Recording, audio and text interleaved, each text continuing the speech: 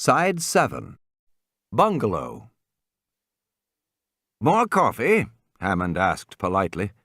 "No, thank you," Henry Wu said, leaning back in his chair. "I couldn't eat anything more." They were sitting in the dining room of Hammond's bungalow in a secluded corner of the park not far from the labs. Wu had to admit that the bungalow Hammond had built for himself was elegant, with sparse, almost Japanese lines. And the dinner had been excellent, considering the dining room wasn't fully staffed yet. But there was something about Hammond that Wu found troubling. The old man was different in some way, subtly different. All during dinner, Wu had tried to decide what it was. In part, a tendency to ramble, to repeat himself, to retell old stories. In part, it was an emotional lability, flaring anger one moment, maudlin sentimentality the next. But all that could be understood as a natural concomitant of age. John Hammond was, after all, almost 77. But there was something else. A stubborn evasiveness, an insistence on having his way, and in the end a complete refusal to deal with the situation that now faced the park. Wu had been stunned by the evidence. He did not yet allow himself to believe the case was proved, that the dinosaurs were breeding. After Grant had asked about amphibian DNA, Wu had intended to go directly to his laboratory and check the computer records of the various DNA assemblies, because if the dinosaurs were in fact breeding, then everything about Jurassic Park was called into question. Their genetic development methods, their genetic control methods, everything. Even the lysine dependency might be suspect. And if these animals could truly breed and could also survive in the wild... Henry Wu wanted to check the data at once, but Hammond had stubbornly insisted Wu accompany him at dinner. "Now then, Henry, you must save room for ice cream," Hammond said, pushing back from the table. "Maria makes the most wonderful ginger ice cream." "All right." Wu looked at the beautiful, silent serving girl. His eyes followed her out of the room, and then he glanced up at the single video monitor mounted in the wall. The monitor was dark. "Your monitor's out," Wu said. "Is it?" Hammond glanced over. "Must be the storm." He reached behind him for the telephone. "I'll just check with John in control." Wu could hear the static crackle on the telephone line. Hammond shrugged and set the receiver back in its cradle. "Lines must be down," he said. "Or maybe Nedry's still doing data transmission. He has quite a few bugs to fix this weekend. Nedry's a genius in his way, but we had to press him quite hard toward the end to make sure he got things right." "Perhaps I should go to the control room and check," Wu said. No, Hammond said. "There's no reason. If there were any problem, we'd hear about it." "Ah." Maria came back into the room with 2 plates of ice cream. "You must have just a little, Henry," Hammond said. "It's made with fresh ginger from the eastern part of the island. It's an old man's vice ice cream, but still—" Dutifully, Wu dipped his spoon. Outside, lightning flashed, and there was the sharp crack of thunder. "That was close," Wu said. "I hope the storm isn't frightening the children." "I shouldn't think so," Hammond said. He tasted the ice cream. "But I can't help but hold some fears about this park, Henry." Inwardly, Wu felt relieved. Perhaps the old man was going to face the facts after all. "What kind of fears?" "You know, Jurassic Park's really made for children. The children of the world love dinosaurs, and the children are going to delight, just delight in this place. Their little faces will shine with the joy of finally seeing these wonderful animals. But I am afraid I may not live to see it, Henry. I may not live to see the joy on their faces." "I think there are other problems, too," Wu said, frowning. "But none so pressing on my mind as this," Hammond said, "that I may not live to see their shining, delighted faces. This is our triumph, this park. We have done what we set out to do. And you remember our original intent was to use the newly emerging technology of genetic engineering to make money. A lot of money." Wu knew Hammond was about to launch into one of his old speeches. He held up his hand. "I'm familiar with this, John. If you were going to start a bioengineering company, Henry, what would you do? Would you make products to help mankind? To fight illness and disease? Dear me, no. That's a terrible idea. A very poor use of new technology." Hammond shook his head sadly. "Yet you'll remember," he said, "the original genetic engineering companies like Genentech and Cetus were all started to make pharmaceuticals. New drugs for mankind. Noble, noble purpose. Unfortunately, drugs face all kinds of barriers. FDA testing alone takes 5 to 8 years, if you're lucky. Even worse, there are forces at work in the marketplace. Suppose you make a miracle drug for cancer or heart disease, as Genentech did. Suppose you now want to charge $1,000 or $2,000 a dose. You might imagine that is your privilege. After all, you invented the drug. You paid to develop and test it. You should be able to charge whatever you wish. But do you really think that the government will let you do that? No, Henry, they will not. Sick people aren't going to pay $1,000 a dose for needed medication. They won't be grateful, they'll be outraged. Blue Cross isn't going to pay it. They'll scream highway robbery.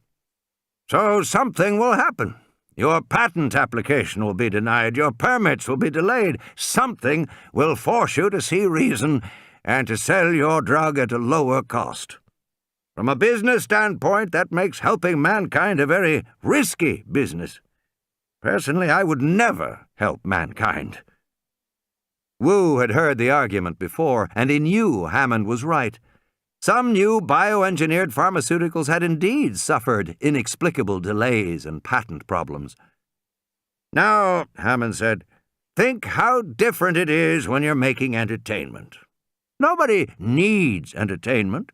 That's not a matter for government intervention. If I charge $5,000 a day for my park, who is going to stop me? After all, nobody needs to come here. And far from being highway robbery, a costly price tag actually increases the appeal of the park. A visit becomes a status symbol, and all Americans love that. So do the Japanese. And, of course, they have far more money."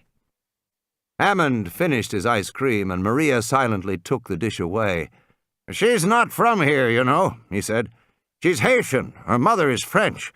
But in any case, Henry, you will recall that the original purpose behind pointing my company in this direction in the first place was to have freedom from government intervention anywhere in the world." Speaking of the rest of the world, Hammond smiled, "we have already leased a large tract in the Azores for Jurassic Park Europe, and you know we long ago obtained an island near Guam for Jurassic Park Japan. Construction on the next 2 Jurassic Parks will begin early next year. They will all be open within 4 years. At that time, direct revenues will exceed $10 billion a year. And merchandising, television, and ancillary rights should double that. I see no reason to bother with children's pets, which I'm told Lou Dodgson thinks we're planning to make." $20 billion a year, Wu said softly, shaking his head. "That's speaking conservatively," Hammond said. He smiled. "There's no reason to speculate wildly. More ice cream, Henry." "Did you find him?" Arnold snapped when the guard walked into the control room. "No, Mr. Arnold." "Find him!" "I don't think he's in the building, Mr. Arnold." "Then look in the lodge," Arnold said. "Look in the maintenance building. Look in the utility shed. Look everywhere. But just find him."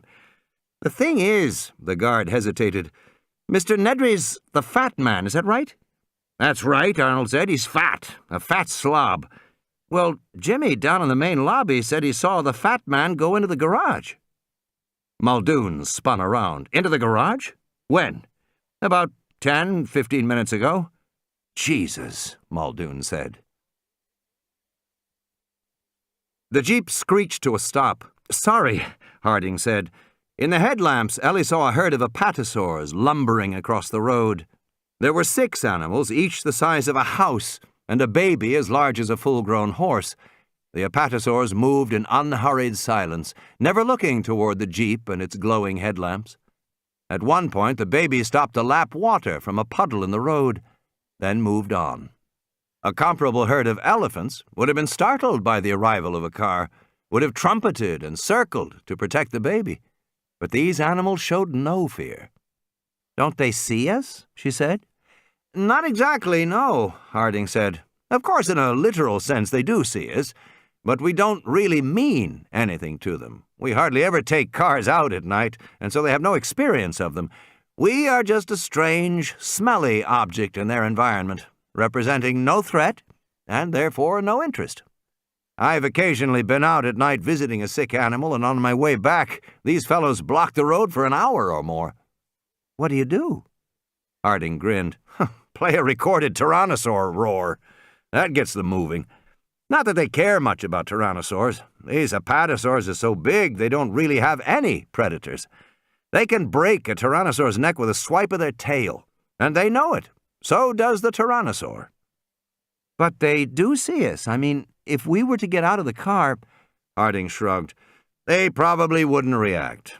Dinosaurs have excellent visual acuity, but they have a basic amphibian visual system. It's attuned to movement. They don't see unmoving things well at all."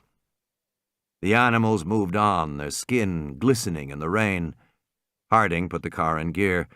"I think we can continue now," he said. Wu said, "I suspect you may find there are pressures on your park, just as there are pressures on Genentech's drugs." He and Hammond had moved to the living room, and they were now watching the storm lash the big glass windows. "I can't see how," Hammond said. "The scientists may wish to constrain you, even to stop you." "Well, they can't do that," Hammond said. He shook his finger at Wu. "You know why the scientists would try to do that? It's because they want to do research, of course. It's all they ever want to do is research. Not to accomplish anything, not to make any progress, just do research. Well, they have a surprise coming to them." "I wasn't thinking of that," Wu said. Hammond sighed. "I'm sure it would be interesting for the scientists to do research, but you arrive at the point where these animals are simply too expensive to be used for research. This is wonderful technology, Henry, but it's also frightfully expensive technology. The fact is, it can only be supported as entertainment." Hammond shrugged. "That's just the way it is." "But if there are attempts to close down—" "Face the damn facts, Henry," Hammond said irritably. "This isn't America. This isn't even Costa Rica. This is my island. I own it, and nothing is going to stop me from opening Jurassic Park to all the children of the world." He chuckled. "Or at least to the rich ones. And I tell you, they'll love it." In the back seat of the Jeep, Ellie Sattler stared out the window. They had been driving through rain-drenched jungle for the last 20 minutes and had seen nothing since the apatosaurs crossed the road. "We're near the Jungle River now," Harding said as he drove. "It's off there somewhere to our left." Abruptly, he slammed on the brakes again. The car skidded to a stop in front of a flock of small green animals. "Well, you're getting quite a show tonight," he said. "Those are compies." Procompsognathids, Ellie thought, wishing that Grant were here to see them. This was the animal they had seen in the facts, back in Montana. The little dark green Procompsognathids scurried to the other side of the road, then squatted on their hind legs to look at the car, chittering briefly, before hurrying onward into the night. "Odd," Harding said. "Wonder where they're off to. Compies don't usually move at night, you know. They climb up in a tree and wait for daylight." "Then why are they out now?" Ellie said. "I can't imagine. You know, compies are scavengers, like buzzards. They're attracted to a dying animal, and they have tremendously sensitive smell. They can smell a dying animal for miles." "Then they're going to a dying animal?" "Dying or already dead." "Should we follow them?" Ellie said. "I'd be curious," Harding said. "Yes, why not? Let's go see where they're going." He turned the car around and headed back toward the compies. Tim Murphy lay in the Land Cruiser, his cheek pressed against the car door handle. He drifted slowly back to consciousness. He wanted only to sleep. He shifted his position and felt the pain in his cheekbone where it lay against the metal door. His whole body ached, his arms and his legs, and most of all his head. There was a terrible pounding pain in his head. All the pain made him want to go back to sleep. He pushed himself up on one elbow, opened his eyes, and retched, vomiting all over his shirt. He tasted sour bile and wiped his mouth with the back of his hand. His head throbbed. He felt dizzy and seasick, as if the world were moving, as if he were rocking back and forth on a boat. Tim groaned and rolled onto his back, turning away from the puddle of vomit. The pain in his head made him breathe in short, shallow gasps, and he still felt sick, as if everything were moving. He opened his eyes and looked around, trying to get his bearings. He was inside the Land Cruiser, but the car must have flipped over on its side because he was lying on his back against the passenger door, looking up at the steering wheel and beyond at the branches of a tree moving in the wind. The rain had nearly stopped, but water drops still fell on him through the broken front windshield. He stared curiously at the fragments of glass. He couldn't remember how the windshield had broken. He couldn't remember anything, except that they had been parked on the road and he had been talking to Dr. Grant when the Tyrannosaur came toward them. That was the last thing he remembered. He felt sick again and closed his eyes until the nausea passed. He was aware of a rhythmic creaking sound, like the rigging of a boat. Dizzy and sick to his stomach, he really felt as if the whole car were moving beneath him. But when he opened his eyes again, he saw it was true. The Land Cruiser was moving, lying on its side, swaying back and forth. The whole car was moving. Tentatively, Tim rose to his feet. Standing on the passenger door, he peered over the dashboard, looking out through the shattered windshield.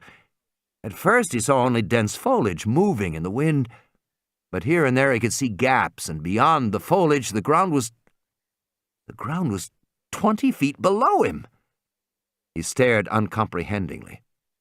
The Land Cruiser was lying on its side in the branches of a large tree, 20 feet above the ground, swaying back and forth in the wind. "Oh, shit," he said. What was he going to do? He stood on his tiptoes and peered out, trying to see better, grabbing the steering wheel for support. The wheel spun free in his hand, and with a loud crack, the Land Cruiser shifted position, dropping a few feet in the branches of the tree.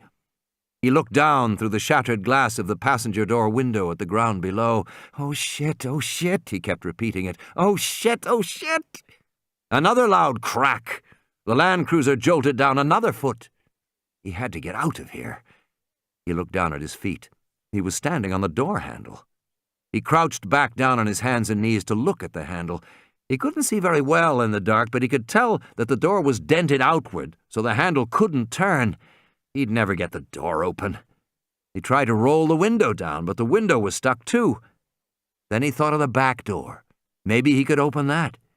He leaned over the front seat, and the Land Cruiser lurched with a shift in weight. Carefully, Tim reached back and twisted the handle on the rear door. It was stuck too. How was he going to get out? He heard a snorting sound and looked down. A dark shape passed below him. It wasn't the Tyrannosaur. This shape was tubby, and it made a kind of snuffling as it waddled along. The tail flopped back and forth, and Tim could see the long spikes. It was the Stegosaur, apparently recovered from its illness. Tim wondered where the other people were, Gennaro and Sattler and the vet. He had last seen them near the Stegosaur. How long ago was that? He looked at his watch, but the face was cracked. He couldn't see the numbers. He took the watch off and tossed it aside. The Stegosaur snuffled and moved on. Now the only sound was the wind in the trees and the creaking of the Land Cruiser as it shifted back and forth. He had to get out of here. Tim grabbed the handle, tried to force it, but it was stuck solid. It wouldn't move at all. Then he realized what was wrong. The rear door was locked. Tim pulled up the pin and twisted the handle. The rear door swung open, downward, and came to rest against the branch a few feet below. The opening was narrow, but Tim thought he could wriggle through it. Holding his breath, he crawled slowly back into the rear seat. The Land Cruiser creaked, but held its position. Gripping the doorposts on both sides, Tim slowly lowered himself down through the narrow, angled opening of the door. Soon he was lying flat on his stomach on the slanted door, his legs sticking out of the car. He kicked in the air. His feet touched something solid, a branch, and he rested his feet on it. As soon as he did, the branch bent down and the door swung wider, spilling him out of the Land Cruiser, and he fell, leaves scratching his face, his body bouncing from branch to branch, a jolt, searing pain, bright light in his head. He slammed to a stop. The wind knocked from him. Tim lay doubled over a large branch, his stomach burning pain. Tim heard another crack and looked up at the Land Cruiser, a big, dark shape 5 feet above him. Another crack. The car shifted. Tim forced himself to move, to climb down. He used to like to climb trees. He was a good tree climber. And this was a good tree to climb. The branches spaced close together, almost like a staircase. Crack! The car was definitely moving. Tim scrambled downward, slipping over the wet branches, feeling sticky sap on his hands, hurrying. He had not descended more than a few feet when the Land Cruiser creaked a final time and then slowly, very slowly nosed over. Tim could see the big green grille and the front headlights swinging down at him, and then the Land Cruiser fell free, gaining momentum as it rushed toward him, slamming against the branch where Tim had just been, and it stopped. His face, just inches from the dented grille, bent inward like an evil mouth, headlamps for eyes. Oil dripped on Tim's face. He was still 12 feet above the ground. He reached down, found another branch, and moved down. Above he saw the branch bending under the weight of the Land Cruiser, and then it cracked, and the Land Cruiser came rushing down toward him, and he knew he could never escape it. He could never get down fast enough, so Tim just let go. He fell the rest of the way.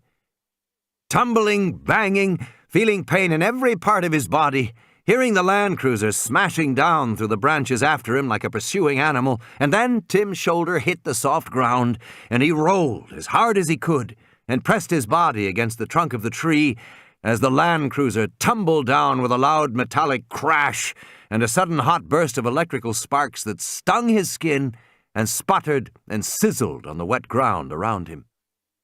Slowly, Tim got to his feet. In the darkness, he heard the snuffling and saw the stegosaur coming back, apparently attracted by the crash of the Land Cruiser. The dinosaur moved dumbly, the low head thrust forward, and the big cartilaginous plates running in 2 rows along the hump of the back. It behaved like an overgrown tortoise, stupid like that, and slow. Tim picked up a rock and threw it. "Get away!" The rock thunked dully off the plates. The stegosaur kept coming. "Go on! Go!" He threw another rock and hit the stegosaur in the head. The animal grunted, turned slowly away, and shuffled off in the direction it had come. Tim leaned against the crumpled Land Cruiser and looked around in the darkness. He had to get back to the others, but he didn't want to get lost. He knew he was somewhere in the park, probably not far from the main road. If he could only get his bearings. He couldn't see much in the dark, but then he remembered the goggles. He climbed through the shattered front windshield into the Land Cruiser and found the night vision goggles and the radio. The radio was broken and silent, so he left it behind, but the goggles still worked. He flicked them on, saw the reassuringly familiar phosphorescent green image. Wearing the goggles, he saw the battered fence off to his left and walked toward it. The fence was 12 feet high, but the tyrannosaur had flattened it easily. Tim hurried across it, moved through an area of dense foliage, and came out onto the main road. Through his goggles, he saw the other Land Cruiser turned on its side. He ran toward it, took a breath, and looked inside. The car was empty. No sign of Dr. Grant and Dr. Malcolm. Where had they gone? Where had everybody gone? He felt sudden panic standing alone in the jungle road at night with that empty car, and turned quickly in circles, seeing the bright green world in the goggles swirl. Something pale by the side of the road caught his eye. It was Lex's baseball. He wiped the mud off it. "Lex!" Tim shouted as loud as he could, not caring if the animals heard him. He listened, but there was only the wind and the plink of raindrops falling from the trees. "Lex!" Lex! He vaguely remembered that she had been in the Land Cruiser when the Tyrannosaur attacked. Had she stayed there? Or had she gotten away? The events of the attack were confused in his mind. He wasn't exactly sure what had happened. Just to think of it made him uneasy. He stood in the road, gasping with panic. Lex! The night seemed to close in around him. Feeling sorry for himself, he sat in a cold, rainy puddle in the road and whimpered for a while. When he finally stopped, he still heard whimpering. It was faint, and it was coming from somewhere farther up the road. "How long has it been?" Muldoon said, coming back into the control room. He was carrying a black metal case. "Half an hour. Harding's jeep should be back here by now." Arnold stubbed out his cigarette. "I'm sure they'll arrive any minute now." "Still no sign of Nedry?" Muldoon said. "Nope, not yet." Muldoon opened the case, which contained 6 portable radios. "I'm going to distribute these to people in the building." He handed one to Arnold.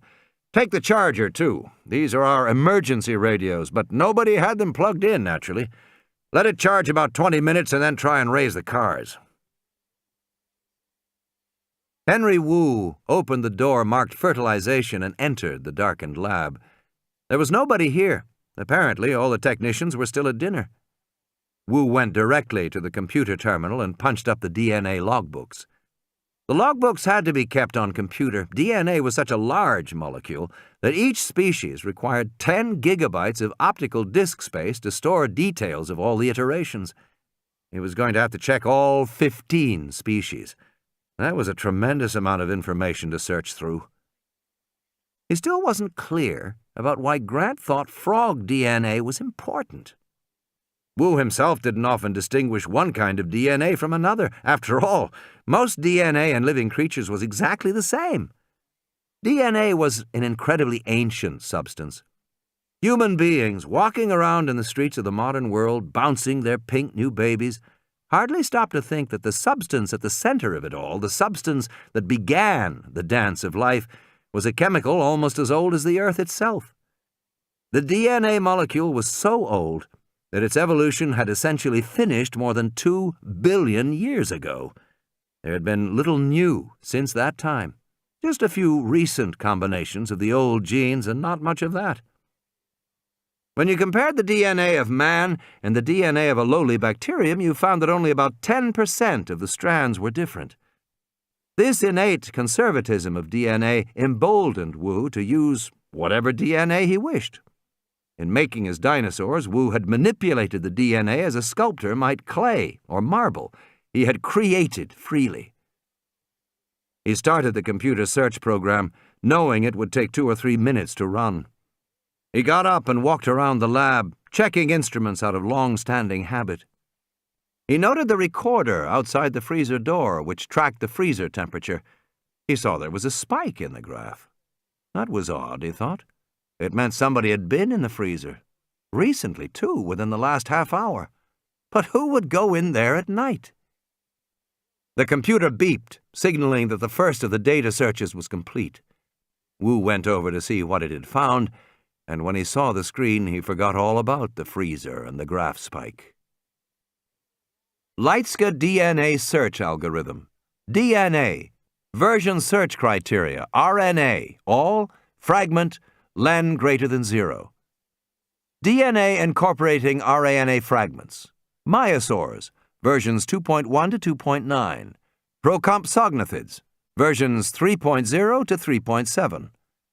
Othnielia. Versions 3.1 to 3.3. Velociraptors, version 1.0 to 3.0. Hypsilophodontids, versions 2.4 to 2.7. The result was clear. All breeding dinosaurs incorporated rana, or frog DNA. None of the other animals did. Wu still did not understand why this had caused them to breed, but he could no longer deny that Grant was right. The dinosaurs were breeding. He hurried up to the control room. Lex. She was curled up inside a big 1-meter drainage pipe that ran under the road. She had her baseball glove in her mouth and she was rocking back and forth, banging her head repeatedly against the back of the pipe. It was dark in there, but he could see her clearly with his goggles. She seemed unhurt, and he felt a great burst of relief. "Lex, it's me, Tim." She didn't answer. She continued to bang her head on the pipe. "Come on out." She shook her head no. He could see she was badly frightened. "Lex," he said, "if you come out, I'll let you wear these night goggles." She just shook her head. "Look what I have," he said, holding up his hand. She stared uncomprehendingly. It was probably too dark for her to see. "It's your ball, Lex. I found your ball." "So what?" He tried another approach. "It must be uncomfortable in there. Cold, too. Wouldn't you like to come out?" She resumed banging her head against the pipe. "Why not?" "There's aminals out there." That threw him for a moment. She hadn't said aminals for years. "The aminals are gone," he said. "There's a big one. A Tyrannosaurus Rex." "He's gone." "Where did he go?"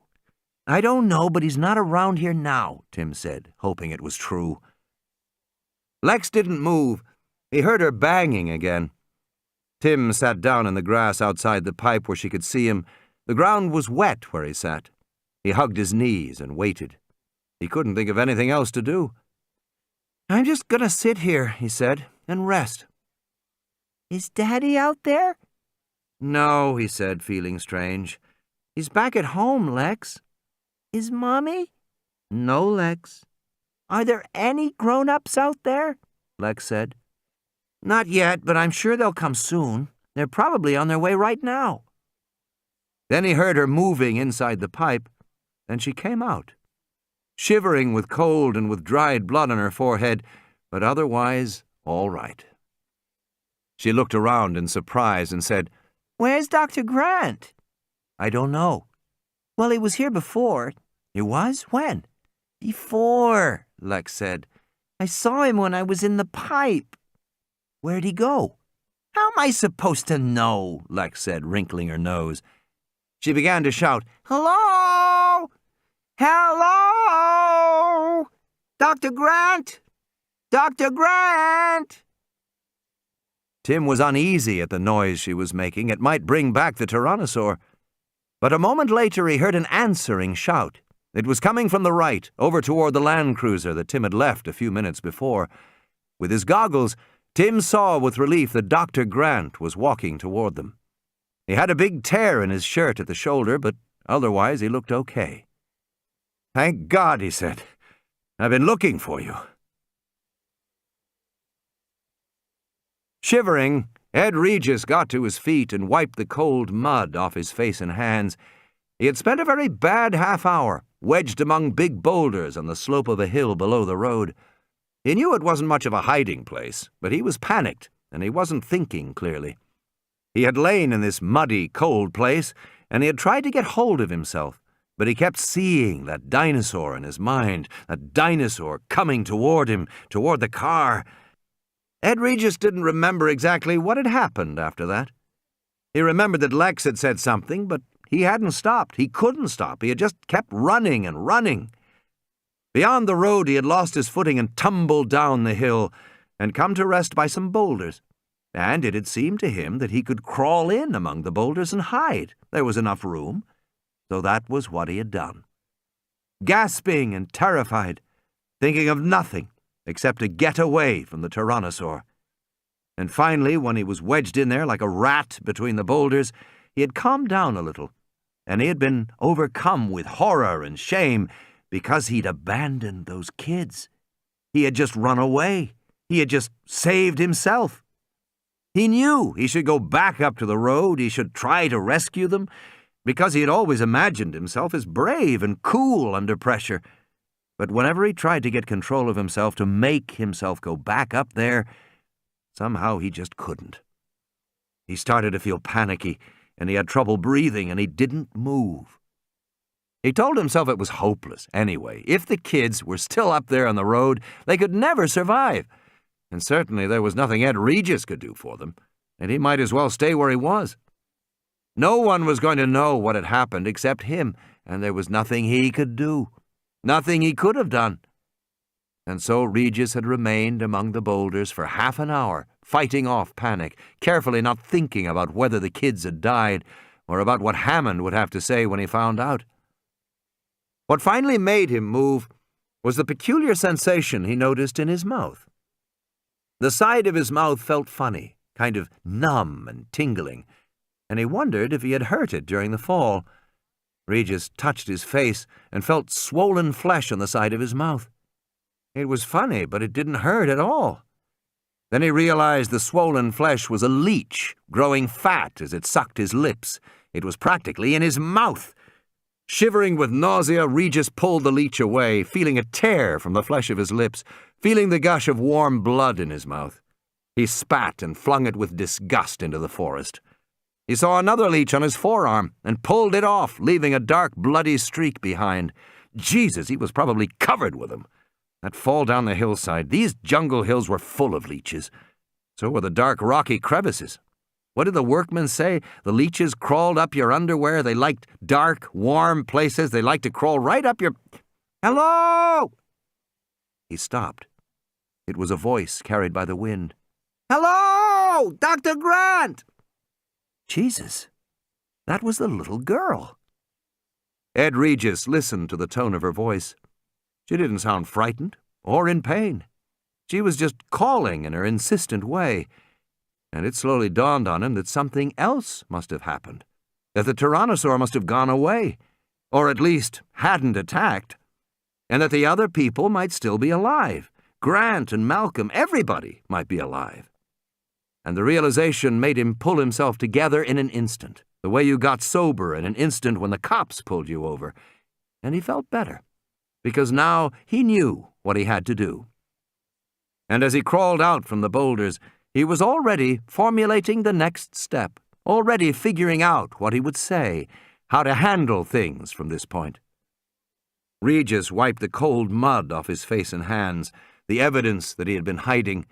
He wasn't embarrassed that he had been hiding, but now he had to take charge.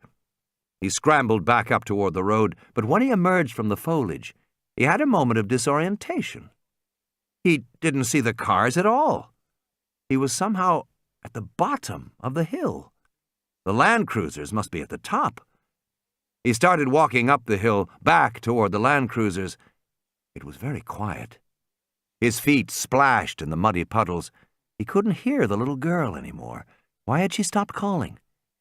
As he walked, he began to think that maybe something had happened to her. In that case, he shouldn't walk back there. Maybe the tyrannosaur was still hanging around.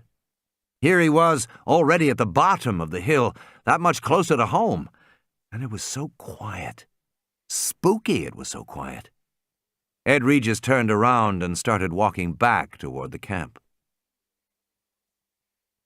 Alan Grant ran his hands over her limbs, squeezing the arms and legs briefly. She didn't seem to have any pain. It was amazing. Aside from a cut on her head, she was fine. "I told you I was," she said. "Well, I had to check." The boy was not quite so fortunate. Tim's nose was swollen and painful. Grant suspected it was broken. His right shoulder was badly bruised and swollen, but his legs seemed to be all right. Both kids could walk, that was the important thing. Grant himself was all right, except for a claw abrasion down his right chest where the tyrannosaur had kicked him. It burned with every breath, but it didn't seem to be serious, and it didn't limit his movement. He wondered if he had been knocked unconscious because he had only dim recollections of events immediately preceding the moment he had sat up, groaning, in the woods, 10 yards from the land cruiser. At first his chest had been bleeding, so he had stuck leaves on the wound, and after a while it clotted. Then he had started walking around looking for Malcolm and the kids. Grant couldn't believe he was still alive, and as scattered images began to come back to him, he tried to make sense of them. The tyrannosaur should have killed them all, easily. Why hadn't it? "I'm hungry," Lex said. "Me too," Grant said.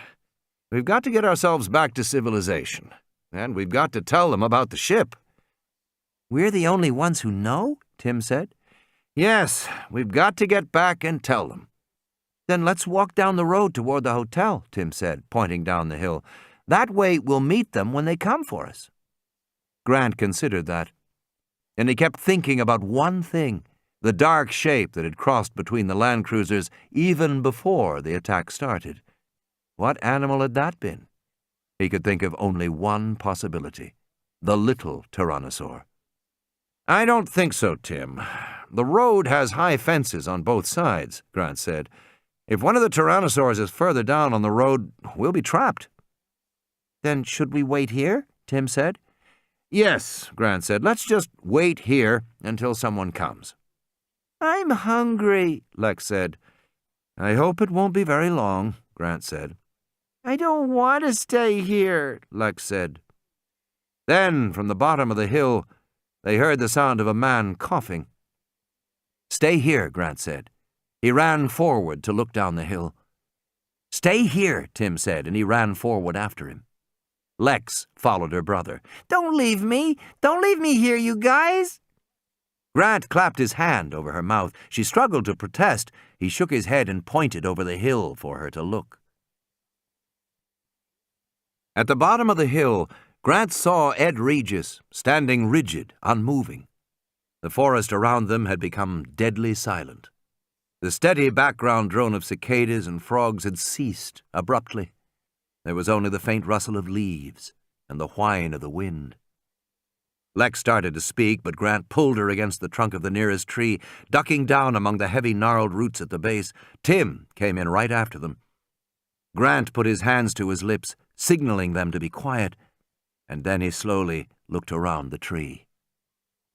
The road below was dark, and as the branches of the big trees moved in the wind, the moonlight filtering through made a dappled, shifting pattern. Ed Regis was gone. It took Grant a moment to locate him. The publicist was pressed up against the trunk of a big tree, hugging it. Regis wasn't moving at all. The forest remained silent. Lex tugged impatiently at Grant's shirt. She wanted to know what was happening. Then from somewhere very near, they heard a soft snorting exhalation, hardly louder than the wind. Lex heard it too because she stopped struggling. The sound floated toward them again, soft as a sigh. Grant thought it was almost like the breathing of a horse. Grant looked at Regis and saw the moving shadows cast by the moonlight on the trunk of the tree. And then Grant realized there was another shadow, superimposed on the others, but not moving. A strong, curved neck and a square head. The exhalation came again. Tim leaned forward cautiously to look. Lex did too. They heard a crack as a branch broke, and into the path stepped a tyrannosaur. It was the juvenile, about 8 feet tall, and it moved with the clumsy gait of a young animal, almost like a puppy. The juvenile tyrannosaur shuffled down the path, stopping with every step to sniff the air before moving on. It passed the tree where Regis was hiding and gave no indication that it had seen him. Grant saw Regis's body relax slightly. Regis turned his head, trying to watch the tyrannosaur on the far side of the tree. The tyrannosaur was now out of view down the road. Regis started to relax, releasing his grip on the tree. But the jungle remained silent. Regis remained close to the tree trunk for another half-minute. Then the sounds of the forest returned. The first tentative croak of a tree frog, the buzz of one cicada, and then the full chorus. Regis stepped away from the tree, shaking his shoulders, releasing the tension. He walked into the middle of the road, looking in the direction of the departed tyrannosaur. The attack came from the left. The juvenile roared as it swung its head forward, knocking Regis flat to the ground. He yelled and scrambled to his feet, but the tyrannosaur pounced, and it must have pinned him with its hind leg because suddenly Regis wasn't moving. He was sitting up in the path, shouting at the dinosaur and waving his hands at it as if he could scare it off. The young dinosaur seemed perplexed by the sounds and movement coming from its tiny prey. The juvenile bent its head over, sniffing curiously, and Regis pounded on the snout with his fists. "Get away! Back off! Go on, back off!" Regis was shouting at the top of his lungs, and the dinosaur backed away, allowing Regis to get to his feet.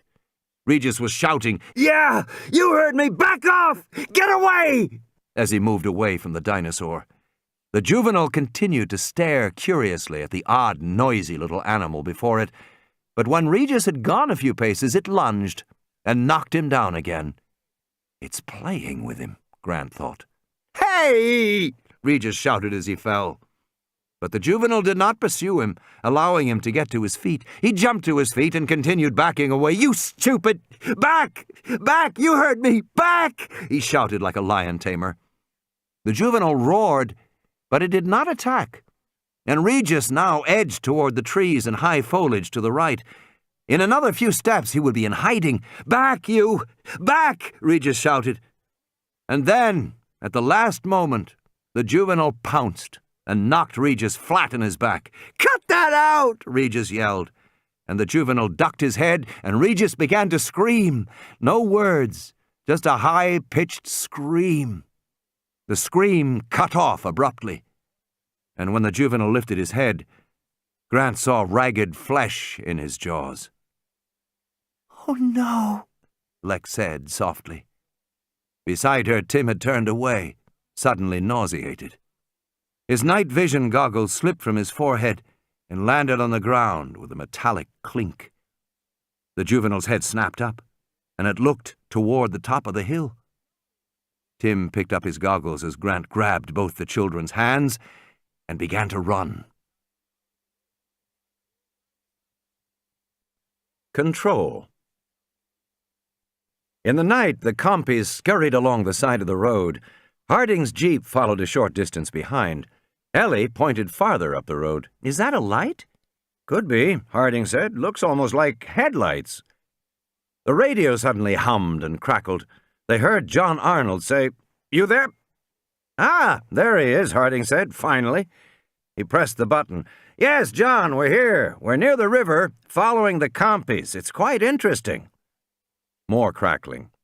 Then, "Eat your car!" "What did he say?" Gennaro said. "Something about a car," Ellie said. At Grant's dig in Montana, Ellie was the one who operated the radio phone. After years of experience, she had become skilled at picking up garbled transmissions. "I think he said he needs your car." Harding pressed the button. "John, are you there? We can't read you very well. John?" There was a flash of lightning, followed by a long sizzle of radio static, then Arnold's tense voice. "Where are... Ooh! We're 1 mile north of the Hipsy paddock, near the river, following some compies." "No! Damn well! Get back here! Ow!" "Sounds like he's got a problem," Ellie said, frowning. There was no mistaking the tension in the voice. "Maybe we should go back." Harding shrugged. "John's frequently got a problem. You know how engineers are. They want everything to go by the book." He pressed the button on the radio. "John, say again, please." More crackling. More static. The loud crash of lightning. Then, "Muldoon! Need your car! Ow!" Gennaro frowned. "Is he saying Muldoon needs our car?" "That's what it sounded like," Ellie said. "Well, that doesn't make any sense," Harding said. "Other stuck. Muldoon wants car." "I get it," Ellie said. "The other cars are stuck on the road in the storm, and Muldoon wants to go get them." Harding shrugged. "Why doesn't Muldoon take the other car?" He pushed the radio button. "John, tell Muldoon to take the other car. It's in the garage." The radio crackled. "Not... Listen, crazy bastards! Car!" Harding pressed the radio button. "I said it's in the garage, John. The car is in the garage." More static. "Edry has... Sing... One." "I'm afraid this isn't getting us anywhere," Harding said. "All right, John, we're coming in now." He turned the radio off and turned the car around. "I just wish I understood what the urgency is." Harding put the jeep in gear, and they rumbled down the road in the darkness. It was another 10 minutes before they saw the welcoming lights of the safari lodge, and as Harding pulled to a stop in front of the visitor center, they saw Muldoon coming toward them. He was shouting and waving his arms. God damn it, Arnold, you son of a bitch! God damn it, get this park back on track! Now! Get my grandkids back here, now! John Hammond stood in the control room screaming and stamping his little feet. He had been carrying on this way for the last 2 minutes, while Henry Wu stood in the corner looking stunned. Well, Mr. Hammond, Arnold said, Muldoon's on his way out right now to do exactly that. Arnold turned away and lit another cigarette. Hammond was like every other management guy Arnold had ever seen. Whether it was Disney or the Navy, management guys always behaved the same. They never understood the technical issues. And they thought that screaming was the way to make things happen. And maybe it was, if you were shouting at your secretaries to get you a limousine. But screaming didn't make any difference at all to the problems that Arnold now faced. The computer didn't care if it was screamed at. The power network didn't care if it was screamed at. Technical systems were completely indifferent to all this explosive human emotion. If anything, screaming was counterproductive because Arnold now faced the virtual certainty that Nedry wasn't coming back, which meant that Arnold himself had to go into the computer code and try to figure out what had gone wrong. It was going to be a painstaking job. He'd need to be calm and careful. "Why don't you go downstairs to the cafeteria," Arnold said, "and get a cup of coffee. We'll call you when we have more news." "I don't want a Malcolm effect here," Hammond said. "Don't worry about a Malcolm effect," Arnold said. "Will you let me go to work?" "God damn you," Hammond said. "I'll call you, sir, when I have news from Muldoon," Arnold said. He pushed buttons on his console and saw the familiar control screens change. Stroke Jurassic Park main module stroke. Stroke call libs. Include biostat.sys. Include sysrom.vst. Include net.sys. Include power.module. Stroke initialize. Arnold was no longer operating the computer. He had now gone behind the scenes to look at the code, the line-by-line instructions that told the computer how to behave. Arnold was unhappily aware that the complete Jurassic Park program contained more than 500,000 lines of code, most of it undocumented, without explanation. Wu came forward. "What are you doing, John?" "Checking the code." "By inspection? That'll take forever." "Tell me," Arnold said. "Tell me." The road. Muldoon took the curve very fast, the jeep sliding on the mud. Sitting beside him, Gennaro clenched his fists. They were racing along the cliff road high above the river, now hidden below them in darkness.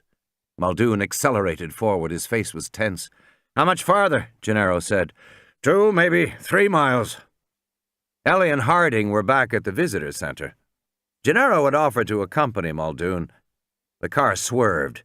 "It's been an hour," Muldoon said, "an hour, with no word from the other cars." "But they have radios," Gennaro said. "We haven't been able to raise them," Muldoon said. Gennaro frowned. "If I was sitting in a car for an hour in the rain, I'd sure try to use the radio to call for somebody." "So would I," Muldoon said. Gennaro shook his head. "You really think something could have happened to them?" "Chances are," Muldoon said, "that they're perfectly fine, but I'll be happier when I finally see them. Should be any minute now." The road curved, then ran up a hill. At the base of the hill, Gennaro saw something white lying among the ferns by the side of the road. "Hold it," Gennaro said, and Muldoon braked. Gennaro jumped out and ran forward in the headlights of the jeep to see what it was. It looked like a piece of clothing, but there was... Gennaro stopped. Even from 6 feet away, he could see clearly what it was. He walked forward more slowly. Muldoon leaned out of the car and said, "What is it?" "It's a leg," Gennaro said. The flesh of the leg was pale blue-white, terminating in a jagged, bloody stump where the knee had been. Below the calf, he saw a white sock and a brown slip-on shoe. It was a kind of shoe Ed Regis had been wearing. By then, Muldoon was out of the car, running past him to crouch over the leg. "Jesus!" He lifted the leg out of the foliage, raising it into the light of the headlamps, and blood from the stump gushed down over his hand. Gennaro was still 3 feet away. He quickly bent over, put his hands on his knees, squeezed his eyes shut, and breathed deeply, trying not to be sick. "Gennaro!" Muldoon's voice was sharp. "What? Move! You're blocking the light." Gennaro took a breath and moved. When he opened his eyes, he saw Muldoon peering critically at the stump. "Torn at the joint line," Muldoon said. "Didn't bite it, twisted and ripped it. Just ripped his leg off." Muldoon stood up, holding the severed leg upside down, so the remaining blood dripped onto the ferns. His bloody hand smudged the white sock as he gripped the ankle. Gennaro felt sick again. "No question what happened," Muldoon was saying. "The T-Rex got him." Muldoon looked up the hill, then back to Gennaro. "You all right? Can you go on?" "Yes," Gennaro said. "I can go on." Muldoon was walking back toward the jeep, carrying the leg. "I guess we better bring this along," he said. "Doesn't seem right to leave it here. Christ, it's going to make a mess of the car. See if there's anything in the back, will you? A tarp or newspaper?" Gennaro opened the back door and rummaged around in the space behind the rear seat. He felt grateful to think about something else for a moment. The problem of how to wrap the severed leg expanded to fill his mind, crowding out all other thoughts. He found a canvas bag with a tool kit, a wheel rim, a cardboard box, and 2 tarps, he said. They were neatly folded plastic. "Give me one," Muldoon said, still standing outside the car. Muldoon wrapped the leg and passed the now shapeless bundle to Gennaro. Holding it in his hand, Gennaro was surprised at how heavy it felt. "Just put it in the back," Muldoon said. "If there's a way to wedge it, so it doesn't roll around." "Okay." Gennaro put the bundle in the back, and Muldoon got behind the wheel. He accelerated, the wheels spinning in the mud, then digging in. The jeep rushed up the hill, and for a moment at the top, the headlights still pointed upward into the foliage, and then they swung down, and Gennaro could see the road before them. "Jesus," Muldoon said. Gennaro saw a single Land Cruiser lying on its side in the center of the road. He couldn't see the second Land Cruiser at all.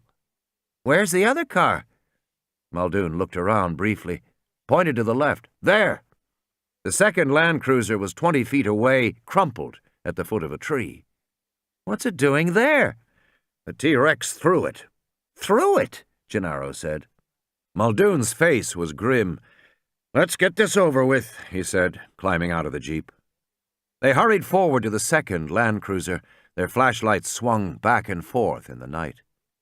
As they came closer, Gennaro saw how battered the car was. He was careful to let Muldoon look inside first.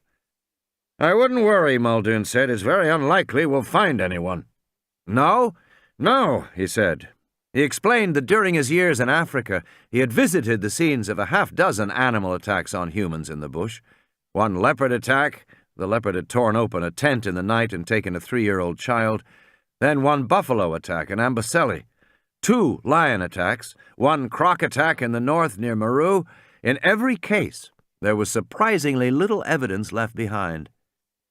Inexperienced people imagined horrific proofs of an animal attack, torn limbs left behind in the tent, trails of dripping blood leading away into the bush, blood-stained clothing not far from the campsite.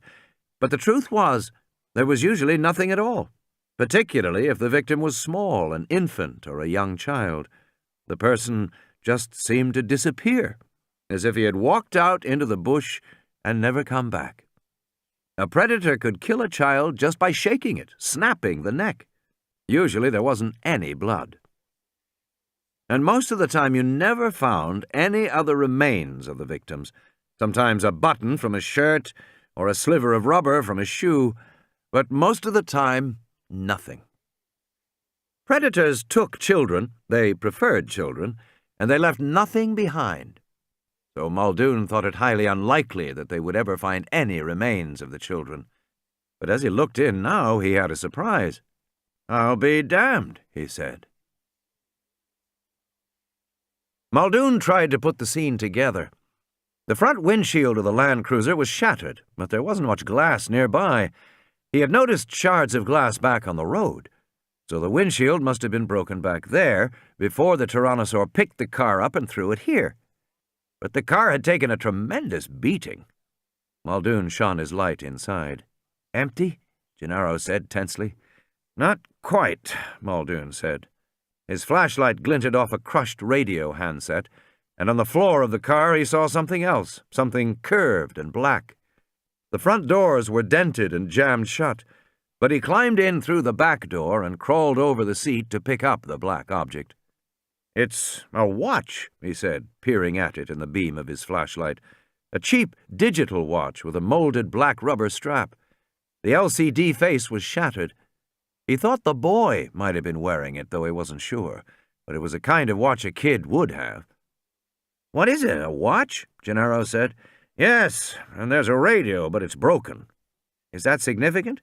"Yes, and there's something else." Muldoon sniffed. There was a sour odor inside the car. He shone the light around until he saw the vomit dripping off the side door panel. He touched it, still fresh. "One of the kids may still be alive," Muldoon said. Gennaro squinted at him. "What makes you think so?" "The watch," Muldoon said. "The watch proves it." He handed the watch to Gennaro, who held it in the glow of the flashlight and turned it over in his hands. "Crystal is cracked," Gennaro said. "That's right," Muldoon said. "And the band is uninjured." "Which means?" "The kid took it off." "That could have happened any time," Gennaro said. "Any time before the attack." "No," Muldoon said. "Those LCD crystals are tough. It takes a powerful blow to break them. The watch face was shattered during the attack." "So the kid took his watch off?" "Think about it," Muldoon said. "If you were being attacked by a tyrannosaur, would you stop to take your watch off?" "Maybe it was torn off." "It's almost impossible to tear a watch off somebody's wrist without tearing the hand off, too. Anyway, the band is intact." "No," Muldoon said. "The kid took it off himself. He looked at his watch, saw it was broken, and took it off. He had the time to do that." "When?" "It could only have been after the attack," Muldoon said. "The kid must have been in this car after the attack, and the radio was broken, so he left it behind, too. He's a bright kid, and he knew they weren't useful." "If he's so bright," Gennaro said, "where'd he go? Because I'd stay right here and wait to be picked up." "Yes," Muldoon said, "but perhaps he couldn't stay here. Maybe the tyrannosaur came back, or some other animal. Anyway, something made him leave." "Then where'd he go?" Gennaro said. "Let's see if we can determine that," Muldoon said, and he strode off toward the main road. Gennaro watched Muldoon peering at the ground with his flashlight. His face was just inches from the mud, intent on his search. Muldoon really believed he was on to something, that at least one of the kids was still alive. Gennaro remained unimpressed. The shock of finding the severed leg had left him with a grim determination to close the park and destroy it. No matter what Muldoon said, Gennaro suspected him of unwarranted enthusiasm and hopefulness and— "You notice these prints?" Muldoon asked, still looking at the ground. "What prints?" Gennaro said. "These footprints, see them? Coming toward us from up the road. And they're adult-size prints, some kind of rubber-sole shoe. Notice the distinctive tread pattern." Gennaro saw only mud, puddles catching the light from the flashlights. "You can see," Muldoon continued, "the adult prints come to here, where they're joined by other prints, small and medium-size, moving around in circles, overlapping, almost as if they're standing together talking. But now here they are, and they seem to be running." He pointed off. "There, into the park." Gennaro shook his head. "You can see whatever you want in this mud." Muldoon got to his feet and stepped back. He looked down at the ground and sighed. "Say what you like. I'll wager one of the kids survived, and maybe both. Perhaps even an adult as well, if these big prints belong to someone other than Regis. We've got to search the park." "Tonight?" Gennaro said. But Muldoon wasn't listening. He had walked away toward an embankment of soft earth near a drain pipe for rain. He crouched again. "What was that little girl wearing?" "Christ," Gennaro said, "I don't know." Proceeding slowly, Muldoon moved farther toward the side of the road, and then they heard a wheezing sound. It was definitely an animal sound. "Listen," Gennaro said, feeling panic. "I think we better—" "Shh," Muldoon said. He paused, listening. "It's just the wind," Gennaro said. They heard the wheezing again, distinctly this time. It wasn't the wind. It was coming from the foliage directly ahead of him, by the side of the road. It didn't sound like an animal, but Muldoon moved forward cautiously. He waggled his light and shouted, but the wheezing did not change character. Muldoon pushed aside the fronds of a palm. "What is it?" Gennaro said. "It's Malcolm," Muldoon said. Ian Malcolm lay on his back, his skin grey-white, mouth slackly open. His breath came in wheezing gasps. Muldoon handed the flashlight to Gennaro and then bent to examine the body. "I can't find the injury," he said. "Head okay, chest, arms." Then Gennaro shone the light on the legs. "He put a tourniquet on." Malcolm's belt was twisted tight over the right thigh. Gennaro moved the light down the leg. The right ankle was bent outward at an awkward angle from the leg, the trousers flattened, soaked in blood. Muldoon touched the ankle gently, and Malcolm groaned. Muldoon stepped back and tried to decide what to do next. Malcolm might have other injuries. His back might be broken. It might kill him to move him. But if they left him here, he would die of shock. It was only because he had had the presence of mind to put a tourniquet on that he hadn't already bled to death. And probably he was doomed. They might as well move him. Gennaro helped Muldoon pick the man up, hoisting him awkwardly over their shoulders. Malcolm moaned and breathed in ragged gasps. "Lex," he said. "Lex went... Lex." "Who's Lex?" Muldoon said. "The little girl," Gennaro said. They carried Malcolm back to the jeep and rested him into the back seat. Gennaro tightened the tourniquet around his leg. Malcolm groaned again. Muldoon slid the trouser cuff up and saw the pulpy flesh beneath, the dull white splinters of protruding bone. "We've got to get him back," Muldoon said. "You going to leave here without the kids?" Gennaro said. "If they went into the park, it's 20 square miles, Muldoon said, shaking his head. "The only way we can find anything out there is with the motion sensors. If the kids are alive and moving around, the motion sensors will pick them up, and we can go right to them and bring them back. But if we don't take Dr. Malcolm back right now, he'll die." "Then we have to go back," Gennaro said. "Yes, I think so." They climbed into the car. Gennaro said, "Are you going to tell Hammond the kids are missing?" "No," Muldoon said. "You are." End of Side 7. Side 8. Control. Donald Gennaro stared at Hammond, sitting in the deserted cafeteria. The man was spooning ice cream, calmly eating it. "So, Muldoon believes the children are somewhere in the park." "He thinks so, yes." "Then I'm sure we'll find them." "I hope so," Gennaro said. He watched the old man deliberately eating, and he felt a chill. "Oh, I am sure we'll find them. After all, I keep telling everyone this park is made for kids." Gennaro said, "Just so you understand that they're missing, sir." "Missing?" he snapped. "Of course I know they're missing. I'm not senile." He sighed and changed tone again. "Look, Donald," Hammond said, "let's not get carried away. We've had a little breakdown from the storm or whatever, and as a result we've suffered a regrettable, unfortunate accident. And that's all that's happened. We're dealing with it. Arnold will get the computers cleaned up, Muldoon will pick up the kids, and I have no doubt he'll be back with them by the time we finish this ice cream. So let's just wait and see what develops, shall we?" "Whatever you say, sir," Gennaro said. "Why?" Henry Wu said, looking at the console screen. "Because I think Nedry did something to the code," Arnold said. "That's why I'm checking it." "All right," Wu said, "but have you tried your options?" "Like what?" Arnold said. "I don't know. Aren't the safety systems still running?" Wu said. "Key checks, all that?" "Jesus," Arnold said, snapping his fingers. "They must be. Safety systems can't be turned off except at the main panel." "Well," Wu said, "if key checks is active, you can trace what he did." "I sure as hell can," Arnold said. He started to press buttons. Why hadn't he thought of it before? It was so obvious. The computer system at Jurassic Park had several tiers of safety systems built into it, One of them was a key check program, which monitored all the keystrokes entered by operators with access to the system. It was originally installed as a debugging device, but it was retained for its security value.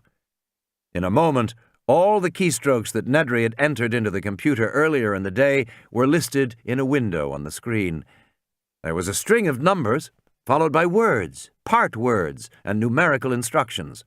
System Nedry, go to command level. Nedry, 040-hatchmark XY-67 ampersand, MR Goodbytes. Security, keycheck off. Safety off. SL off. Security, white_rabbit.object.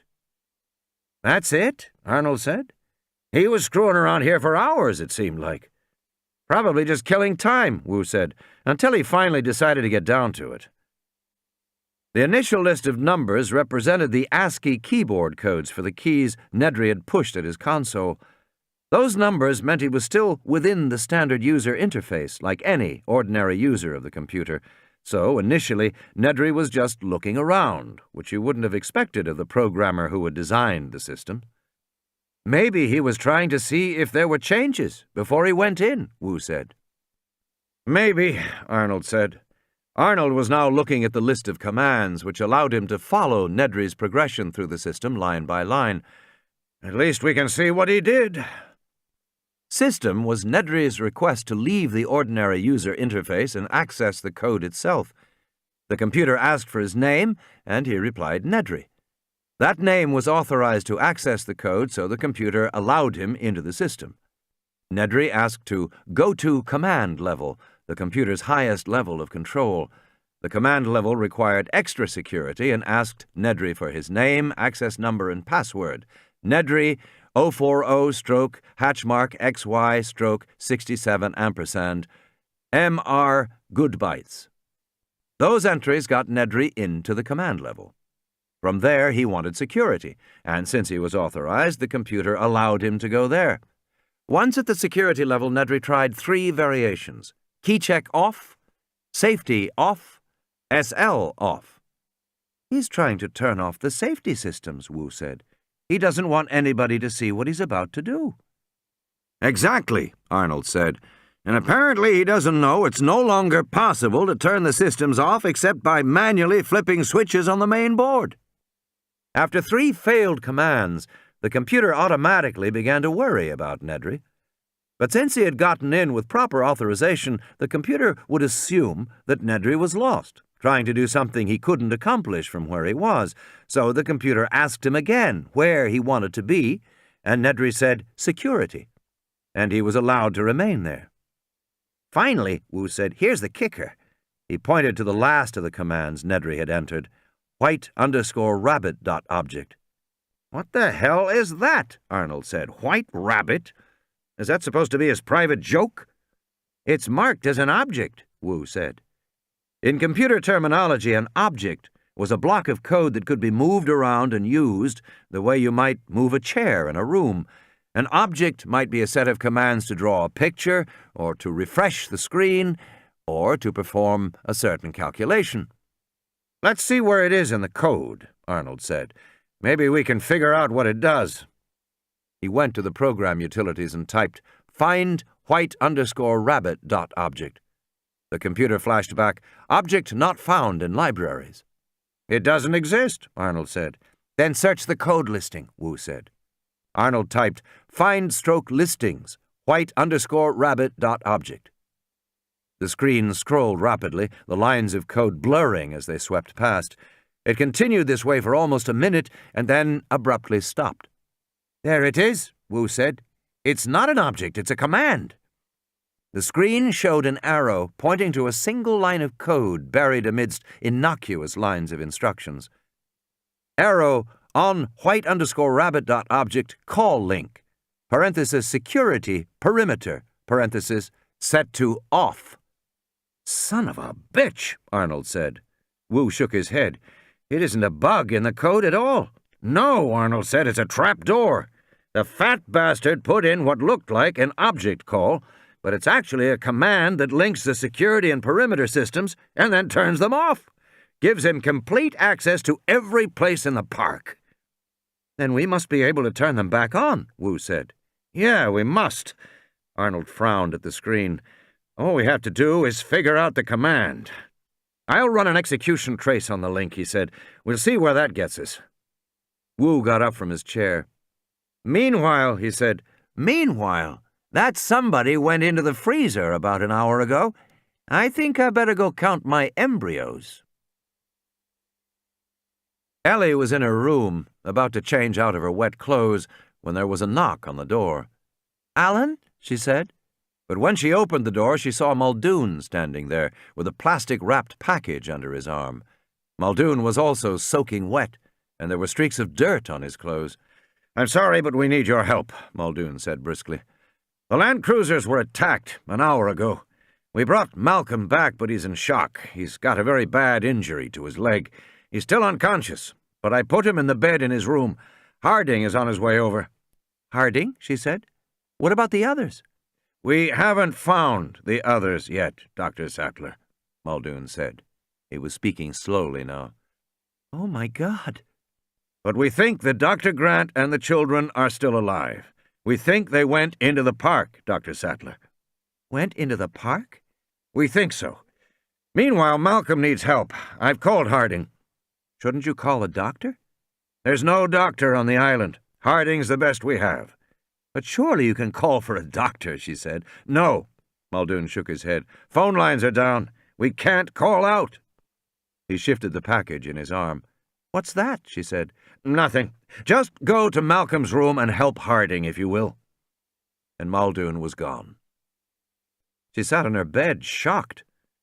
Ellie Sattler was not a woman disposed to unnecessary panic, and she had known Grant to get out of dangerous situations before. Once he'd been lost in the Badlands for 4 days when a cliff gave way beneath him and his truck fell 100 feet into a ravine. Grant's right leg was broken. He had no water, but he had walked back on a broken leg. On the other hand, the kids... She shook her head, pushing the thought away. The kids were probably with Grant. And if Grant was out in the park, well, what better person to get them safely through Jurassic Park than a dinosaur expert? In the park. "I'm tired," Lex said. "Carry me, Dr. Grant." "You're too big to carry," Tim said. "But I'm tired," she said. "Okay, Lex," Grant said, picking her up. "Oof, you're heavy." It was almost 9 p.m. The full moon was blurred by drifting mist, and their blunted shadows led them across an open field toward dark woods beyond. Grant was lost in thought, trying to decide where he was. Since they had originally crossed over the fence that the Tyrannosaur had battered down, Grant was reasonably sure they were now somewhere in the Tyrannosaur paddock, which was a place he did not want to be. In his mind, he kept seeing the computer tracing of the Tyrannosaur's home range, the tight squiggle of lines that traced his movements within a small area. He and the kids were in that area now. But Grant also remembered that the Tyrannosaurs were isolated from all the other animals, which meant that they would know they had left the paddock when they crossed a barrier, a fence, or a moat, or both. He had seen no barriers so far. The girl put her head on his shoulder and twirled her hair in her fingers. Soon she was snoring. Tim trudged alongside Grant. "How are you holding up, Tim?" "Okay," he said, "but I think we might be in the Tyrannosaur area." "I'm pretty sure we are. I hope we get out soon." "You going to go into the woods?" Tim said. As they came closer, the woods seemed dark and forbidding. "Yes," Grant said. "I think we can navigate by the numbers on the motion sensors." The motion sensors were green boxes set about 4 feet off the ground. Some were freestanding, most were attached to trees. None of them were working because apparently the power was still off. Each sensor box had a glass lens mounted in the center and a painted code number beneath that. Up ahead in the mist-streaked moonlight, Grant could see a box marked T/S/04. They entered the forest. Huge trees loomed on all sides. In the moonlight, a low mist clung to the ground, curling around the roots of the trees. It was beautiful, but it made walking treacherous. And Grant was watching the sensors. They seemed to be numbered in descending order. He passed T/S/03 and T/S/02. Eventually, they reached T/S/01. He was tired from carrying the girl, and he had hoped this would coincide with a boundary for the Tyrannosaur paddock, but it was just another box in the middle of the woods. The next box after that was marked T/N/01, followed by T/N/02. Grant realized the numbers must be arranged geographically around a central point like a compass. They were going from south to north, so the numbers got smaller as they approached the center, then got larger again. "At least we're going the right way," Tim said. "Good for you," Grant said. Tim smiled and stumbled over vines in the mist. He got quickly to his feet. They walked on for a while. "My parents are getting a divorce," he said. "Uh-huh," Grant said. "My dad moved out last month. He has his own place in Mill Valley now." "Uh-huh." "He never carries my sister anymore. He never even picks her up." "And he says you have dinosaurs on the brain," Grant said. Tim sighed. "Yeah." "You miss him?" Grant said. "Not really," Tim said. "Sometimes. She misses him more." "Who, your mother?" "No, Lex. My mom has a boyfriend. She knows him from work." They walked in silence for a while, passing T/N/03 and T/N/04. "Have you met him?" Grant said. "Yeah." "How is he?" "He's okay," Tim said. "He's younger than my dad, but he's bald." "How does he treat you?" "I don't know. Okay. I think he just tries to get on my good side. I don't know what's going to happen. Sometimes my mom says we'll have to sell the house and move. Sometimes he and my mom fight, late at night. I sit in my room and play with my computer, but I can still hear it." "Uh-huh," Grant said. "Are you divorced?" "No," Grant said. "My wife died a long time ago." "And now you're with Dr. Sattler?" Grant smiled in the darkness. "No, she's my student." "You mean she's still in school?" "Graduate school, yes." Grant paused long enough to shift Lex to his other shoulder, and then they continued on, past T/N/05 and T/N/06. There was the rumble of thunder in the distance. The storm had moved to the south. There was very little sound in the forest except for the drone of cicadas and the soft croaking of tree frogs. "You have children?" Tim asked. "No," Grant said. "Are you going to marry Dr. Sattler?" "No, she's marrying a nice doctor in Chicago sometime next year." "Oh," Tim said. He seemed surprised to hear it. They walked along for a while. "Then who are you going to marry?" "I don't think I'm going to marry anybody," Grant said. "Me neither," Tim said. They walked for a while. Tim said, "Are we going to walk all night?" "I don't think I can," Grant said. "We'll have to stop, at least for a few hours." He glanced at his watch. "We're okay. We've got almost 15 hours before we have to be back, before the ship reaches the mainland." "Where are we going to stop?" Tim asked immediately. Grant was wondering the same thing. His first thought was that they might climb a tree and sleep up there. But they would have to climb very high to get safely away from the animals, and Lex might fall out while she was asleep, and tree branches were hard. They wouldn't get any rest, at least he wouldn't. They needed someplace really safe. He thought back to the plans he had seen on the jet coming down. He remembered that there were outlying buildings for each of the different divisions. Grant didn't know what they were like because plans for the individual buildings weren't included, and he couldn't remember exactly where they were, but he remembered they were scattered all around the park. There might be buildings somewhere nearby. But that was a different requirement from simply crossing a barrier and getting out of the Tyrannosaur paddock.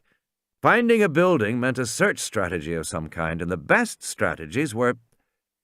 "Tim, can you hold your sister for me? I'm going to climb a tree and have a look around." High in the branches, he had a good view of the forest, the tops of the trees extending away to his left and right. They were surprisingly near the edge of the forest. Directly ahead, the trees ended before a clearing with an electrified fence and a pale concrete moat. Beyond that, a large open field, in what he assumed was the sauropod paddock. In the distance, more trees and misty moonlight sparkling on the ocean. Somewhere he heard the bellowing of a dinosaur, but it was far away. He put on Tim's night vision goggles and looked again. He followed the grey curve of the moat and then saw what he was looking for, the dark strip of a service road leading to the flat rectangle of a roof. The roof was barely above ground level, but it was there, and it wasn't far, maybe a quarter of a mile or so from the tree. When he came back down, Lex was sniffling. "What's the matter?" "I heard an aminal." "It won't bother us. Are you awake now? Come on." He led her to the fence. It was 12 feet high, with a spiral of barbed wire at the top. It seemed to stretch far above them in the moonlight. The moat was immediately on the other side. Lex looked up at the fence doubtfully. "Can you climb it?" Grant asked her. She handed him her glove and her baseball. "Sure. Easy." She started to climb. "But I bet Timmy can't." Tim spun in fury. "You shut up!" "Timmy's afraid of heights." "I am not." She climbed higher. "Are so." "Am not." "Then come and get me." Grant turned to Tim, pale in the darkness. The boy wasn't moving. "You okay with the fence, Tim?" "Sure." "Want some help?" "Timmy's a fraidy cat," Lex called. "What a stupid jerk," Tim said, and he started to climb. "It's freezing," Lex said. They were standing waist-deep in smelly water at the bottom of a deep concrete moat. They had climbed the fence without incident, except that Tim had torn his shirt on the coils of barbed wire at the top. Then they had all slid down into the moat, and now Grant was looking for a way out.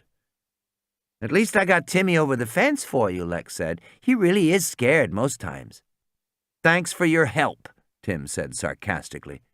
In the moonlight he could see floating lumps on the surface. He moved along the moat, looking at the concrete wall on the far side. The concrete was smooth. They couldn't possibly climb it. "Ew," Lex said, pointing to the water. "It won't hurt you, Lex." Grant finally found a place where the concrete had cracked and a vine grew down toward the water. He tugged on the vine, and it held his weight. "Let's go, kids." They started to climb the vine back to the field above. It took only a few minutes to cross the field to the embankment leading to the below-grade service road and the maintenance building off to the right. They passed 2 motion sensors, and Grant noticed with some uneasiness that the sensors were still not working, nor were the lights. More than 2 hours had passed since the power first went out, and it was not yet restored. Somewhere in the distance they heard the tyrannosaur roar. "Is he around here?" Lex said. "No," Grant said. "We're in another section of park from him." They slid down a grassy embankment and moved toward the concrete building. In the darkness, it was forbidding, bunker-like. "What is this place?" Lex said. "It's safe," Grant said, hoping that was true. The entrance gate was large enough to drive a truck through. It was fitted with heavy bars. Inside they could see the building was an open shed with piles of grass and bales of hay stacked among equipment. The gate was locked with a heavy padlock. As Grant was examining it, Lex slipped sideways between the bars. "Come on, you guys." Tim followed her. "I think you can do it, Dr. Grant." He was right. It was a tight squeeze, but Grant was able to ease his body between the bars and get into the shed. As soon as he was inside, a wave of exhaustion struck him. "I wonder if there's anything to eat," Lex said. "Just hay." Grant broke open a bale and spread it around on the concrete. The hay in the center was warm. They lay down, feeling the warmth. Lex curled up beside him and closed her eyes. Tim put his arm around her. He heard the sauropods trumpeting softly in the distance. Neither child spoke. They were almost immediately snoring. Grant raised his arm to look at his watch, but it was too dark to see. He felt the warmth of the children against his own body. Grant closed his eyes and slept. Control. Muldoon and Gennaro came into the control room just as Arnold clapped his hands and said, "Got you, you little son of a bitch!" "What is it?" Gennaro said. Arnold pointed to the screen where arrows pointed to 4 more lines of code. Arrow on Fini.object link set security perimeter. Arrow on Fini.object, call link.sst, security perimeter set to on. Arrow on Fini.object, set link.sst, security perimeter restore. Arrow on Fini.object, delete line rf white underscore rabbit.object, Fini.object. That's it, Arnold said, pleased. That's what? Gennaro asked, staring at the screen. I finally found the command to restore the original code. The command called Fini.object resets the linked parameters, namely the fence and the power. Good, Muldoon said. But it does something else, Arnold said. It then erases the code lines that refer to it. It destroys all evidence it was ever there. Pretty slick. Gennaro shook his head. I don't know much about computers. Although he knew enough to know what it meant when a high-tech company went back to the source code, it meant big, big problems. Well, watch this, Arnold said, and he typed in the command Fini.object. The screen flickered and immediately changed. Muldoon pointed to the windows. Look! Outside, the big quartz lights were coming on throughout the park. They went to the windows and looked out. Hot damn, Arnold said. Gennaro said, Does this mean the electrified fences are back on? You bet it does, Arnold said. It'll take a few seconds to get up to full power because we've got 50 miles of fence out there and the generator has to charge the capacitors along the way. But in half a minute, we'll be back in business. Arnold pointed to the vertical glass see-through map of the park. On the map, bright red lines were snaking out from the power station, moving throughout the park as electricity surged through the fences. And the motion sensors? Gennaro said. Yes, them too. It'll be a few minutes while the computer counts. But everything's working, Arnold said. 9:30, and we've got the whole damn thing back up and running. Grant opened his eyes. Brilliant blue light was streaming into the building through the bars of the gate. Quartz light. The power was back on. Groggily, he looked at his watch. It was just 9:30. He'd been asleep only a couple of minutes. He decided he could sleep a few minutes more, and then he would go back up to the field and stand in front of the motion sensors and wave, setting them off. The control room would spot him. They'd send a car out to pick him and the kids up. He'd tell Arnold to recall the supply ship, and they'd all finish the night in their own beds back in the lodge. He would do that right away. In just a couple of minutes, he yawned and closed his eyes again. Not bad, Arnold said in the control room, staring at the glowing map. There's only 3 cutouts in the whole park. Much better than I hoped for. Cutouts? Gennaro said. The fence automatically cuts out short-circuited sections, he explained. You can see a big one here in Sector 12, near the main road. That's where the wrecks knocked the fence down, Muldoon said. Exactly. And another one is here in Sector 11, near the sauropod maintenance building. Why would that section be out? Gennaro said. God knows, Arnold said. Probably storm damage, or a fallen tree. We can check it on the monitor in a while. The third one is over there by the Jungle River. Don't know why that should be out either. As Gennaro looked, the map became more complex, filling with green spots and numbers. What's all this? The animals. The motion sensors are working again, and the computer's starting to identify the location of all the animals in the park, and anybody else, too. Gennaro stared at the map. You mean Grant and the kids? Yes. We've reset our search number above 400, so if they're out there moving around, Arnold said, the motion sensors will pick them up as additional animals. He stared at the map. But I don't see any additionals yet. Why does it take so long? Gennaro said. You have to realize, Mr. Gennaro, Arnold said, that there's a lot of extraneous movement out there. Branches blowing in the wind, birds flying around, all kinds of stuff.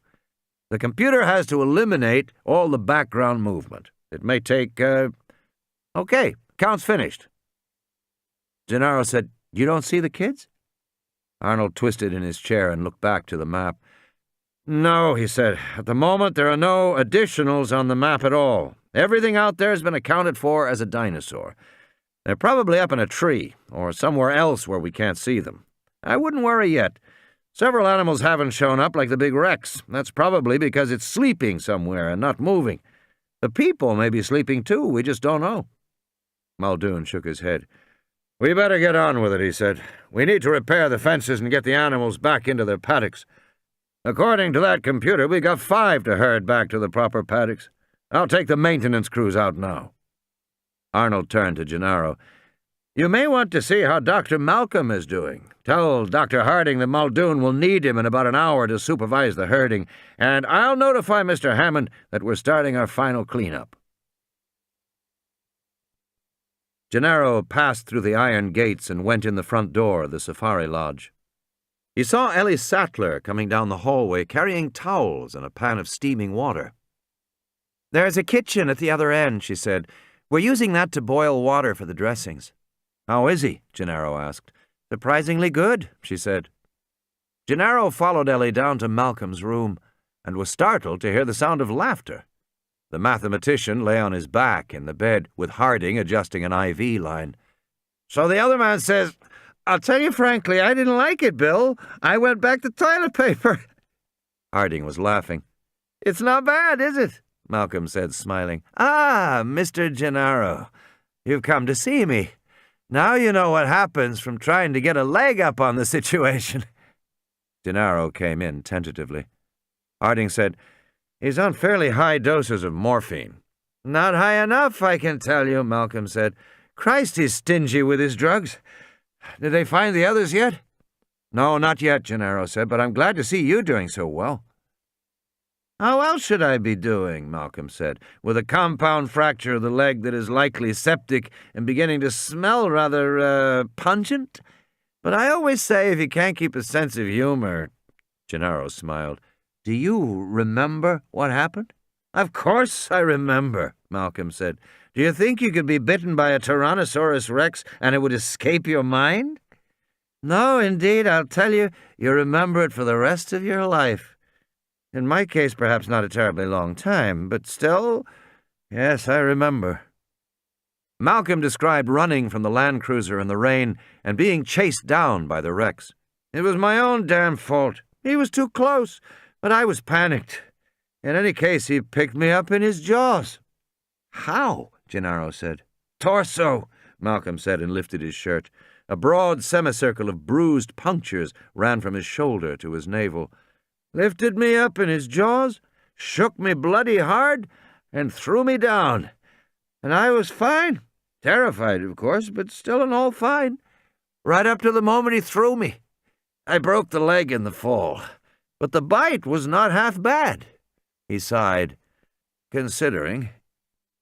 Harding said, "Most of the big carnivores don't have strong jaws. The real power is in the neck musculature. The jaws just hold on while they use the neck to twist and rip. But with a small creature like Dr. Malcolm, the animal would just shake him and then toss him."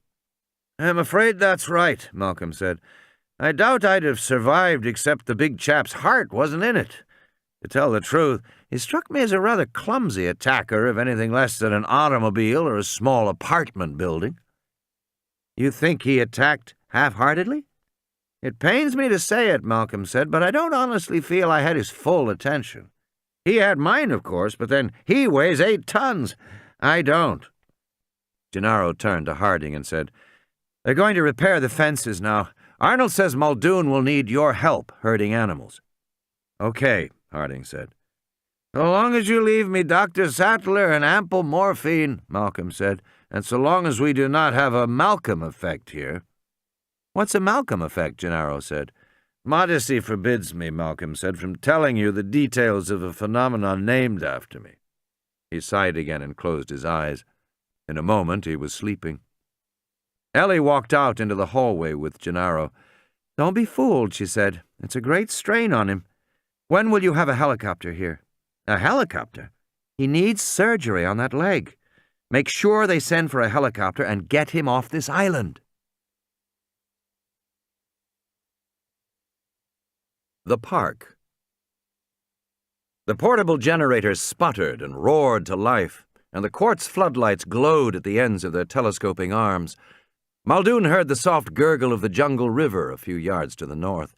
He turned back to the maintenance van and saw one of the workmen coming out with a big power saw. No, he said, just the ropes, Carlos. We don't need to cut it. They turned back to look at the fence. They had difficulty finding the shortened section at first because there wasn't much to see. A small protocarpus tree was leaning against the fence. It was one of several that had been planted in this region of the park, their feathery branches intended to conceal the fence from view. But this particular tree had been tied down with guy wires and turnbuckles. The wires had broken free in the storm, and the metal turnbuckles had blown against the fence and shorted it out. Of course, none of this should have happened. Grounds crews were supposed to use plastic-coated wires and ceramic turnbuckles near fences, but it had happened anyway. In any case, it wasn't going to be a big job. All they had to do was pull the tree off the fence, remove the metal fittings, and mark it for the gardeners to fix in the morning. It shouldn't take more than 20 minutes. And that was just as well, because Muldoon knew the Dilophosaurs always stayed close to the river. Even though the workmen were separated from the river by the fence, the Dillos could spit right through it, delivering their blinding poison. Ramon, one of the workmen, came over.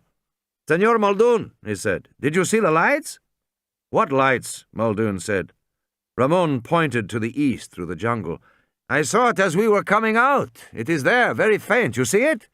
It looks like the lights of a car, but it is not moving." Muldoon squinted. It probably was just a maintenance light. After all, power was back on. "We'll worry about it later," he said. "Right now, let's just get that tree off the fence." Arnold was in an expansive mood. The park was almost back in order.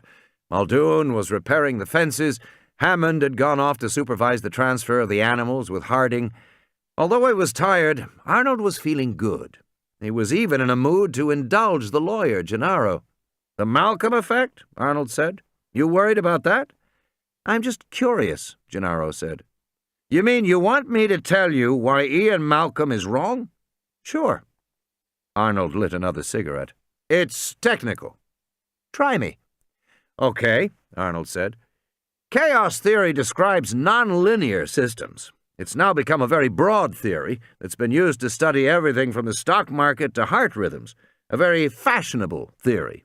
Very trendy to apply it to any complex system where there might be unpredictability. Okay?"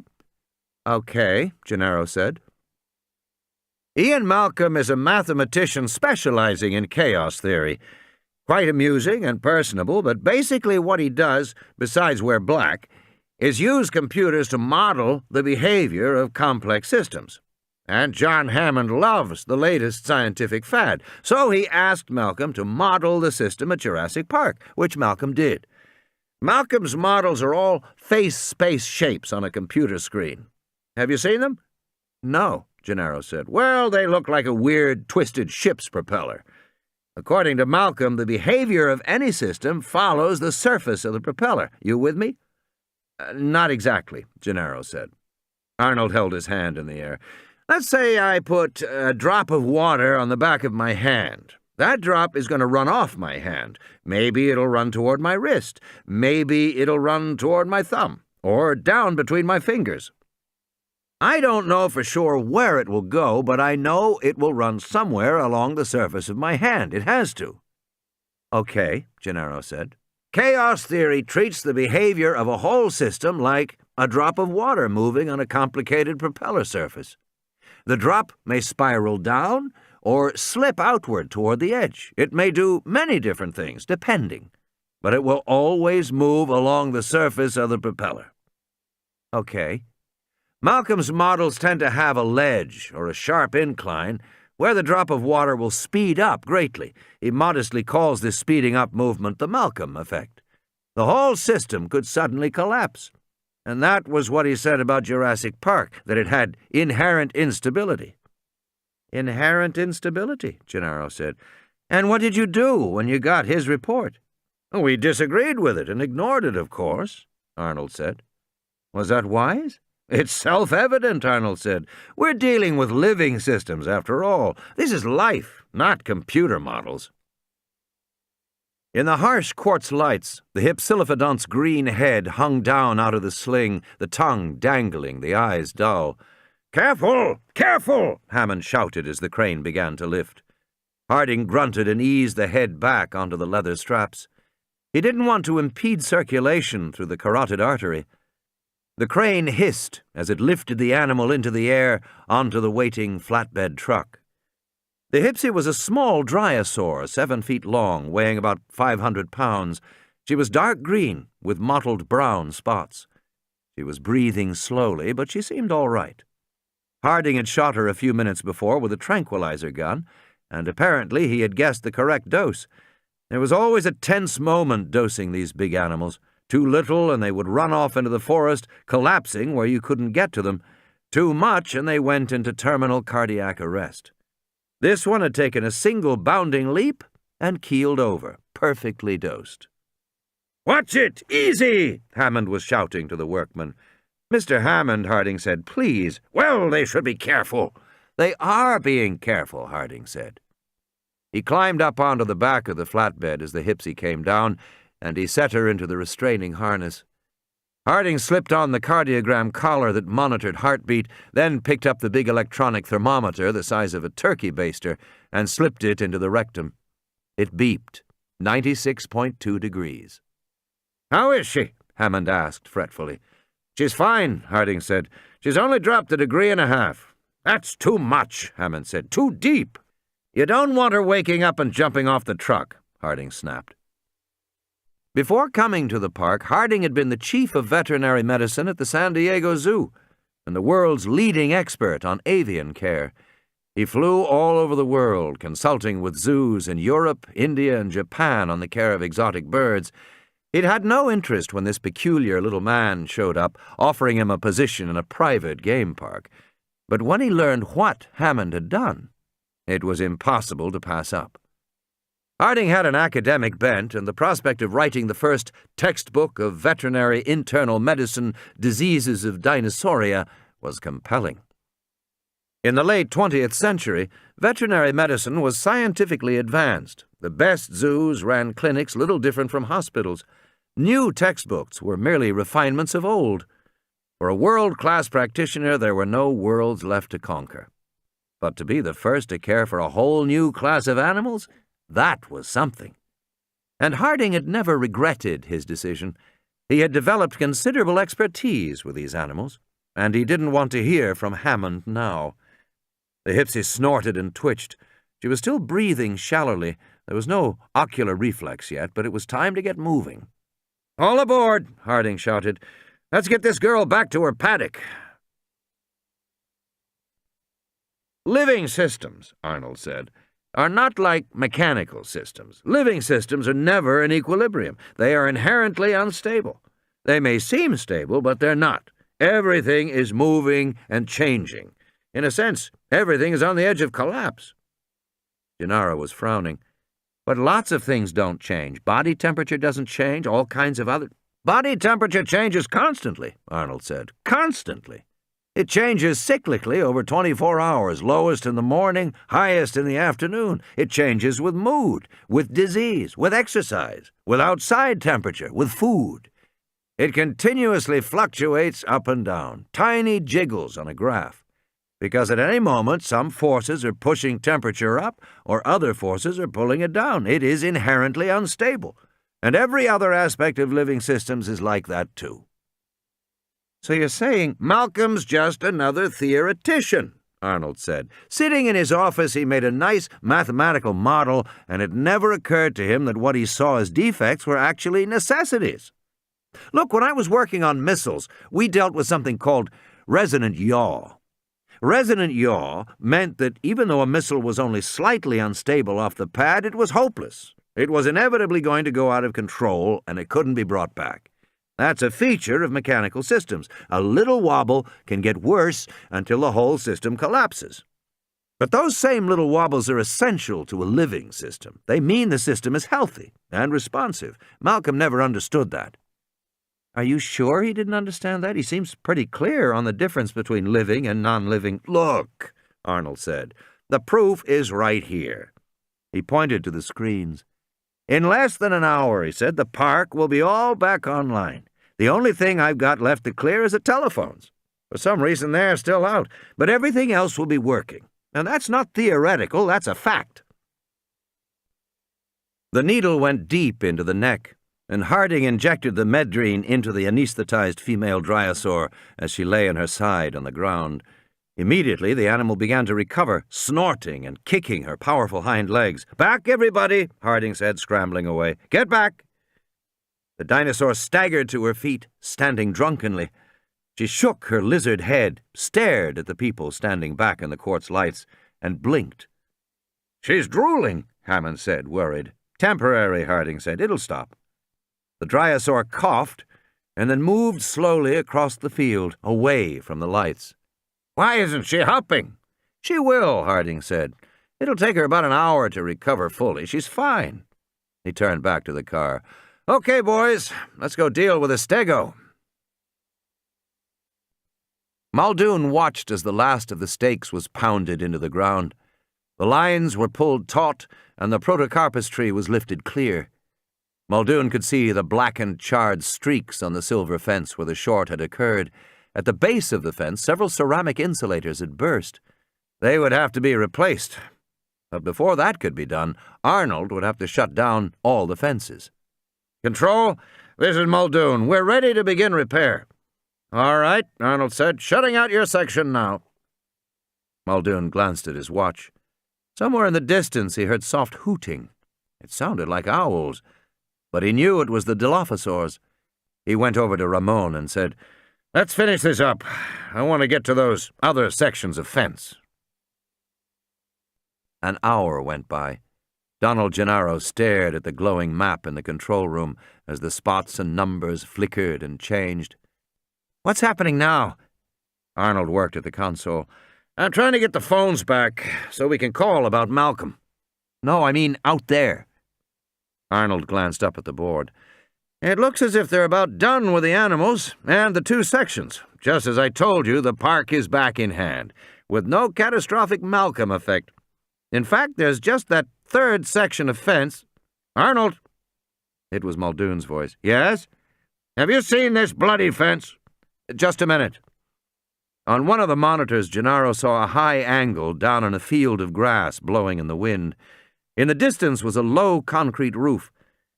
"That's the sauropod maintenance building," Arnold explained. "It's one of the utility structures we use for equipment, feed storage, and so on. We have them all around the park, in each of the paddocks." On the monitor, the video image panned. "We're turning the camera now to get a look at the fence." Gennaro saw a shining wall of metallic mesh in the light. One section had been trampled, knocked flat. Muldoon's jeep and work crew were there. "Huh," Arnold said. "Looks like the Rex went into the sauropod paddock." Muldoon said, "Fine dining tonight." "We'll have to get him out of there," Arnold said. "With what?" Muldoon said. "We haven't got anything to use on a Rex." "I'll fix this fence, but I'm not going in there until daylight." "Hammond won't like it." "We'll discuss it when I get back," Muldoon said. "How many sauropods will the Rex kill?" Hammond said, pacing around the control room. "Probably just one," Harding said. "Sauropods are big. The Rex can feed off a single kill for several days." "We have to go out and get him tonight," Hammond said. Muldoon shook his head. "I'm not going in there until daylight." Hammond was rising up and down on the balls of his feet, the way he did whenever he was angry. "Are you forgetting you work for me?" "No, Mr. Hammond, I'm not forgetting." "But that's a full-grown adult tyrannosaur out there. How do you plan to get him?" "We have tranquilizer guns."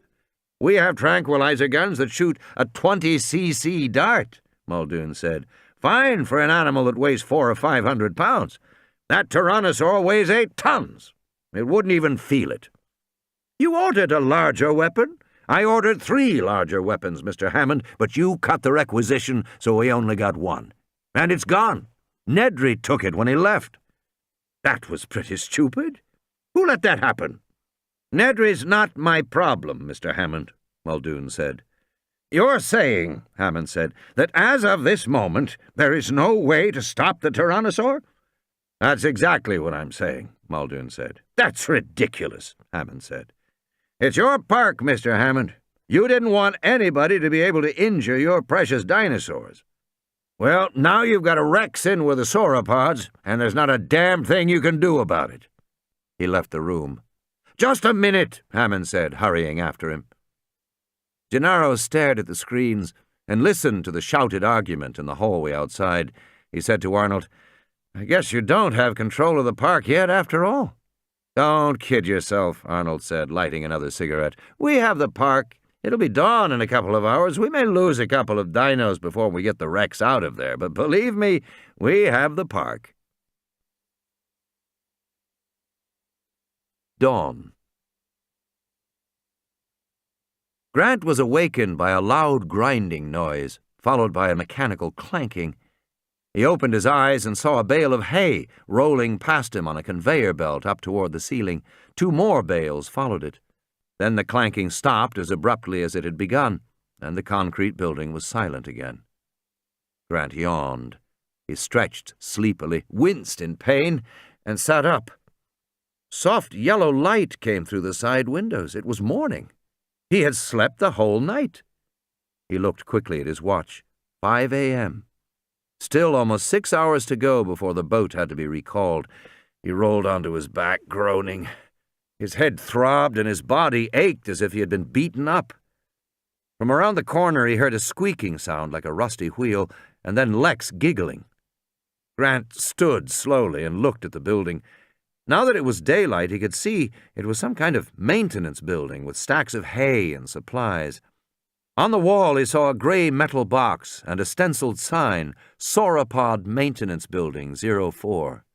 This must be the sauropod paddock, as he had thought. He opened the box and saw a telephone, but when he lifted the receiver he heard only hissing static. Apparently the phones weren't working yet. "Chew your food," Lex was saying. "Don't be a piggy, Ralph." Grant walked around the corner and found Lex by the bars, holding out handfuls of hay to an animal outside that looked like a large pink pig, and was making the squeaking sounds Grant had heard. It was actually an infant triceratops about the size of a pony. The infant didn't have horns on its head yet, just a curved, bony frill behind big, soft eyes. It poked its snout through the bars toward Lex, its eyes watching her as she fed it more hay. "That's better," Lex said. "There's plenty of hay. Don't worry." She patted the baby on the head. "You like hay, don't you, Ralph?" Lex turned back and saw him. "This is Ralph," Lex said. "He's my friend. He likes hay." Grant took a step and stopped, wincing. "You look pretty bad," Lex said. "I feel pretty bad." "Tim, too. His nose is all swollen up." "Where is Tim?" "Peeing," she said. "You want to help me feed Ralph?" The baby triceratops looked at Grant. Hay stuck out of both sides of its mouth, dropping on the floor as it chewed. "He's a very messy eater," Lex said, "and he's very hungry." The baby finished chewing and licked its lips. It opened its mouth, waiting for more. Grant could see the slender, sharp teeth and the beaky upper jaw like a parrot. "Okay, just a minute," Lex said, scooping up more straw from the concrete floor. "Honestly, Ralph," she said, "you'd think your mother never fed you." "Why is his name Ralph?" "Because he looks like Ralph at school." Grant came closer and touched the skin of the neck gently. "It's okay. You can pet him," Lex said. "He likes it when you pet him, don't you, Ralph?" The skin felt dry and warm, with the pebbled texture of a football. Ralph gave a little squeak as Grant petted it. Outside the bars, its thick tail swung back and forth with pleasure. "He's pretty tame." Ralph looked from Lex to Grant as it ate and showed no sign of fear. It reminded Grant that the dinosaurs didn't have ordinary responses to people. "Maybe I can ride him," Lex said. "Let's not." "I bet he'd let me," Lex said. "It'd be fun to ride a dinosaur." Grant looked out the bars past the animal to the open fields of the sauropod compound. It was growing lighter every minute. He should go outside, he thought, and set off one of the motion sensors on the field above.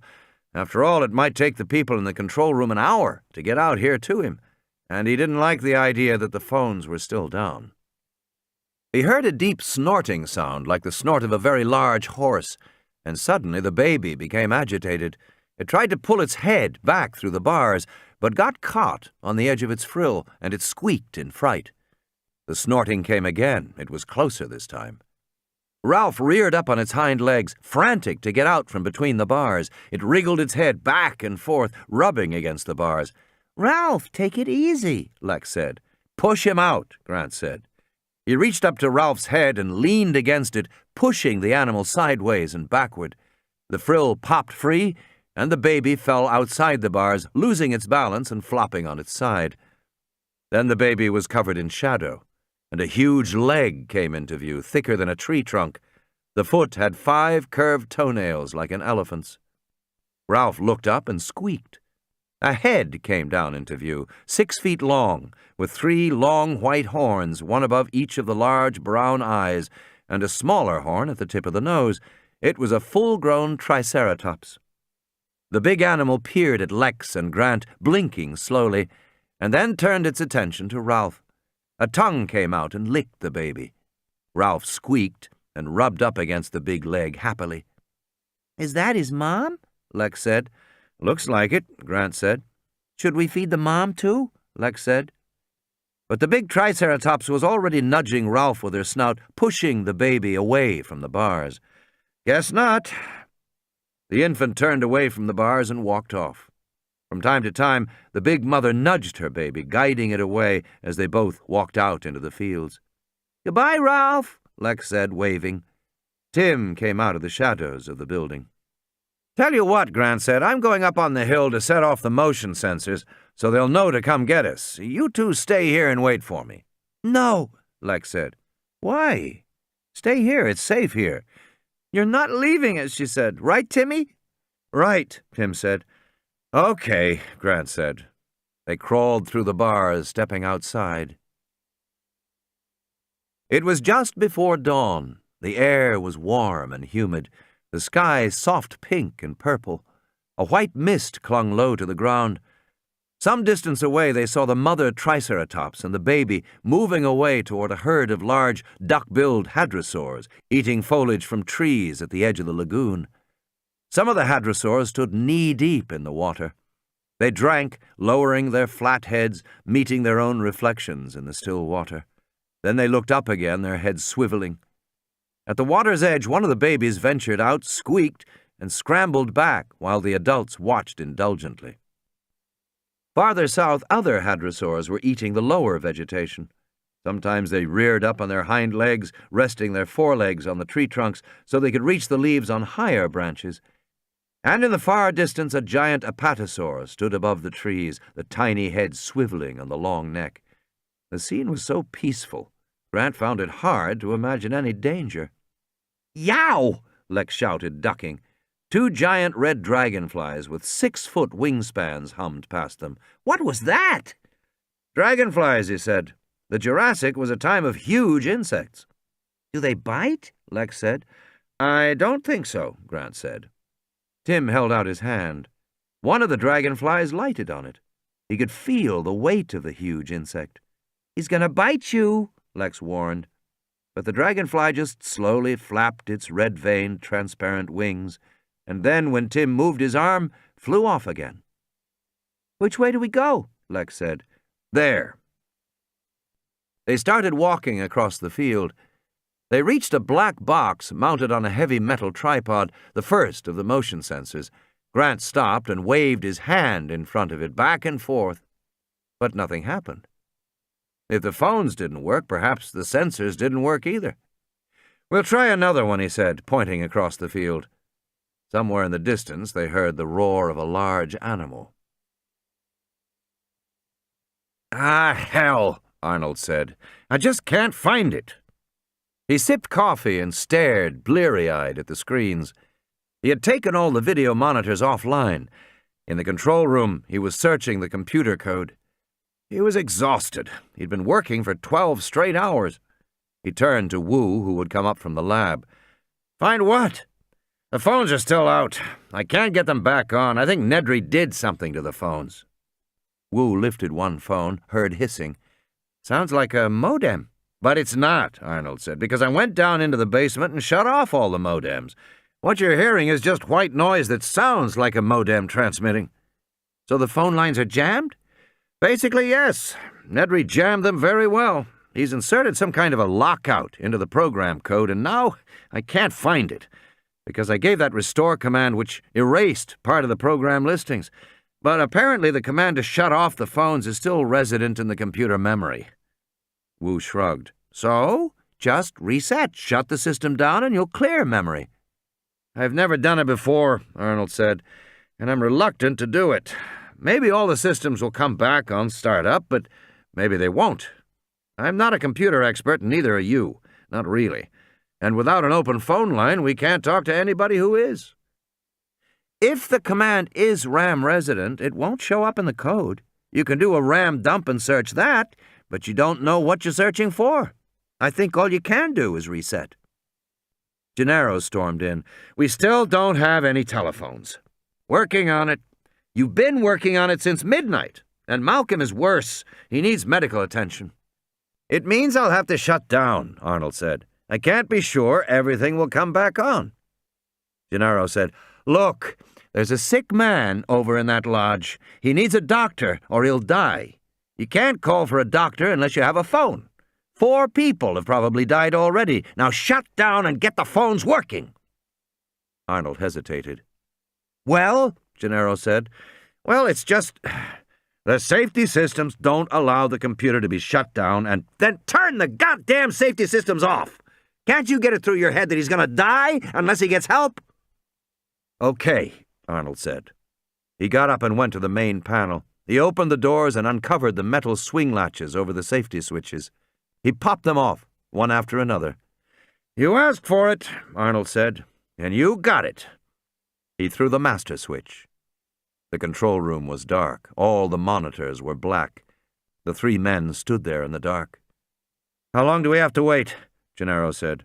30 seconds, Arnold said. P.U., Lex said as they crossed the field. What? Grant said.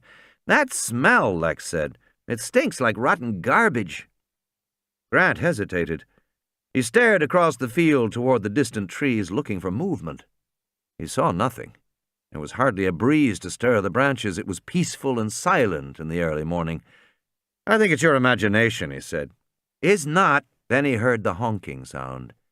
It came from the herd of duck-billed hadrosaurs behind them, first one animal, then another and another, until the whole herd had taken up the honking cry. The duckbills were agitated, twisting and turning, hurrying out of the water, circling the young ones to protect them. They smell it too, Grant thought. With a roar, the tyrannosaur burst from the trees 50 yards away near the lagoon. It rushed out across the open field with huge strides. It ignored them, heading toward the herd of hadrosaurs. I told you, Lex screamed. Nobody listens to me. In the distance, the duckbills were honking and starting to run. Grant could feel the earth shake beneath his feet. Come on, kids!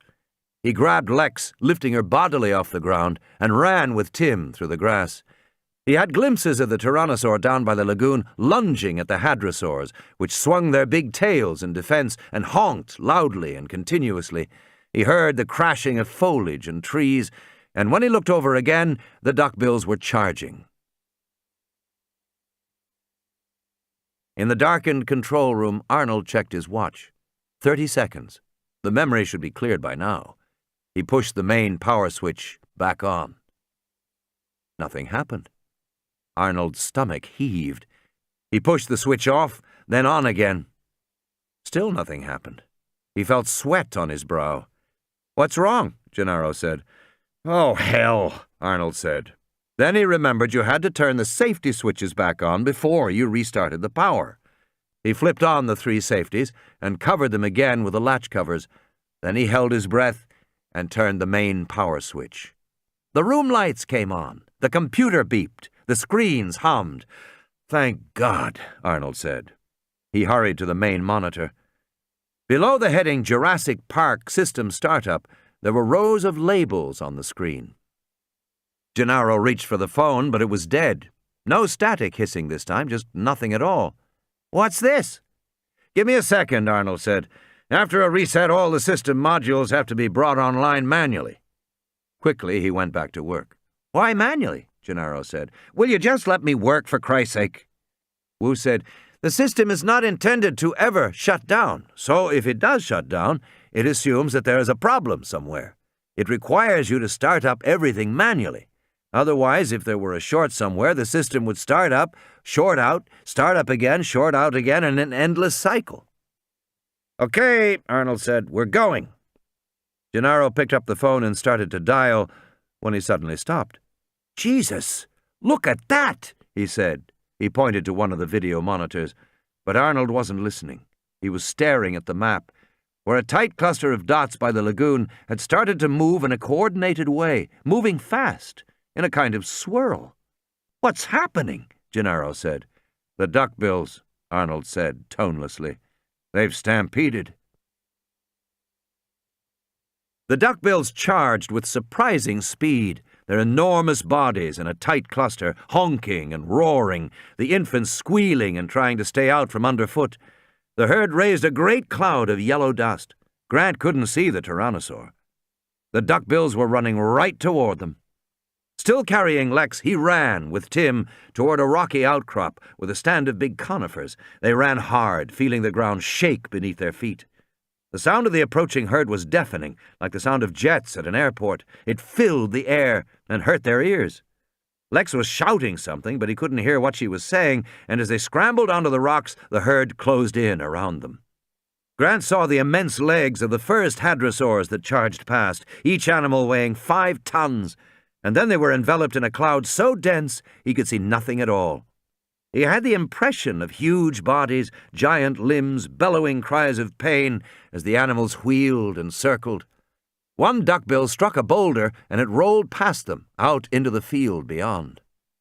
In the dense cloud of dust, they could see almost nothing beyond the rocks. They clung to the boulders, listening to the screams and honks, the menacing roar of the tyrannosaur. Lex dug her fingers into Grant's shoulder. Another hadrosaur slammed its big tail against the rocks, leaving a splash of hot blood. Grant waited until the sounds of the fighting had moved off to the left, and then he pushed the kids to start climbing the largest tree.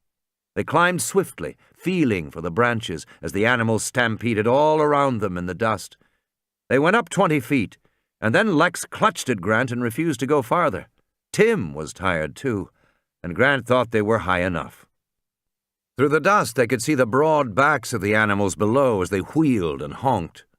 Grant propped himself against the coarse bark of the trunk, coughed in the dust, closed his eyes, and waited.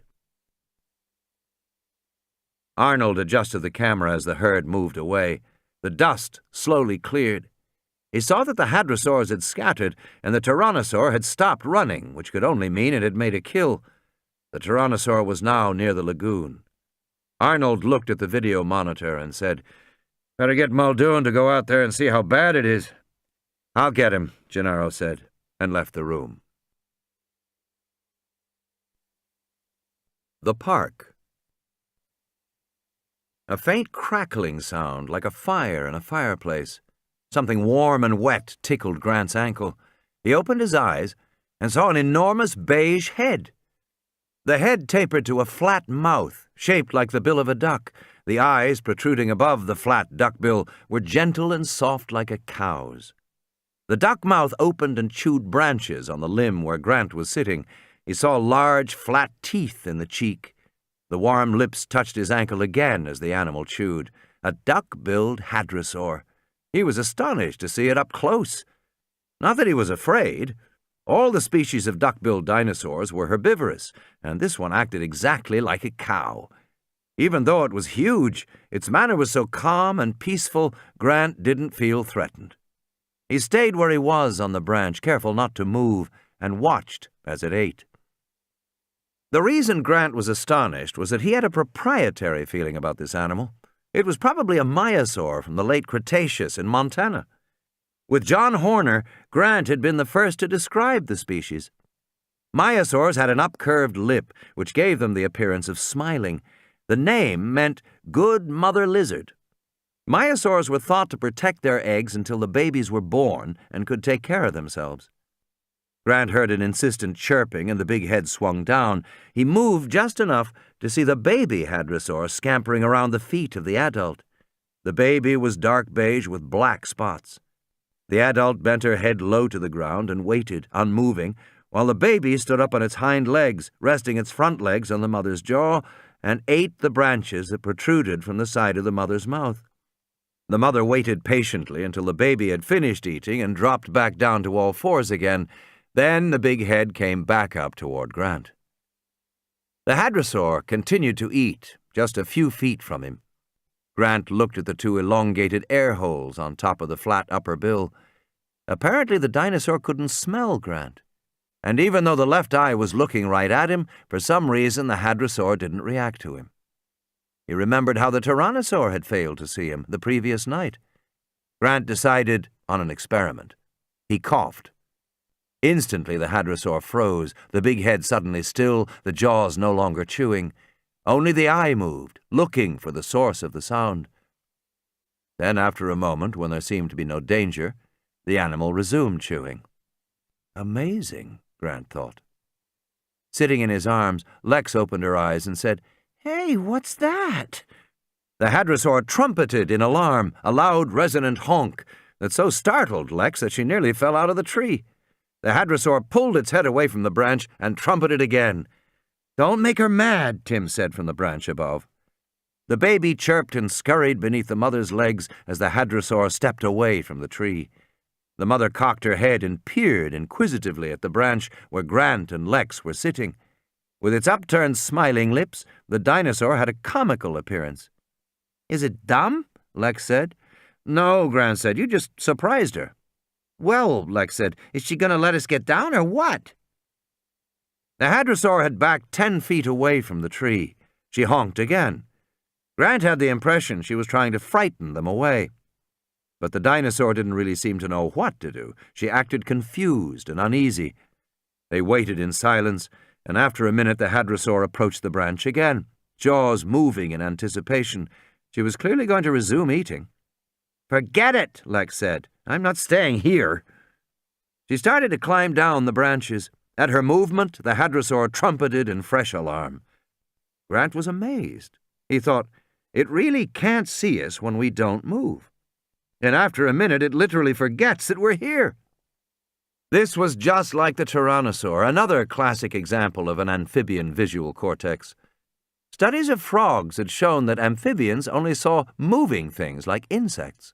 If something didn't move, they literally didn't see it. The same thing seemed to be true of dinosaurs. In any case, the maiasaur now seemed to find these strange creatures climbing down the tree too upsetting. With a final honk, she nudged her baby and lumbered slowly away. She paused once and looked back at them, then continued on. They reached the ground.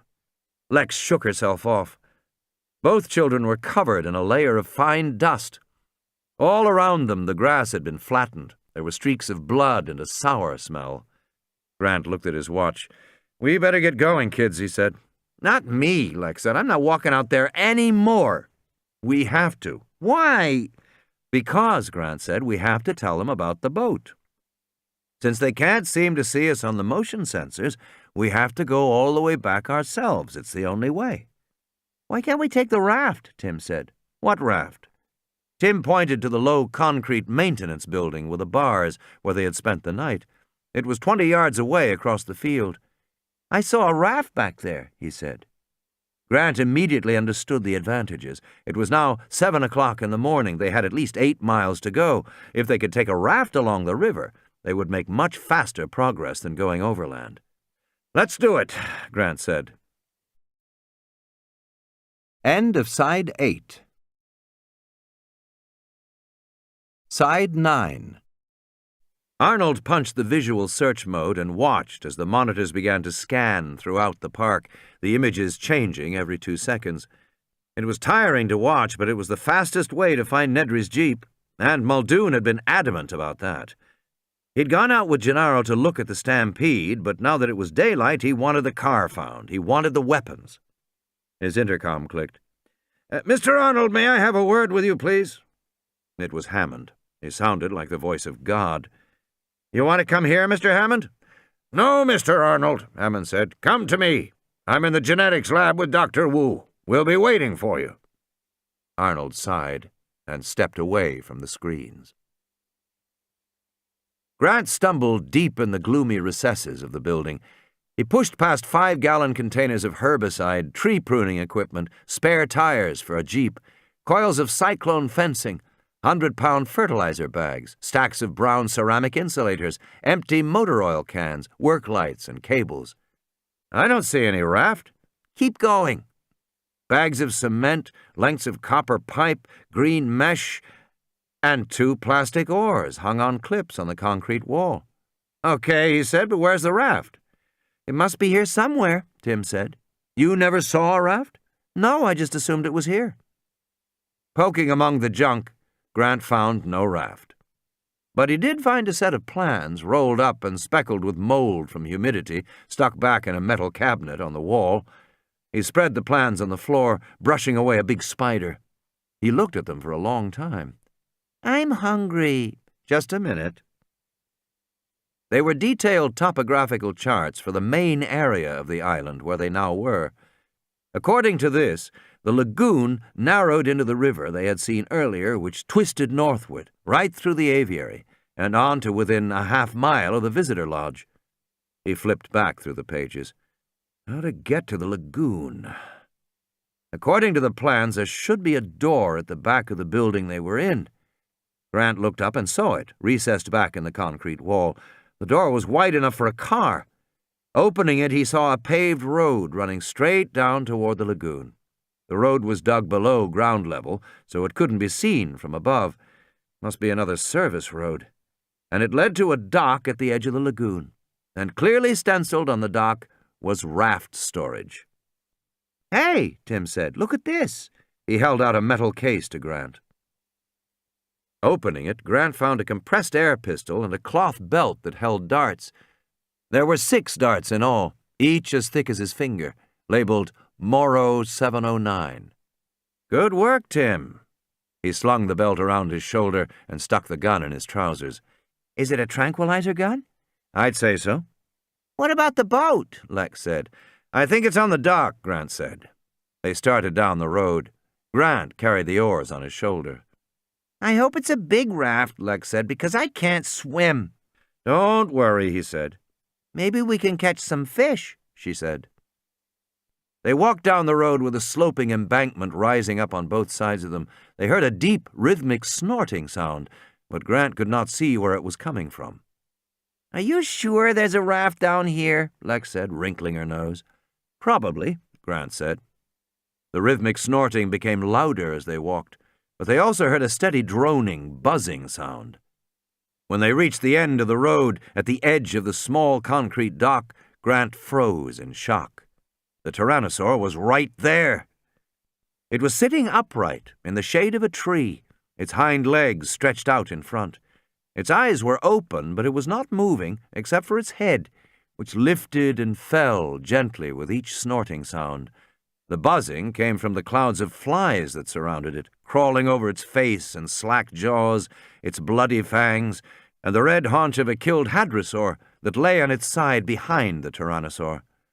The tyrannosaur was only 20 yards away. Grant felt sure it must have seen him, but the big animal did not respond. It just sat there. It took him a moment to realize. The tyrannosaur was asleep, sitting up but asleep. He signaled to Tim and Lex to stay where they were. Grant walked slowly forward onto the dock in full view of the tyrannosaur. The big animal continued to sleep, snoring softly. Near the end of the dock, a wooden shed was painted green to blend with the foliage. Grant quietly unlatched the door and looked inside. He saw a half-dozen orange life vests hanging on the wall, several rolls of wire mesh fencing, some coils of rope, and 2 big rubber cubes sitting on the floor. The cubes were strapped tight with flat rubber belts. Rafts. He looked back at Lex. She mouthed, "No boat." He nodded, "Yes." The tyrannosaur raised its forelimb to swipe at the flies buzzing around its snout, but otherwise it did not move. Grant pulled one of the cubes out onto the dock. It was surprisingly heavy. He freed the straps, found the inflation cylinder. With a loud hiss, the rubber began to expand, and then with a hiss whap, it popped fully open on the dock. The sound was fearfully loud in their ears. Grant turned, stared up at the dinosaur. The tyrannosaur grunted and snorted. It began to move. Grant braced himself to run, but the animal shifted its ponderous bulk, and then it settled back against the tree trunk and gave a long, growling belch. Lex looked disgusted, waving her hand in front of her face. Grant was soaked in sweat from the tension.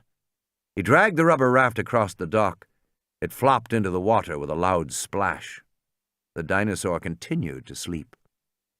Grant tied the boat up to the dock and returned to the shed to take out 2 life preservers. He put these in the boat and then waved for the kids to come out onto the dock. Pale with fear, Lex waved back, "No." He gestured, "Yes." The tyrannosaur continued to sleep. Grant stabbed in the air with an emphatic finger.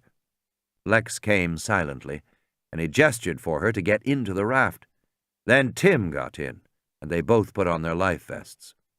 Grant got in and pushed off. The raft drifted silently out into the lagoon. Grant picked up his paddles and fitted them into the oarlocks. They moved farther from the dock. Lex sat back and sighed loudly with relief. Then she looked stricken and put her hand over her mouth. Her body shook with muffled sounds. She was suppressing a cough. She always coughed at the wrong times. "Lex!" Tim whispered fiercely, looking back toward the shore. She shook her head miserably and pointed to her throat. He knew what she meant, a tickle in her throat. What she needed was a drink of water. Grant was rowing, and Tim leaned over the side of the raft and scooped his hand in the lagoon, holding his cupped hand toward her. Lex coughed loudly, explosively. In Tim's ears, the sound echoed across the water like a gunshot. The tyrannosaur yawned lazily and scratched behind its ear with its hind foot, just like a dog. It yawned again. It was groggy after its big meal, and it woke up slowly. On the boat, Lex was making little gargling sounds. "Lex, shut up," Tim said. "I can't help it," she whispered, and then she coughed again. Grant rowed hard, moving the raft powerfully into the center of the lagoon. On the shore, the tyrannosaur stumbled to its feet. "I couldn't help it, Timmy," Lex shrieked miserably. "I couldn't help it." "Shh!" Grant was rowing as fast as he could. "Anyway, it doesn't matter," she said. "We're far enough away. He can't swim." "Of course he can swim, you little idiot," Tim shouted at her. On the shore, the tyrannosaur stepped off the dock and plunged into the water. It moved strongly into the lagoon after them. "Well, how should I know?" she said. "Everybody knows tyrannosaurs can swim. It's in all the books. Anyway, all reptiles can swim. Snakes can't. Of course snakes can, you idiot." "Settle down," Grant said. "Hold on to something." Grant was watching the tyrannosaur, noticing how the animal swam. The tyrannosaur was now chest-deep in the water, but it could hold its big head high above the surface. Then Grant realized the animal wasn't swimming. It was walking, because moments later only the very top of the head, the eyes and nostrils, protruded above the surface. By then it looked like a crocodile, and it swam like a crocodile, swinging its big tail back and forth, so the water churned behind it. Behind the head, Grant saw the hump of the back and the ridges along the length of tail as it occasionally broke the surface. Exactly like a crocodile, he thought unhappily. The biggest crocodile in the world. "I'm sorry, Dr. Grant," Lex wailed. "I didn't mean it." Grant glanced over his shoulder. The lagoon was no more than 100 yards wide here, and they'd almost reached the center. If he continued, the water would become shallow again. The tyrannosaur would be able to walk again, and he would move faster in shallow water. Grant swung the boat around and began to row north. "What are you doing?" The tyrannosaur was now just a few yards away. Grant could hear its sharp, snorting breaths as it came closer. Grant looked at the paddles in his hands, but they were light plastic, not weapons at all. The tyrannosaur threw its head back and opened its jaws wide, showing rows of curved teeth, and then, in a great muscular spasm, lunged forward to the raft, just missing the rubber gunnel, the huge skull slapping down, the raft rocking away on the crest of the splash. The tyrannosaur sank below the surface, leaving gurgling bubbles. The lagoon was still. Lex gripped the gunnel handles and looked back. "Did he drown?" "No," Grant said. He saw bubbles, Then a faint ripple along the surface, coming toward the boat. "Hang on!" he shouted, as the head bucked up beneath the rubber, bending the boat and lifting it into the air, spinning them crazily before it splashed down again. "Do something!" Alexis screamed. "Do something!" Grant pulled the air pistol out of his belt. It looked pitifully small in his hands, but there was the chance that if he shot the animal in a sensitive spot, in the eye or the nose, the Tyrannosaur surface beside the boat opened its jaws and roared. Grant aimed and fired. The dart flashed in the light and smacked into the cheek. The Tyrannosaur shook its head and roared again, and suddenly they heard an answering roar floating across the water toward them. Looking back, Grant saw the juvenile T-Rex on the shore, crouched over the killed sauropod, claiming the kill as its own. The juvenile slashed at the carcass, then raised its head high and bellowed. The big Tyrannosaur saw it too, and the response was immediate. It turned back to protect its kill, swimming strongly toward the shore.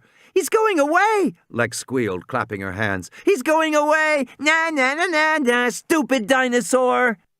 From the shore, the juvenile roared defiantly. In rage, the big Tyrannosaur burst from the lagoon at full speed, water streaming from its enormous body as it raced up the hill past the dock. The juvenile ducked its head and fled, its jaws still filled with ragged flesh. The big Tyrannosaur chased it, racing past the dead sauropod, disappearing over the hill. They heard its final threatening bellow, and then the raft moved to the north, around a bend in the lagoon, to the river. Exhausted from rowing, Grant collapsed back, his chest heaving. He couldn't catch his breath. He lay gasping in the raft. "Are you okay, Dr. Grant?" Lex asked. "From now on, will you just do what I tell you?" "Okay," she sighed, as if he had just made the most unreasonable demand in the world. She trailed her arm in the water for a while. "You stopped rowing," she said. "I'm tired," Grant said. "Then how come we're still moving?" Grant sat up. She was right. The raft drifted steadily north. There must be a current. The current was carrying them north, toward the hotel. He looked at his watch and was astonished to see it was 15 minutes past 7. Only 15 minutes had passed since he had last looked at his watch. It seemed like 2 hours. Grant lay back against the rubber gunnels, closed his eyes, and slept. Fifth iteration. Flaws in the system will now become severe. Ian Malcolm. Search. Gennaro sat in the jeep and listened to the buzzing of the flies and stared at the distant palm trees wavering in the heat. He was astonished by what looked like a battleground. The grass was trampled flat for 100 yards in every direction. One big palm tree was uprooted from the ground. There were great washes of blood in the grass and on the rocky outcropping to their right. Sitting beside him, Muldoon said, "No doubt about it. Rexy's been among the hadrosaurs." He took another drink of whiskey and capped the bottle. "Damn lot of flies," he said. They waited and watched. Gennaro drummed his fingers on the dashboard. "What are we waiting for?" Muldoon didn't answer immediately. "The Rex is out there somewhere," he said, squinting at the landscape in the morning sun. "And we don't have any weapons worth a damn." "We're in a jeep." "Oh, we can outrun the jeep, Mr. Gennaro," Muldoon said, shaking his head. "Once we leave this road and go onto open terrain, the best we can do in a four-wheel drive is 30-40 miles an hour. He'll run us right down, no problem for him." Muldoon sighed. "But I don't see much moving out there now. You ready to live dangerously?" "Sure," Gennaro said. Muldoon started the engine, and at the sudden sound, 2 small Ophnelians leapt up from the matted grass directly ahead. Muldoon put the car in gear. He drove in a wide circle around the trampled site, and then moved inward, driving in decreasing concentric circles until he finally came to the place in the field where the little Ophnelians had been. Then he got out and walked forward in the grass away from the jeep. He stopped as a dense cloud of flies lifted into the air. "What is it?" Gennaro called. "Bring the radio," Muldoon said. Gennaro climbed out of the jeep and hurried forward. Even from a distance he could smell the sour-sweet odor of early decay. He saw a dark shape in the grass, crusted with blood, legs askew. "Young hadrosaur," Muldoon said, staring down at the carcass. "The whole herd stampeded, and the young one got separated, and the T-Rex brought it down." "How do you know?" Gennaro said. The flesh was ragged from many bites. "You can tell from the excreta," Muldoon said. "See those chalky white bits there in the grass? That's hadrospore. Uric acid makes it white. But you look there," he pointed to a large mound rising knee-high in the grass, "that's tyrannosaur spore." "How do you know the tyrannosaur didn't come later?" "The bite pattern," Muldoon said. "See those little ones there?" He pointed along the belly. "Those are from the Othies. Those bites haven't bled. They're post-mortem from scavengers. Othies did that. But the hadro was brought down by a bite on the neck. You see the big slash there, above the shoulder blades? That's the T-Rex, no question." Gennaro bent over the carcass, staring at the awkward, trampled limbs with a sense of unreality. Beside him, Muldoon flicked on his radio. "Control." "Yes," John Arnold said over the radio. "We got another hadro dead. Juvenile." Muldoon bent down among the flies and checked the skin on the sole of the right foot. A number was tattooed there. "Specimen is number HD/09. The radio crackled. "I've got something for you," Arnold said. "Oh? What's that?" "I found Nedry." The jeep burst through the line of palm trees along the east road and came out into a narrower service road leading toward the Jungle River. It was hot in this area of the park, the jungle close and fetid around them. Muldoon was fiddling with a computer monitor in the jeep, which now showed a map of the resort with overlaid grid lines. "They found him up on remote video," he said. "Sector 1104 is just ahead." Farther up the road, Gennaro saw a concrete barrier, and the jeep parked alongside it. "He must have taken the wrong turn off," Muldoon said. "The little bastard." "What did he take?" Gennaro asked. "Wu says 15 embryos. Know what that's worth?" Gennaro shook his head. "Somewhere between 2 and 10 million, Muldoon said. He shook his head. "Big stakes." As they came closer, Gennaro saw the body lying beside the car. The body was indistinct and green, but then green shapes scattered away as the jeep pulled to a stop. "Compies," Muldoon said. "The compies found him." A dozen procompsognathids, delicate little predators no larger than ducks, stood at the edge of the jungle, chittering excitedly as the men climbed out of the car. Dennis Nedry lay on his back, the chubby boyish face now red and bloated. Flies buzzed around the gaping mouth and thick tongue. His body was mangled, the intestines torn open, one leg chewed through. Gennaro turned away quickly to look at the little compies which squatted on their hind legs a short distance away and watched the men curiously. The little dinosaurs had 5-fingered hands, he noticed.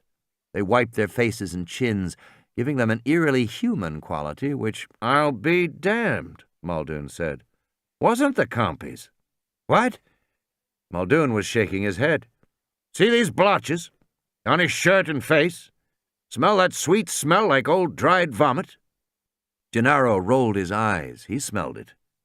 "That's Dillo saliva," Muldoon said. "Spit from the Dilophosaurs. You see the damage on the corneas, all that redness? In the eyes, it's painful but not fatal. You've got about 2 hours to wash it out with the antivenin. We keep it all around the park just in case. Not that it mattered to this bastard. They blinded him, then ripped him down the middle. Not a nice way to go. Maybe there's justice in the world after all." The procompsognathids squeaked and hopped up and down as Muldoon opened the back door and took out gray metal tubing in a stainless steel case. "It's all still there," he said. He handed 2 dark cylinders to Gennaro. "What are these?" Gennaro said. "Just what they look like," Muldoon said. "Rockets." As Gennaro backed away, he said, "Watch it. You don't want to step in something." Gennaro stepped carefully over Nedry's body. Muldoon carried the tubing to the other jeep and placed it in the back. He climbed behind the wheel. "Let's go." "What about him?" Gennaro said, pointing to the body. "What about him?" Muldoon said. "We've got things to do." He put the car in gear. Looking back, Gennaro saw the compies resume their feeding. One jumped up and squatted on Nedry's open mouth. as it nibbled the flesh of his nose. The jungle river became narrower. The banks closed in on both sides until the trees and foliage overhanging the banks met high above to block out the sun. Tim heard the cry of birds and saw small chirping dinosaurs leaping among the branches. But mostly it was silent, the air hot and still beneath the canopy of trees. Grant looked at his watch. It was 8 o'clock. They drifted along peacefully among dappled patches of light. If anything, they seemed to be moving faster than before. Awake now, Grant lay on his back and stared up at the branches overhead. In the bough, he saw Lex reaching up. "Hey, what are you doing?" he said. "You think we can eat these berries?" She pointed to the trees. Some of the overhanging branches were close enough to touch. Tim saw clusters of bright red berries on the branches. "No," Grant said. "Why, those little dinosaurs are eating them." She pointed to small dinosaurs scampering in the branches. "No, Lex." She sighed, dissatisfied with his authority.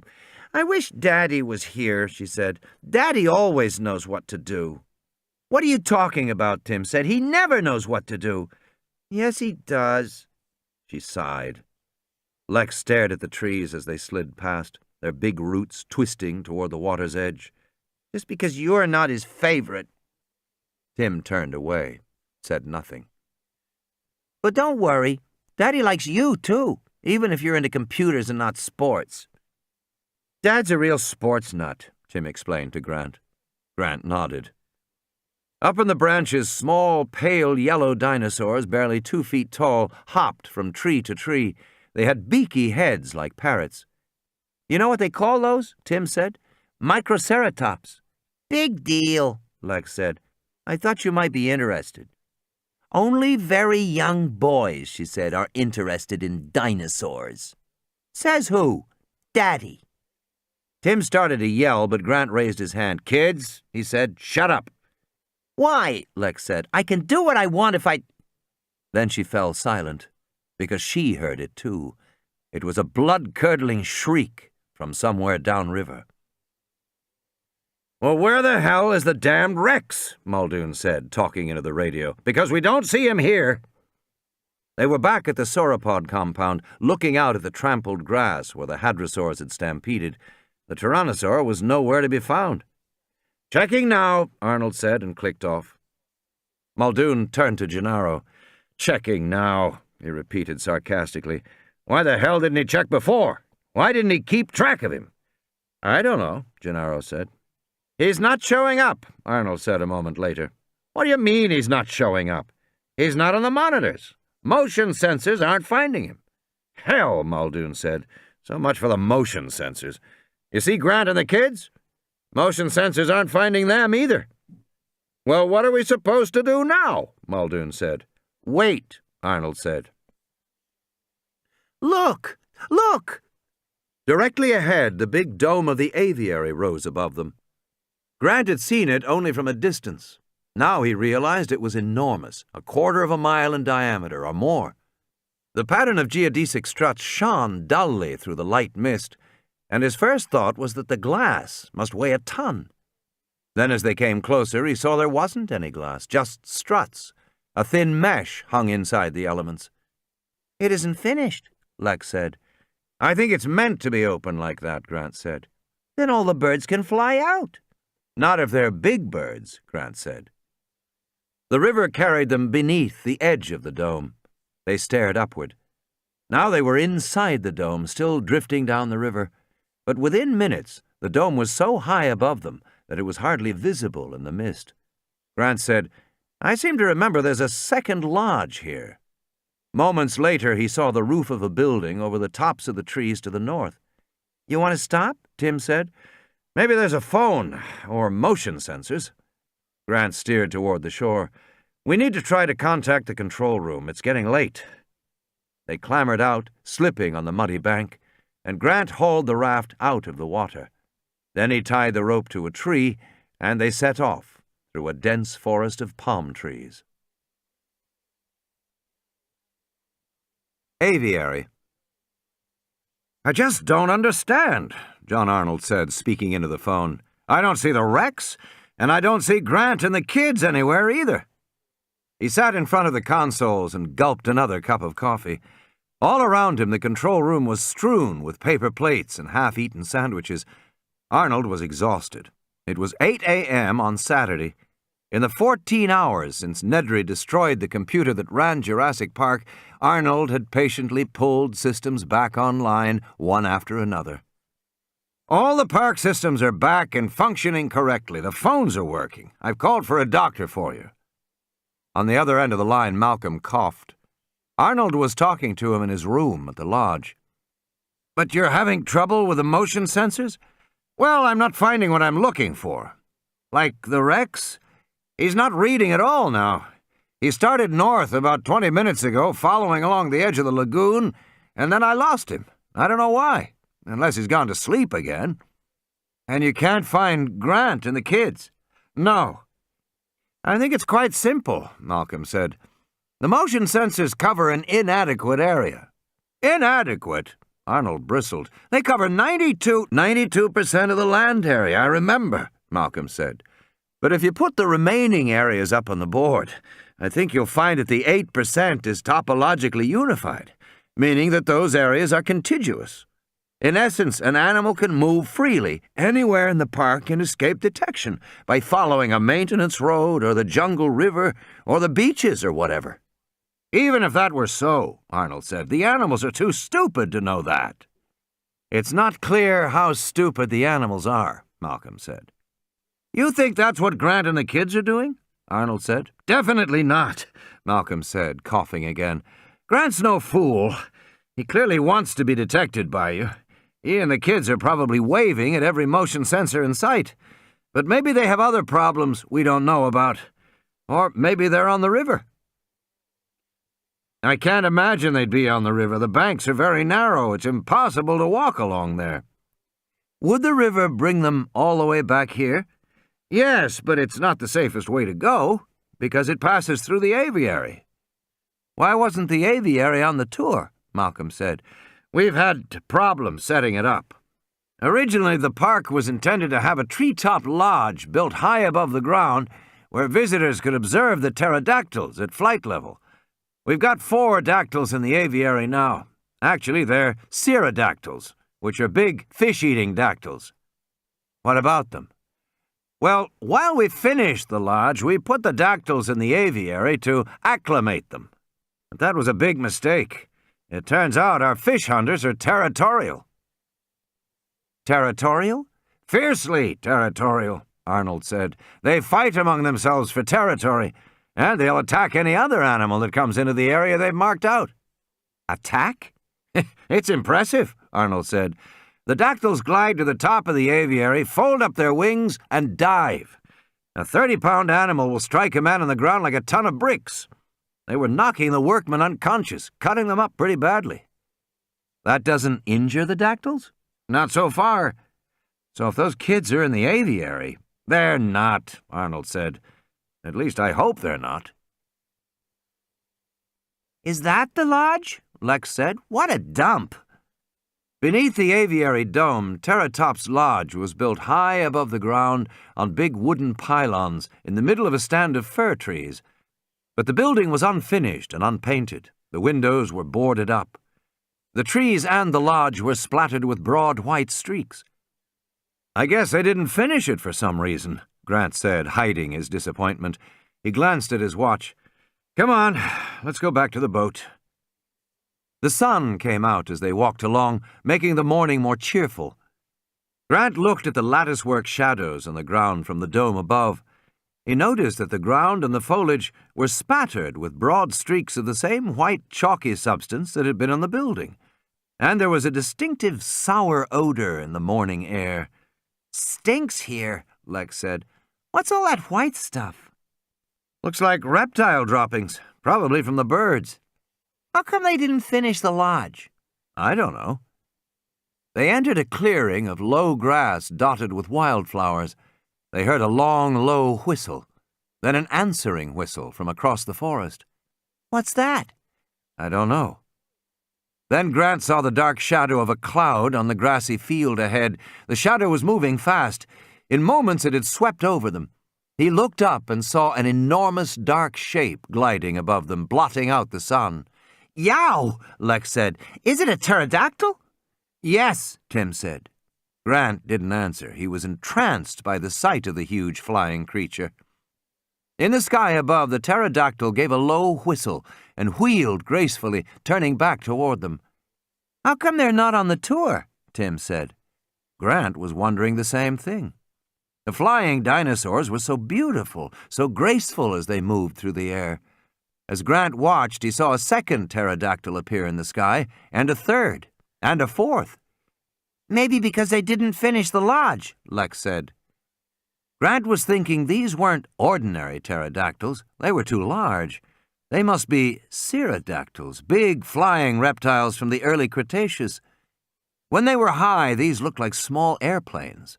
When they came lower, he could see the animals had 15-foot wingspans, furry bodies, and heads like crocodiles. They ate fish, he remembered, South America and Mexico. Lex shaded her eyes and looked up at the sky. Can they hurt us? I don't think so. They eat fish. One of the dactyls spiraled down, a flashing dark shadow that whooshed past them with a rush of warm air and a lingering sour odor. Wow, Lex said. They're really big. And then she said, Are you sure they can't hurt us? Pretty sure. A second dactyl swooped down, moving faster than the first. It came from behind, streaked over their heads. Grant had a glimpse of its toothy beak and the furry body. It looked like a huge bat, he thought. But Grant was impressed with the frail appearance of the animals. Their huge wingspans, the delicate pink membranes stretched across them, so thin they were translucent, everything reinforced the delicacy of the dactyls. Ow! Lex shouted, grabbing her hair. He bit me! He what? Grant said. He bit me! He bit me! When she took her hand away, he saw blood on her fingers. Up in the sky, 2 more dactyls folded their wings, collapsing into small, dark shapes that plummeted toward the ground. They made a kind of scream as they hurtled downward. Come on, Grant said, grabbing their hands.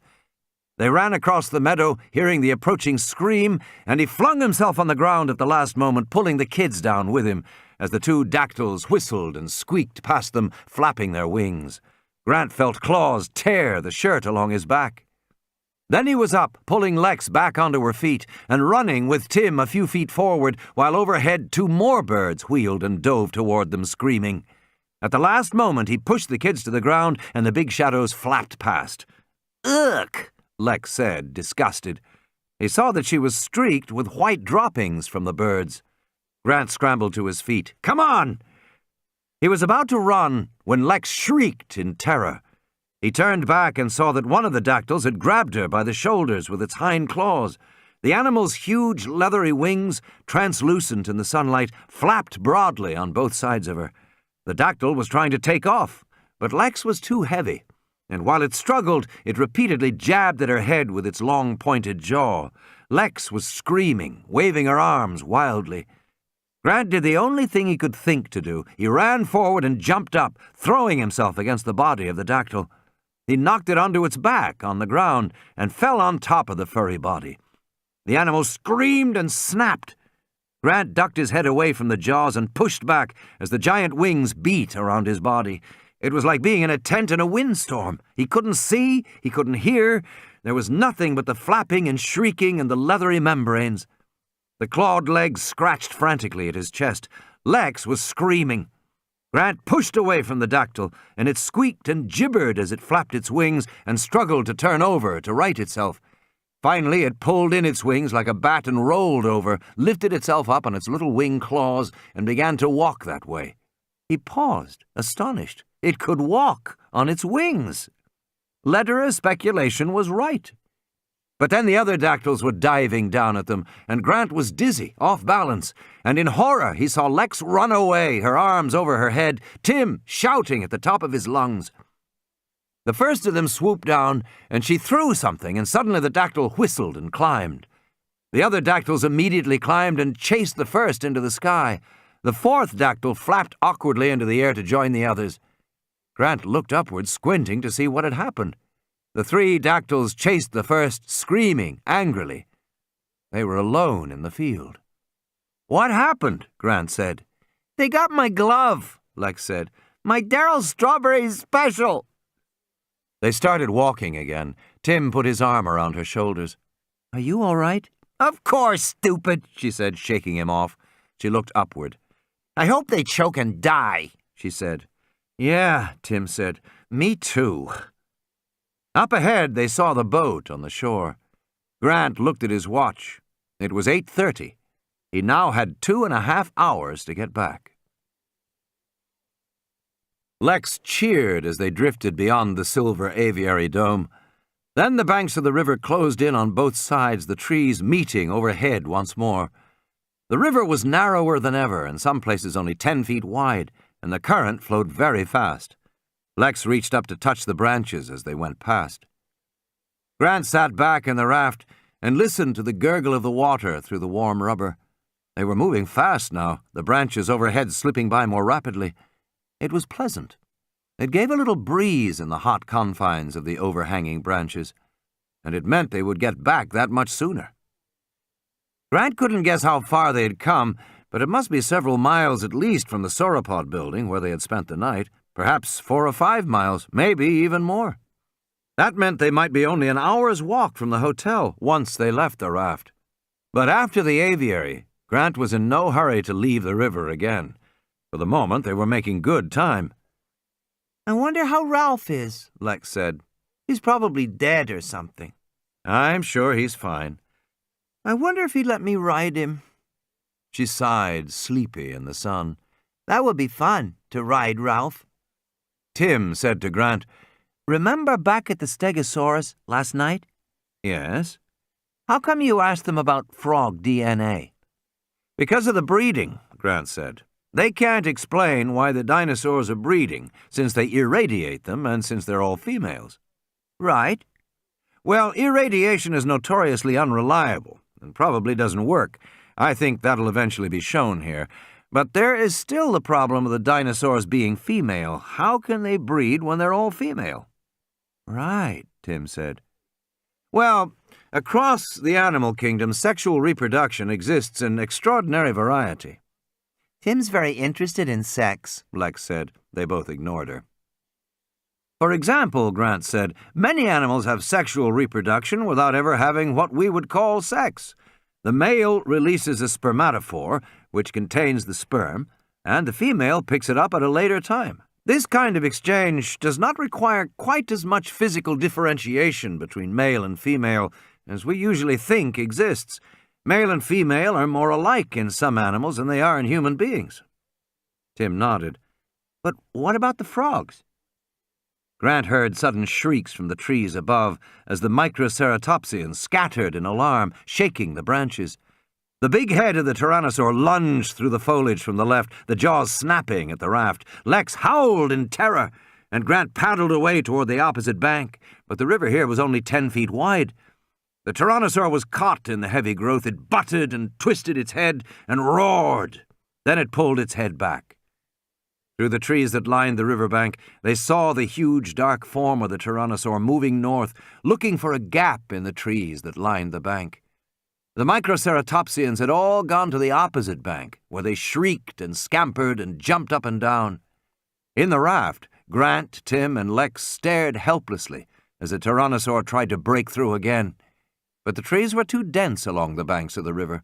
The tyrannosaur again moved downstream ahead of the boat and tried again, shaking the branches furiously. But again it failed. Then it moved off, heading farther downstream. I hate him, Lex said.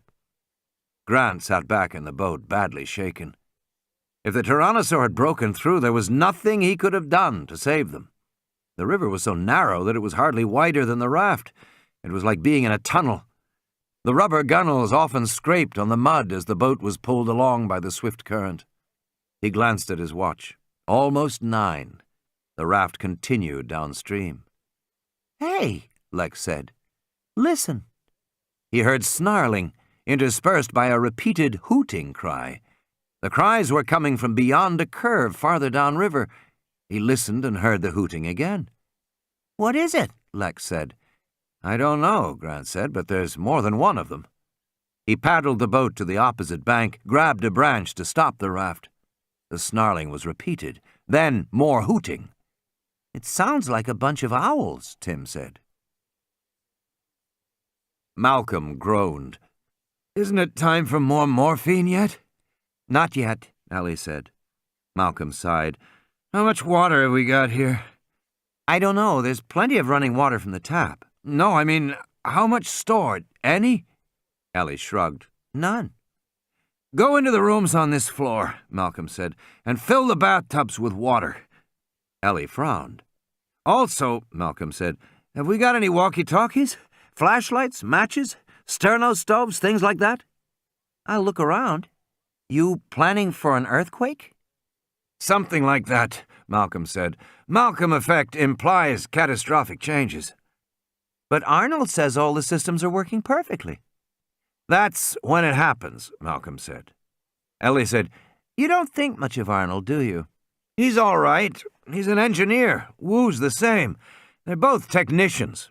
They don't have intelligence. They have what I call thin-telligence. They see the immediate situation. They think narrowly, and they call it being focused. They don't see the surround. They don't see the consequences. That's how you get an island like this, from thin-telligent thinking, because you cannot make an animal and not expect it to act alive, to be unpredictable, to escape. But they don't see that." "Don't you think it's just human nature?" Ellie said. "God, no," Malcolm said. "That's like saying scrambled eggs and bacon for breakfast is human nature. It's nothing of the sort. It's uniquely Western training. And much of the rest of the world is nauseated by the thought of it." He winced in pain. "Oh, the morphine's making me philosophical." "You want some water?" "No. I'll tell you the problem with engineers and scientists. Scientists have an elaborate line of bullshit about how they are seeking to know the truth about nature, which is true, but that's not what drives them. Nobody is driven by abstractions like seeking truth. Scientists are actually preoccupied with accomplishment, so they are focused on whether they can do something. They never stop to ask if they should do something. They conveniently define such considerations as pointless. If they don't do it, someone else will. Discovery, they believe, is inevitable, so they just try to do it first. That's the game in science. Even pure scientific discovery is an aggressive, penetrative act. It takes big equipment, and it literally changes the world afterward. Particle accelerators scar the land and leave radioactive byproducts. Astronauts leave trash on the moon. There's always some proof that scientists were there, making their discoveries. Discovery is always a rape of the natural world, always. The scientists want it that way. They have to stick their instruments in, they have to leave their mark. They can't just watch. They can't just appreciate. They can't just fit into the natural order. They have to make something unnatural happen. That is the scientist's job. And now we have whole societies that try to be scientific. He sighed and sank back. Ellie said, "Don't you think you're overstating? What does one of your excavations look like a year later?" "Pretty bad," she admitted. "You don't replant? You don't restore the land after you dig?" "No." "Why not?" She shrugged. "There's no money, I guess." "There's only enough money to dig, but not to repair." "Well, we're just working in the Badlands." "Just the Badlands," Malcolm said, shaking his head. "Just trash, just byproducts, just side effects. I'm trying to tell you that scientists want it this way. They want byproducts and trash and scars and side effects. It's a way of reassuring themselves. It's built into the fabric of science, and it's increasingly a disaster." "Then what's the answer?" "Get rid of the thin-telligent ones. Take them out of power." "But then we'd lose all the advances." "What advances?" Malcolm said irritably. "The number of hours women devote to housework has not changed since 1930, despite all the advances. All the vacuum cleaners, washer-dryers, trash compactors, garbage disposals, wash-and-wear fabrics. Why does it still take as long to clean the house as it did in 1930? Ellie said nothing. "Because there haven't been any advances," Malcolm said. "Not really. 30,000 years ago, when men were doing cave paintings at Lascaux, they worked 20 hours a week to provide themselves with food and shelter and clothing. The rest of the time they could play or sleep or do whatever they wanted.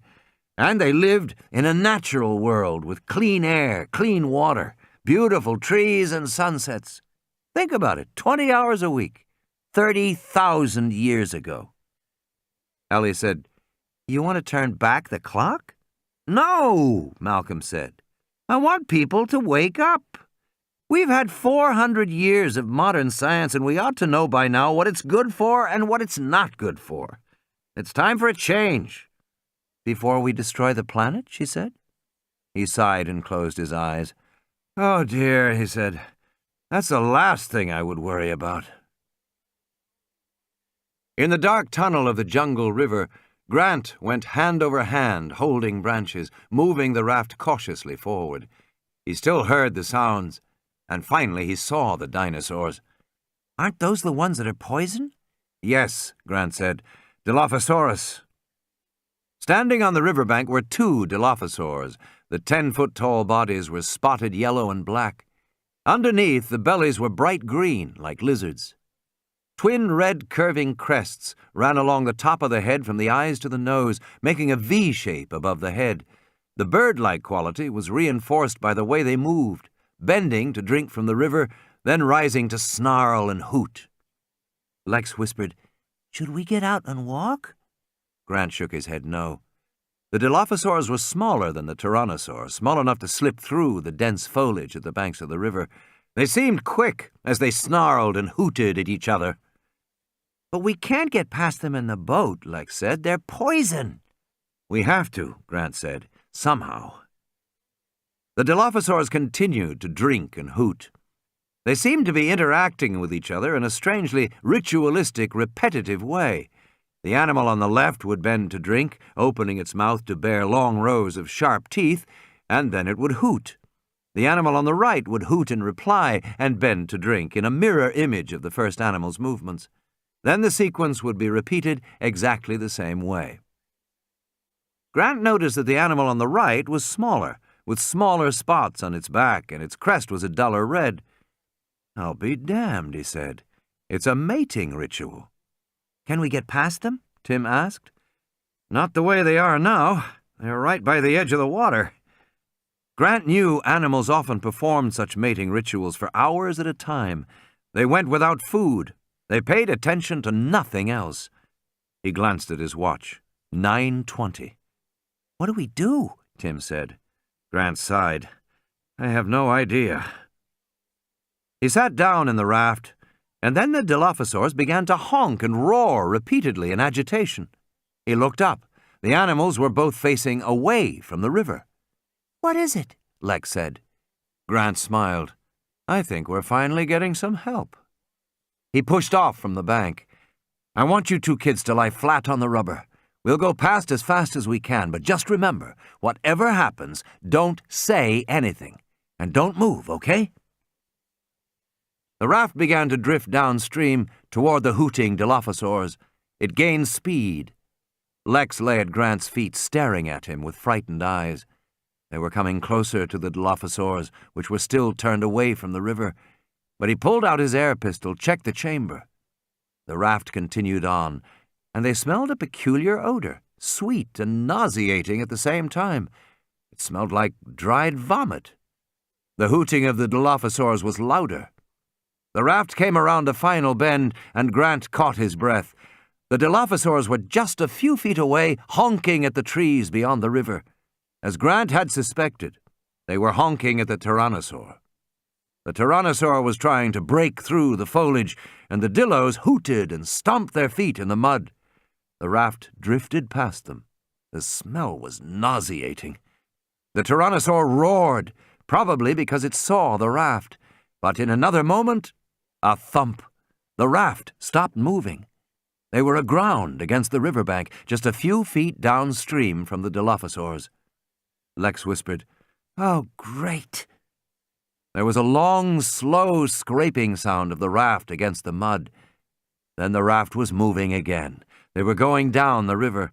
The Tyrannosaur roared a final time and moved off. One Dilophosaur looked surprised, then hooted.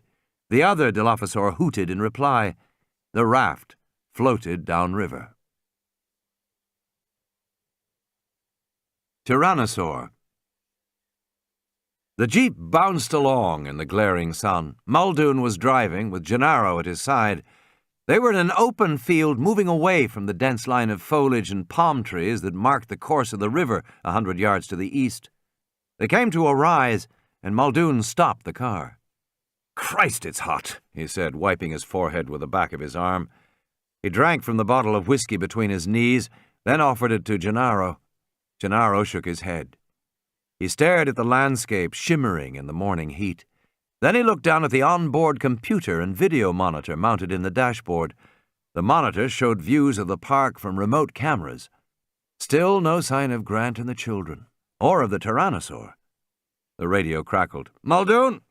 Muldoon picked up the handset. "Yeah. "You got your onboards? I found the Rex. He's in grid 442, going to 443. "Just a minute," Muldoon said, adjusting the monitor. "Yeah, I got him now. Following the river." The animal was slinking along the foliage that lined the banks of the river going north. "Take it easy with him. Just immobilize him." "Don't worry," Muldoon said, squinting in the sun. "I won't hurt him." "Remember," Arnold said, "the Tyrannosaur's our main tourist attraction." Muldoon turned off his radio with a crackle of static. "Bloody fool," he said. "They're still talking about tourists." Muldoon started the engine.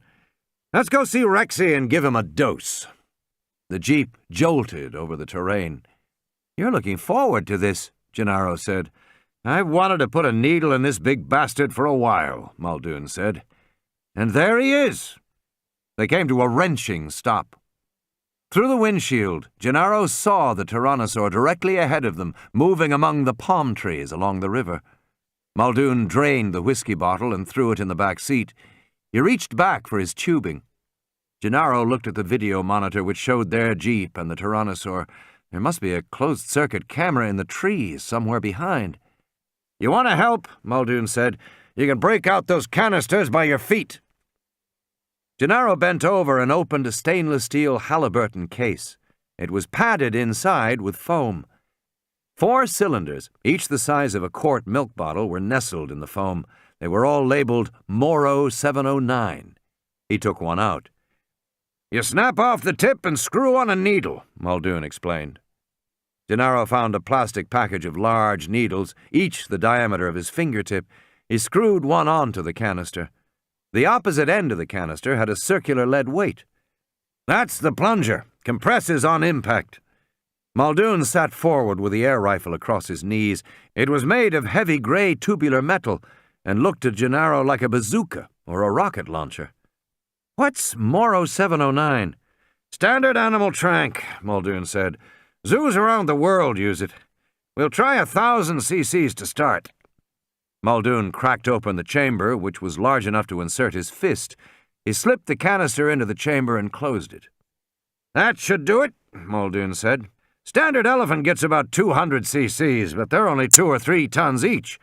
Tyrannosaurus Rex is 8 tons, and a lot meaner. That matters to the dose." "Why?" "Animal dose is partly body weight and partly temperament.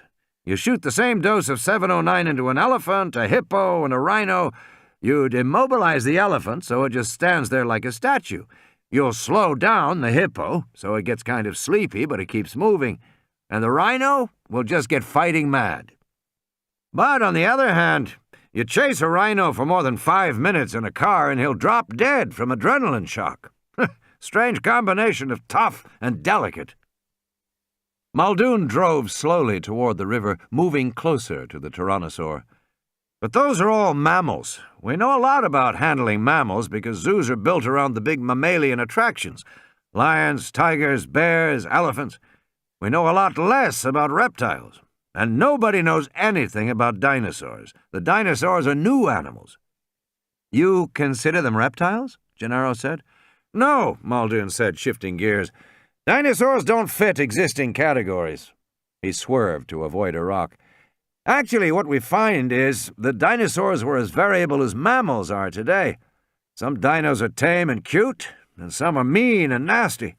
Some of them see well, and some of them don't. Some of them are stupid, and some of them are very, very intelligent."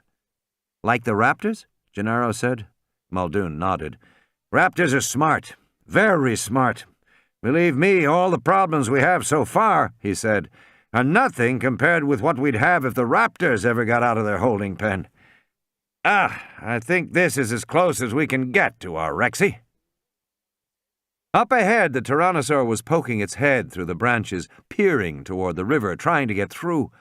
Then the animal moved a few yards downstream to try again. "Wonder what he sees in there," Gennaro said. "Hard to know," Muldoon said. "Maybe he's trying to get to the microceratopsians that scramble around in the branches. They'll run him a merry chase." Muldoon stopped the jeep about 50 yards away from the tyrannosaur and turned the vehicle around. He left the motor running. "Get behind the wheel," Muldoon said, "and put your seatbelt on." He took another canister and hooked it onto his shirt. Then he got out. Gennaro slid behind the wheel. "You done this very often before?" Muldoon belched. "Never. I'll try to get him just behind the auditory meatus. We'll see how it goes from there." He walked 10 yards behind the jeep and crouched down in the grass on one knee. He steadied the big gun against his shoulder and flipped up the thick telescopic sight. Muldoon aimed at the tyrannosaur, which still ignored them. There was a burst of pale gas, and Gennaro saw a white streak shoot forward in the air toward the tyrannosaur, but nothing seemed to happen. Then the tyrannosaur turned slowly, curiously, to peer at them. It moved its head from side to side, as if looking at them with alternate eyes. Muldoon had taken down the launcher and was loading the second canister. "You hit him?" Gennaro said. Muldoon shook his head. "Missed. Damn laser sights. See if there's a battery in the case." "A what?" Gennaro said. "A battery," Muldoon said. "It's about as big as your finger. Gray markings." Gennaro bent over to look in the steel case. He felt the vibration of the jeep, heard the motor ticking over. He didn't see a battery. The tyrannosaur roared. To Gennaro it was a terrifying sound, rumbling from the great chest cavity of the animal, bellowing out over the landscape. He sat up sharply and reached for the steering wheel, put his hand on the gear shift. On the radio he heard a voice say, "Muldoon, this is Arnold. Get out of there. Over." "I know what I'm doing," Muldoon said. The tyrannosaur charged. Muldoon stood his ground. Despite the creature racing toward him, he slowly and methodically raised his launcher, aimed, and fired. Once again Gennaro saw the puff of smoke and the white streak of the canister going toward the animal.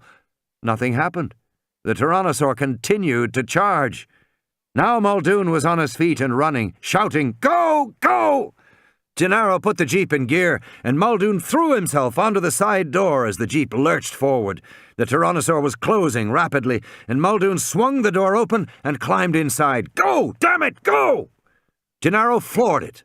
The jeep bounced precariously, the front end nosing so high they saw only sky through the windshield, then slamming down again toward the ground and racing forward again. Gennaro headed for a stand of trees to the left, until in the rearview mirror he saw the tyrannosaur give a final roar and turn away. Gennaro slowed the car. "Jesus!" Muldoon was shaking his head. "I could have sworn I hit him the second time." "I'd say you missed," Gennaro said. "Needle must have broken off before the plunger injected." "Admit it, you missed." "Yeah," Muldoon said. He sighed. "I missed. Battery was dead in the damned laser sights. My fault. I should have checked it after it was out all last night. Let's go back and get more canisters." The jeep headed north toward the hotel. Muldoon picked up the radio. "Control." "Yes? We're heading back to base." The river was now very narrow and flowing swiftly. The raft was going faster all the time. It was starting to feel like an amusement park ride. "Whee!" Lex yelled, holding onto the gunwale. "Faster! Faster!" Grant squinted, looking forward. The river was still narrow and dark, but farther ahead he could see the trees ended, and there was bright sunlight beyond, and a distant roaring sound. The river seemed to end abruptly in a peculiar flat line. The raft was going still faster, rushing forward. Grant grabbed for his paddles. "What is it?" "It's a waterfall," Grant said. The raft swept out of the overhanging darkness into brilliant morning sunlight and raced forward on the swift current toward the lip of the waterfall. The roar was loud in their ears. Grant paddled as strongly as he could, but he only succeeded in spinning the boat in circles. It continued inexorably toward the lip. Lex leaned toward him. I can't swim! Grant saw that she did not have her life vest clasped, but there was nothing he could do about it. With frightening speed, they came to the edge, and the roar of the waterfall seemed to fill the world. Grant jammed his oar deep into the water, felt it catch and hold right at the lip. The rubber raft shuddered in the current, but they did not go over. Grant strained against the oar, and looking over the edge, saw the sheer drop of 50 feet down to the surging pool below. And standing in the surging pool, waiting for them, was the Tyrannosaur. Lex was screaming in panic. And then the boat spun, and the rear end dropped away, spilling them out into air and roaring water, and they fell sickeningly. Grant flailed his arms in the air, and the world went suddenly silent and slow. It seemed to him he fell for long minutes. He had time to observe Lex, clutching her orange jacket, falling alongside him. He had time to observe Tim, looking down at the bottom. He had time to observe the frozen white sheet of the waterfall. He had time to observe the bubbling pool beneath him as he fell slowly, silently toward it. Then, with a stinging slap, Grant plunged into cold water, surrounded by white boiling bubbles. He tumbled and spun and glimpsed the leg of the Tyrannosaur as he swirled past it, swept down through the pool and out into the stream beyond. Grant swam for the shore, clutched warm rock, slipped off, caught a branch, and finally pulled himself out of the main current. Gasping, he dragged himself on his belly onto the rocks and looked at the river just in time to see the brown rubber raft tumble past him. Then he saw Tim battling the current, and he reached out and pulled him, coughing and shivering, onto the shore beside him. Grant turned back to the waterfall and saw the Tyrannosaur plunge its head straight down into the water of the pool at its feet. The great head shook, splashing water to either side. It had something between its teeth. And then the Tyrannosaur lifted its head back up. Dangling from the jaws was Lex's orange life vest. A moment later, Lex bobbed to the surface beside the dinosaur's long tail. She lay face down in the water, her little body swept downstream by the current. Grant plunged into the water after her, was again immersed in the churning torrent. A moment later, he pulled her up onto the rocks, a heavy, lifeless weight. Her face was gray, water poured from her mouth. Grant bent over her to give her mouth to mouth, but she coughed. Then she vomited yellow-green liquid and coughed again. Her eyelids fluttered. Hi, she said. She smiled weakly. We did it. Tim started to cry. She coughed again. Will you stop it? What are you crying for? Because we were worried about you, Grant said. Small flecks of white were drifting down the river. The Tyrannosaur was tearing up the life vest. Still turned away from them, facing the waterfall. But at any moment the animal might turn and see them. Come on, kids, he said. Where are we going? Lex said, coughing. Come on. He was looking for a hiding place. Downstream he saw only an open, grassy plain affording no protection. Upstream was a dinosaur. Then Grant saw a dirt path by the river. It seemed to lead up toward the waterfall. And in the dirt he saw the clear imprint of a man's shoe, leading up the path. The Tyrannosaur finally turned around, growling and looking out toward the grassy plain. It seemed to have figured out that they had gotten away. It was looking for them downstream. Grant and the kids ducked among the big ferns that lined the riverbanks. Cautiously, he led them upstream. Where are we going? Lex said. We're going back. I know. They were closer to the waterfall now, the roar much louder. The rocks became slippery, the path muddy. There was a constant hanging mist. It was like moving through a cloud. The path seemed to lead right into the rushing water, but as they came closer, they saw that it actually went behind the waterfall. The Tyrannosaur was still looking downstream, its back turned to them.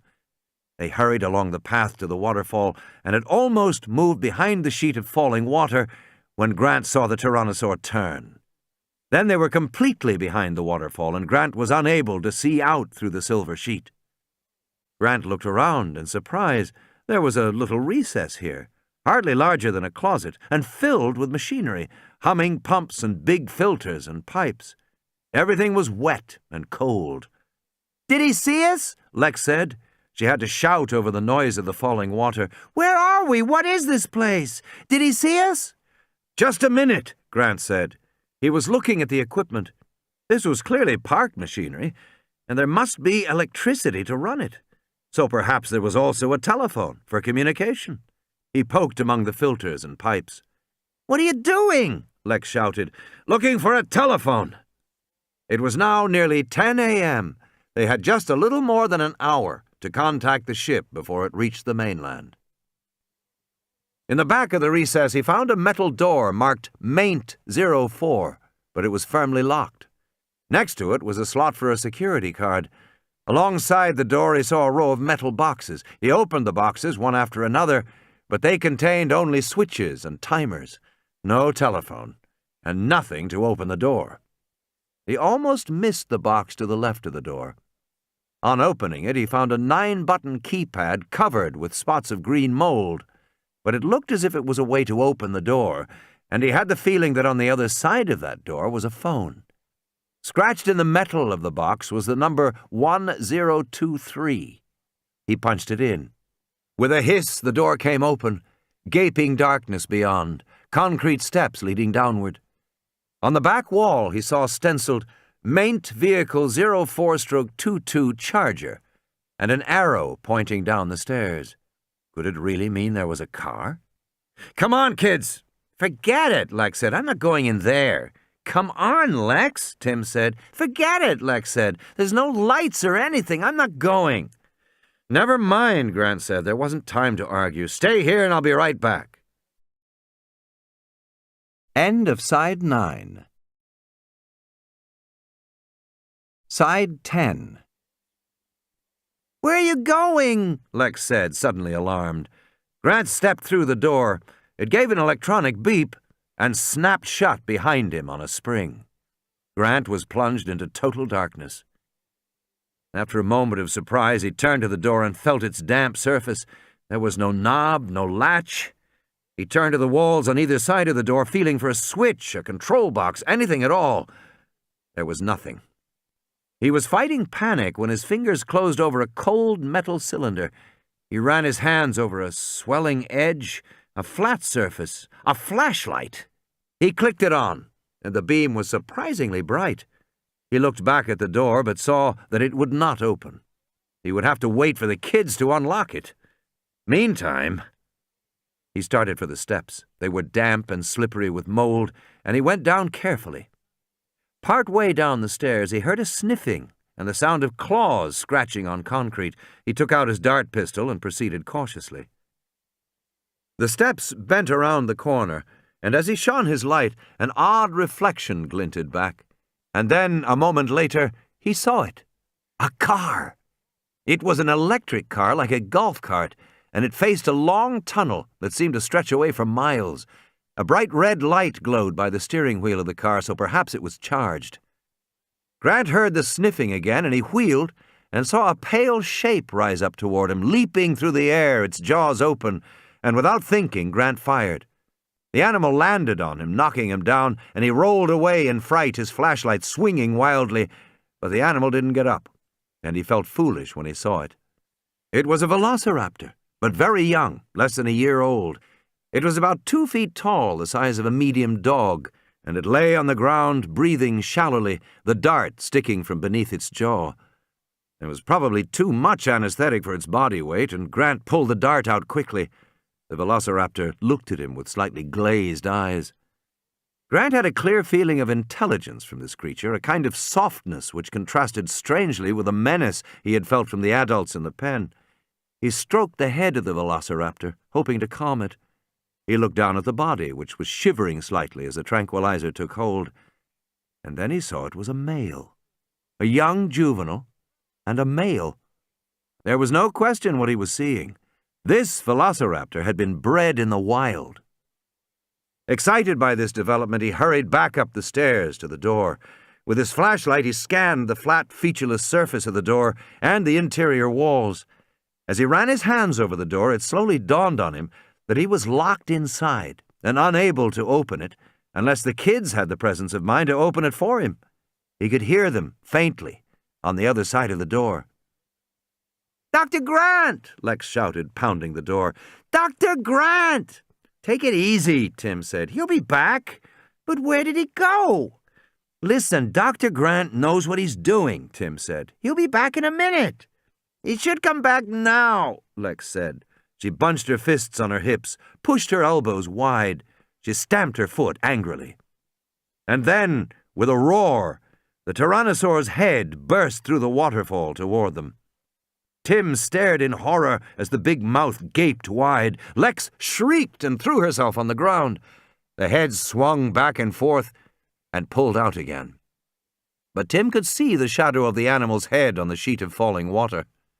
He pulled Lex deeper into the recess, just as the jaws burst through again, roaring, the thick tongue flicking in and out rapidly. Water sprayed in all directions from the head. Then it pulled out again. Lex huddled next to Tim, shivering. "I hate him," she said. She huddled back, but the recess was only a few feet deep, and crammed with machinery. There wasn't any place for them to hide. The head came through the water again, but slowly this time, and the jaw came to rest on the ground.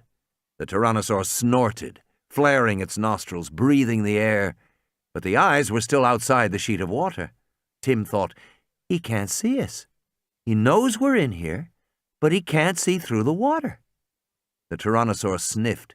"What is he doing?" Lex said again. "Shh!" With a low growl, the jaws slowly opened, and the tongue snaked out. It was thick and blue-black, with a little forked indentation at the tip. It was 4 feet long and easily reached back to the far wall of the recess. The tongue slid with a rasping scrape over the filter cylinders. Tim and Lex pressed back against the pipes. The tongue moved slowly to the left, then to the right, slapping wetly against the machinery. The tip curled around the pipes and valves, sensing them. Tim saw that the tongue had muscular movements like an elephant's trunk. The tongue drew back along the right side of the recess. It dragged against Lex's legs. "Ew," Lex said. The tongue stopped. It curled, then began to rise like a snake up the side of her body. "Don't move," Tim whispered, past her face, then up along Tim's shoulder, and finally wrapping around his head. Tim squeezed his eyes shut as the slimy muscle covered his face. It was hot and wet, and it stunk like urine. Wrapped around him, the tongue began to drag him very slowly toward the open jaws. "Timmy!" Tim couldn't answer. His mouth was covered by the flat black tongue. He could see, but he couldn't talk. Lex tugged at his hand. "Come on, Timmy!" The tongue dragged him toward the snorting mouth. He felt the hot, panting breath on his legs. Lex was tugging at him, but she was no match for the muscular power that held him. Tim let go of her and pressed the tongue with both hands, trying to shove it over his head. He couldn't move it. He dug his heels into the muddy ground, but he was dragged forward anyway. Lex had wrapped her arms around his waist and was pulling backward, shouting to him, but he was powerless to do anything. He was beginning to see stars. A kind of peacefulness overcame him, a sense of peaceful inevitability as he was dragged along. "Timmy!" And then suddenly the tongue relaxed and uncoiled. Tim felt it slipping off his face. His body was covered in disgusting white foamy slime, and the tongue fell limply to the ground. The jaws slapped shut, biting down on the tongue. Dark blood gushed out, mixing with the mud. The nostrils still snorted in ragged breaths. "What's he doing?" Lex cried. And then, very slowly, the head began to slide backward, out of the recess, leaving a long scrape in the mud. And finally it disappeared entirely, and they could see only the silver sheet of falling water.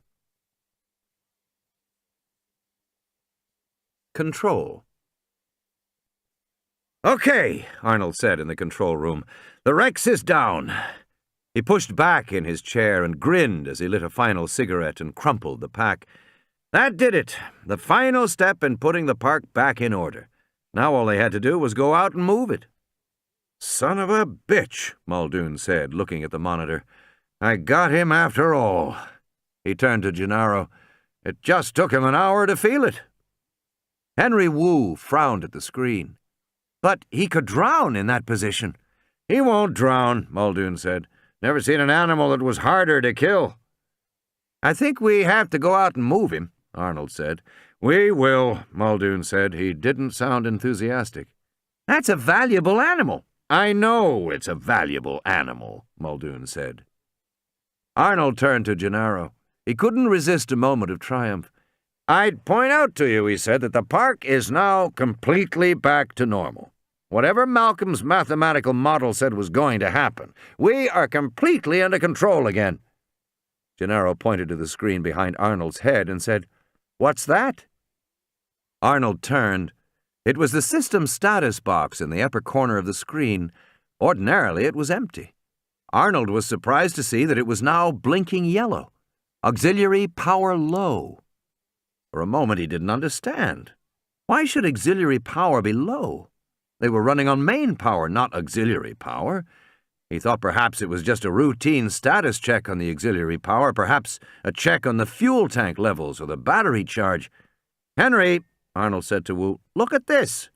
Wu said, "Why are you running on auxiliary power?" "I'm not," Arnold said. "It looks like you are." "I can't be." "Print the system status log," Wu said. The log was a record of the system over the last few hours. Arnold pressed a button, and they heard the hum of a printer in the corner. Wu walked over to it. Arnold stared at the screen. The box now turned from flashing yellow to red, and the message now read, "Auxiliary power fail." Numbers began to count backward from 20. "What the hell is going on?" Arnold said. Cautiously, Tim moved a few yards out along the muddy path into the sunshine. He peered around the waterfall and saw the tyrannosaur lying on its side, floating in the pool of water below. "I hope he's dead," Lex said. Tim could see he wasn't. The dinosaur's chest was still moving, and one forearm twitched in spasms. But something was wrong with him. Then Tim saw the white canister sticking in the back of the head by the indentation of the ear. "He's been shot with a dart," Tim said. "Good," Lex said. "He practically ate us." Tim watched the labored breathing. He felt unexpectedly distressed to see the huge animal humbled like this. He didn't want it to die. "It's not his fault," he said. "Oh, sure," Lex said. "He practically ate us, and it's not his fault. He's a carnivore. He was just doing what he does." "You wouldn't say that," Lex said, "if you were in his stomach right now." Then the sound of the waterfall changed. From a deafening roar, it became softer, quieter. The thundering sheet of water thinned, became a trickle, and stopped. "Timmy, the waterfall stopped," Lex said. It was now just dripping like a tap that wasn't completely turned off. The pool at the base of the waterfall was still. They stood near the top in the cave-like indentation filled with machinery, looking down. "Waterfalls aren't supposed to stop," Lex said. Tim shook his head. "It must be the power. Somebody turned off the power."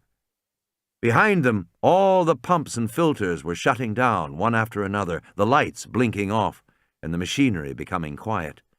And then there was the thunk of a solenoid releasing, and the door marked Maint 04 swung slowly open.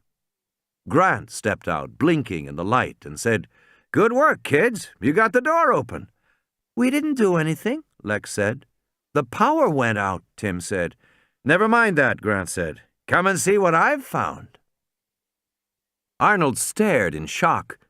One after another, the monitors went black, and then the room lights went out, plunging the control room into darkness and confusion. Everyone started yelling at once. Muldoon opened the blinds and let light in, and Wu brought over the printout. "Look at this," Wu said. "You shut down at 5:13 this morning, and when you started back up, you started with auxiliary power." "Jesus," Arnold said. Apparently main power had not been on since shutdown. When he powered back up, only the auxiliary power came on. Arnold was thinking that was strange when he suddenly realized that was normal. That was what was supposed to happen.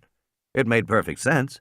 The auxiliary generator fired up first, and it was used to turn on the main generator because it took a heavy charge to start the main power generator. That was the way the system was designed. But Arnold had never before had occasion to turn the main power off, and when the lights and screens came back on in the control room, it never occurred to him that main power hadn't also been restored. But it hadn't. And all during the time since then, while they were looking for the wrecks and doing one thing and another, the park had been running on auxiliary power. And that wasn't a good idea. In fact, the implications were just beginning to hit him. "What does this line mean?" Muldoon said, pointing to the list. 05 hours, 14 minutes, 57 seconds. Warning, fence status, NB. Operative, auxiliary power, AV09. "It means a system status warning was sent to the monitors in the control room," Arnold said, "concerning the fences. Did you see that warning?" Arnold shook his head. "No, I must have been talking to you in the field. Anyway, no, I didn't see it." "What does it mean, warning fence status?" "Well, I didn't know it at the time, but we were running on backup power," Arnold said. "And backup doesn't generate enough amperage to power the electrified fences, so they were automatically kept off." Muldoon scowled. "The electrified fences were off?" "Yes.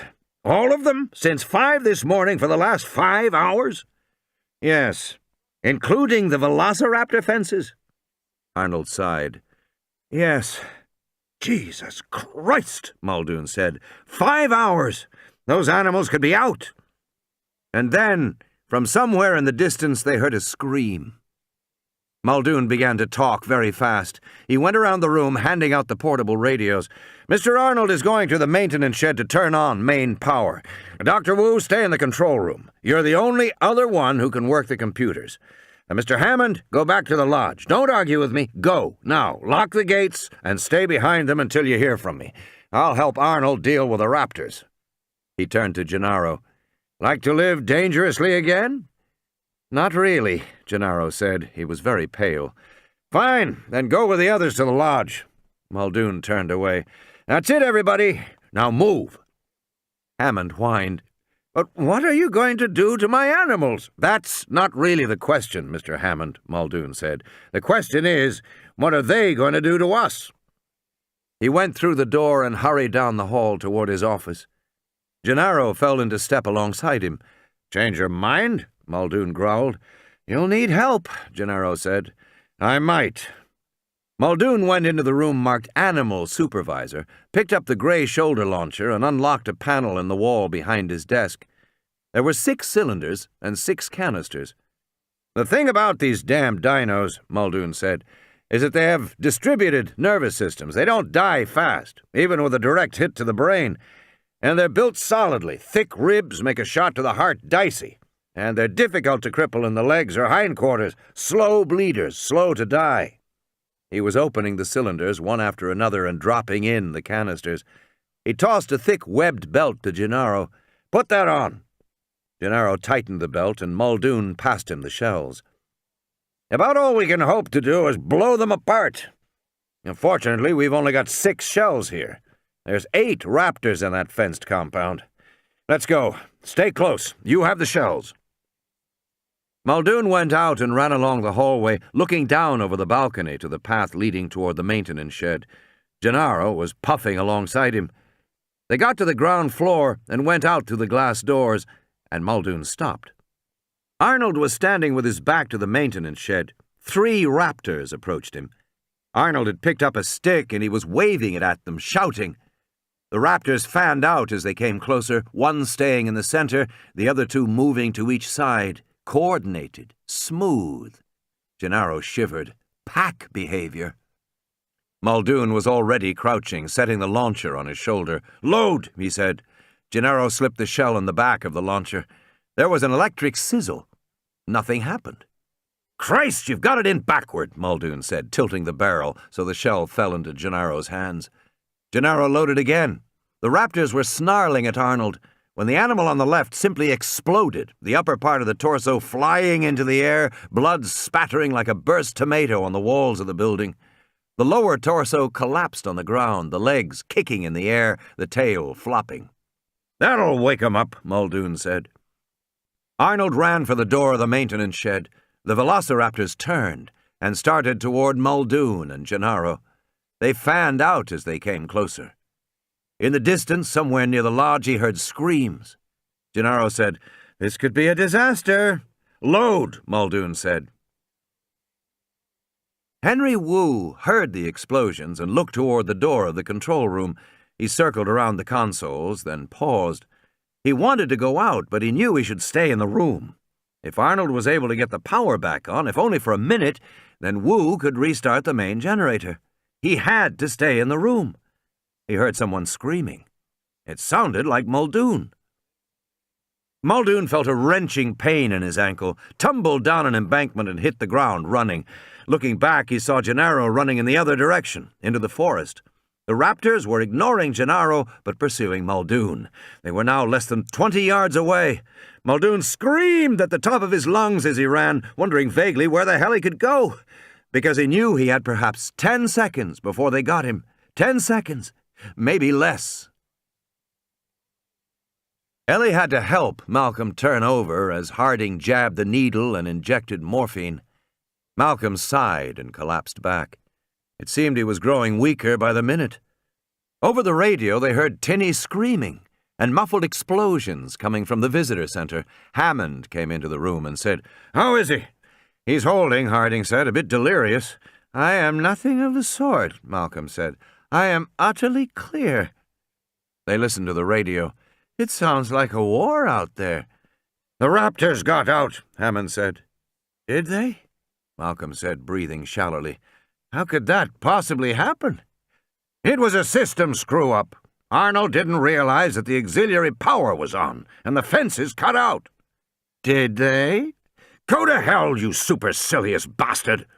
"If I remember," Malcolm said, "I predicted fence integrity would fail." Hammond sighed and sat down heavily.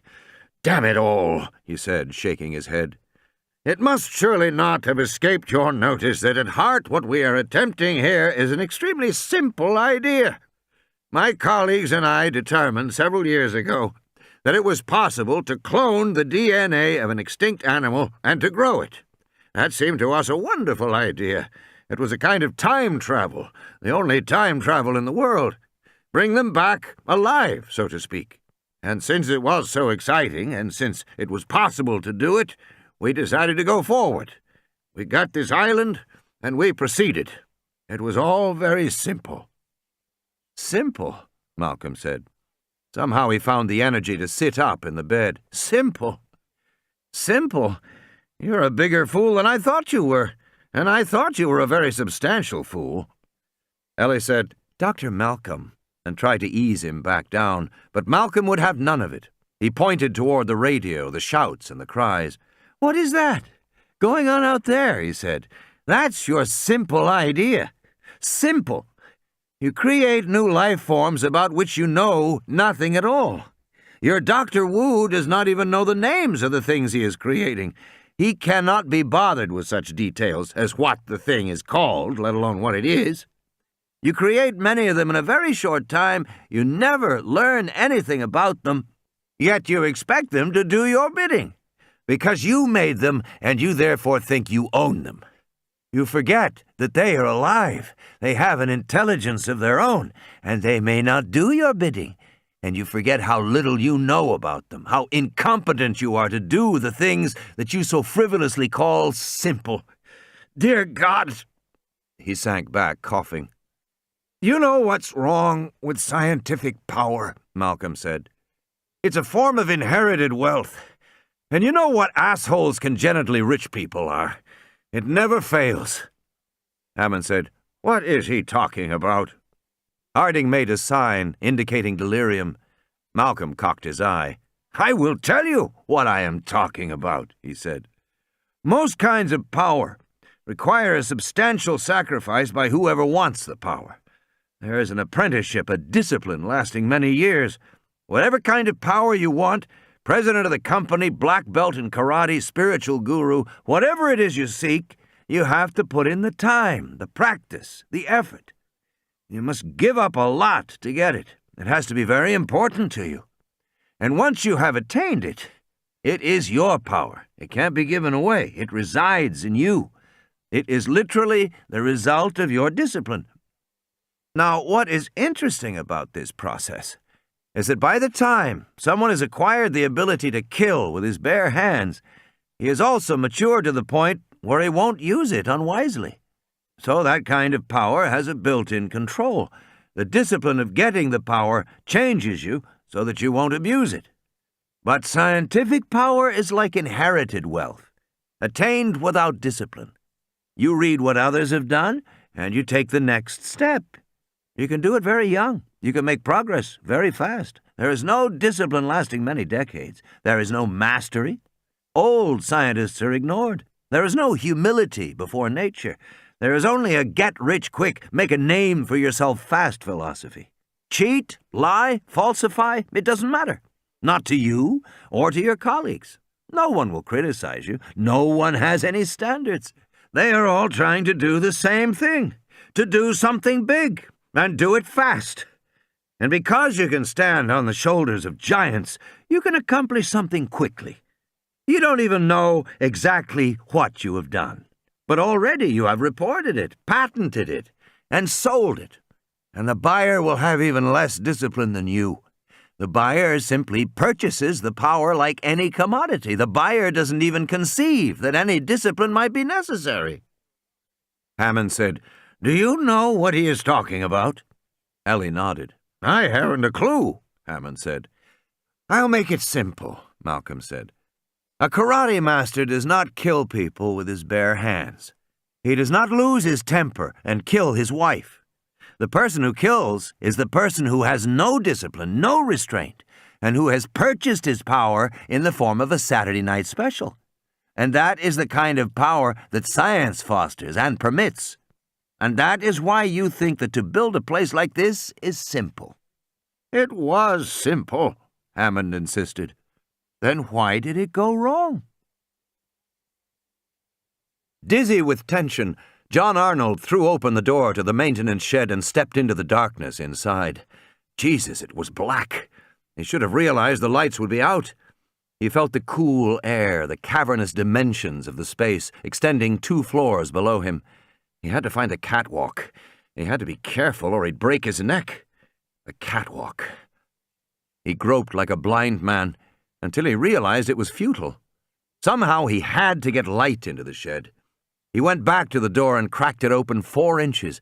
That gave enough light, but there was no way to keep the door open. Quickly, he kicked off his shoe and stuck it in the door. He went toward the catwalk, seeing it easily. He walked along the corrugated metal, hearing the difference in his feet, one loud, one soft, but at least he could see. Up ahead was a stairway leading down to the generators. Another 10 yards.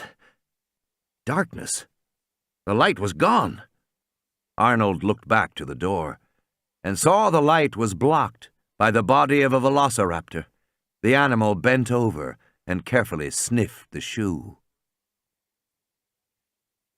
Henry Wu paced. He ran his hands over the computer consoles. He touched the screens. He was in constant movement. He was almost frantic with tension. He reviewed the steps he would take. He must be quick. The first screen would come up and he would press... "Woo!" the radio hissed. He grabbed for it. "Yes, I'm here." "Got any bloody power yet?" It was Muldoon. There was something odd about his voice, something hollow. "No," Wu said. He smiled, glad to know Muldoon was alive. "I think Arnold made it to the shed," Muldoon said. "After that, I don't know." "Where are you?" Wu said. "I'm stuffed." "What?" "Stuffed in a bloody pipe," Muldoon said. "And I'm very popular at the moment." Wedged in a pipe was more like it, Muldoon thought. There had been a stack of drainage pipes piled behind the visitor center, and he'd backed himself into the nearest one, scrambling like a poor bastard. Meter pipes, very tight fit for him, but they couldn't come in after him. At least, not after he'd shot the leg off one, when the nosy bastard came too close to the pipe. The raptor had gone howling off, and the others were now respectful. His only regret was that he hadn't waited to see the snout at the end of the tube before he'd squeezed the trigger. But he might still have his chance, because there were 3 or 4 outside, snarling and growling around him. Yes, very popular, he said into the radio. Wu said, "Does Arnold have a radio?" Don't think so, Muldoon said. Just sit tight, wait it out. He hadn't seen what the other end of the pipe was like. He'd backed in too quickly, and he couldn't see now. He was wedged tight. He could only hope that the far end wasn't open. Christ, he didn't like the thought of one of those bastards taking a bite of his hindquarters. Arnold backed away down the catwalk. The velociraptor was barely 10 feet away, stalking him, coming forward into the gloom. Arnold could hear the click of its deadly claws on the metal. But he was going slowly. He knew the animal could see well, but the grill of the catwalk, the unfamiliar mechanical odors, had made it cautious. That caution was his only chance, Arnold thought. If he could get to the stairs and then move down to the floor below, because he was pretty sure velociraptors couldn't climb stairs, certainly not narrow, steep stairs. Arnold glanced over his shoulder. The stairs were just a few feet away, another few steps. He was there.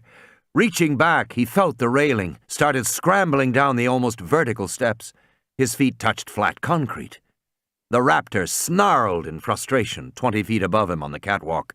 "Too bad, buddy," Arnold said. He turned away. He was now very close to the auxiliary generator. Just a few more steps, and he would see it, even in this dim light. There was a dull thump behind him. Arnold turned. The raptor was standing there on the concrete floor, snarling. It had jumped down. He looked quickly for a weapon, but suddenly he found he was slammed onto his back on the concrete. Something heavy was pressing on his chest. It was impossible to breathe, and he realized the animal was standing on top of him, and he felt the big claws digging into the flesh of his chest and smelled the foul breath from the head moving above him, and he opened his mouth to scream. Ellie held the radio in her hands, listening. 2 more Tican workmen had arrived at the lodge. They seemed to know it was safe here, but there had been no others in the last few minutes, and it sounded quieter outside. Over the radio, Muldoon said, "How long has it been?"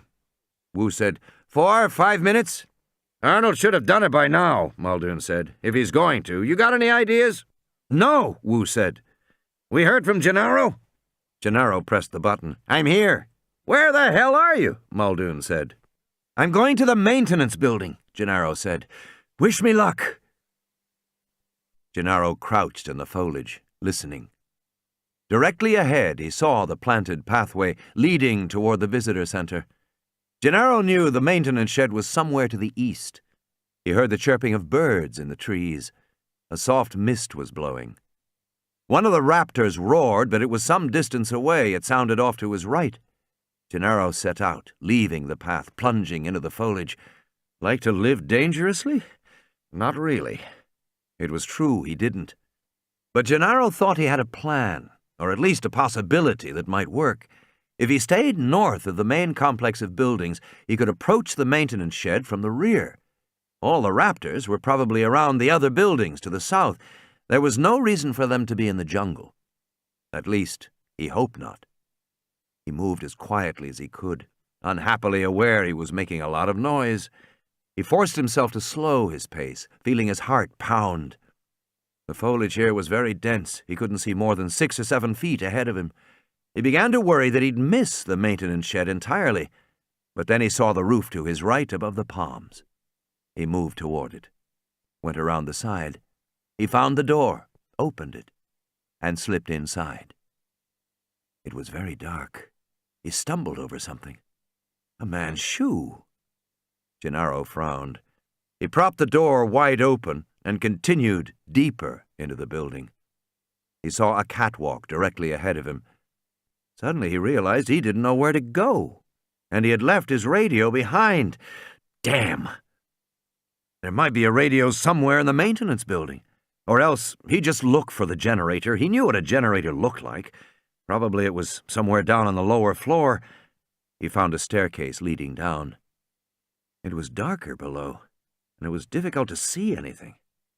He felt his way along among the pipes, holding his hands out to keep from banging his head. He heard an animal snarl and froze.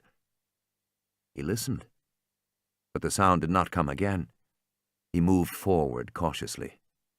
Something dripped on his shoulder, and on his bare arm. It was warm, like water. He touched it in the darkness. Sticky. He smelled it. Blood. He looked up. The raptor was perched on pipes just a few feet above his head. Blood was trickling from its claws. With an odd sense of detachment, he wondered if it was injured. And then he began to run, but the raptor jumped onto his back, pushing him to the ground. Gennaro was strong. He heaved up, knocking the raptor away, and rolled off across the concrete. When he turned back, he saw that the raptor had fallen on its side, where it lay panting. Yes, it was injured. Its leg was hurt for some reason. Kill it! Gennaro scrambled to his feet, looking for a weapon. The raptor was still panting on the concrete. He looked frantically for something, anything, to use as a weapon. When he turned back, the raptor was gone. It snarled, the sound echoing in the darkness. Gennaro turned in a full circle, feeling with his outstretched hands, and then he felt a sharp pain in his right hand. Teeth! It was biting him. The raptor jerked his head, and Donald Gennaro was yanked off his feet, and he fell. Lying in bed, soaked in sweat, Malcolm listened as the radio crackled. "Anything?" Muldoon said. "You getting anything?" "No word," Wu said. "Hell!" Muldoon said.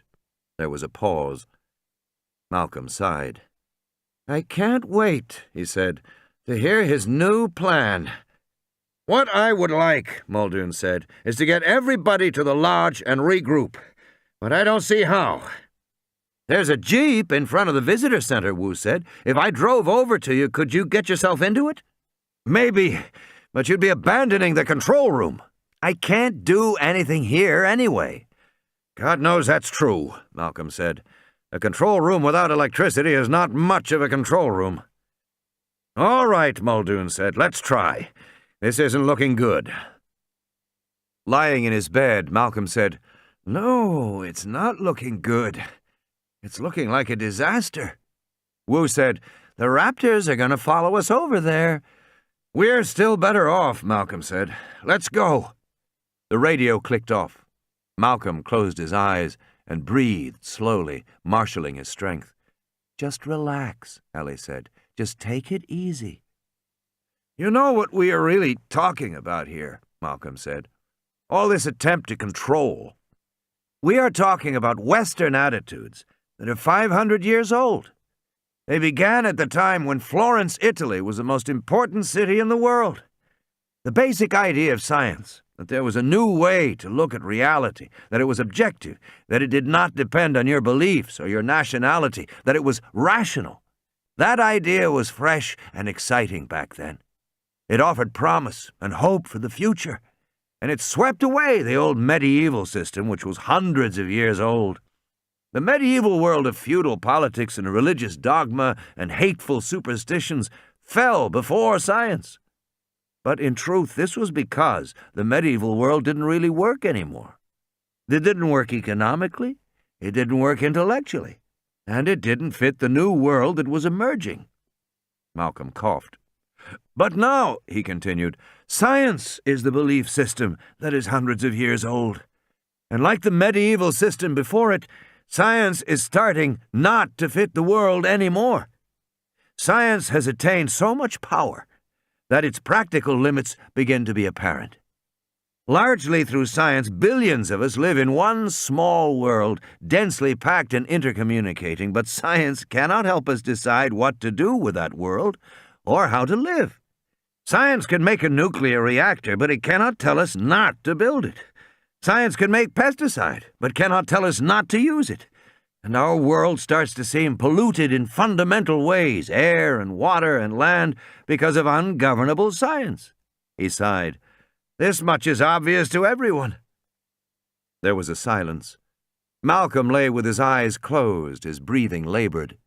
No one spoke, and it seemed to Ellie that Malcolm had finally fallen asleep. Then he sat up again abruptly. "At the same time, the great intellectual justification of science has vanished. Ever since Newton and Descartes, science has explicitly offered us the vision of total control. Science has claimed the power to eventually control everything through its understanding of natural laws. But in the 20th century, that claim has been shattered beyond repair. First, Heisenberg's uncertainty principle set limits on what we could know about the subatomic world. Oh, well, we say, none of us lives in a subatomic world. It doesn't make any practical difference as we go through our lives. Then Gödel's theorem set similar limits to mathematics, the formal language of science. Mathematicians used to think that their language had some special inherent trueness that derived from the laws of logic. Now we know that what we call reason is just an arbitrary game. It's not special in the way we thought it was. And now chaos theory proves that unpredictability is built into our daily lives. It is as mundane as the rainstorm we cannot predict. And so the grand vision of science, hundreds of years old, the dream of total control, has died in our century. And with it, much of the justification, the rationale for science to do what it does, and for us to listen to it. Science has always said that it may not know everything now, but it will know eventually. But now we see that isn't true. It is an idle boast, and foolish, and as misguided as the child who jumps off a building because he believes he can fly. This is very extreme, Hammond said, shaking his head. We are witnessing the end of the scientific era. Science, like other outmoded systems, is destroying itself. As it gains in power, it proves itself incapable of handling the power. Because things are going very fast now. 50 years ago, everyone was gaga over the atomic bomb. That was power. No one could imagine anything more. Yet a bare decade after the bomb, we began to have genetic power. And genetic power is far more potent than atomic power. And it will be in everyone's hands. It will be in kits for backyard gardeners, experiments for school children, cheap labs for terrorists and dictators. And that will force everyone to ask the same question. What should I do with my power? Which is the very question science says it cannot answer. So what will happen? Ellie said. Malcolm shrugged. A change. What kind of change?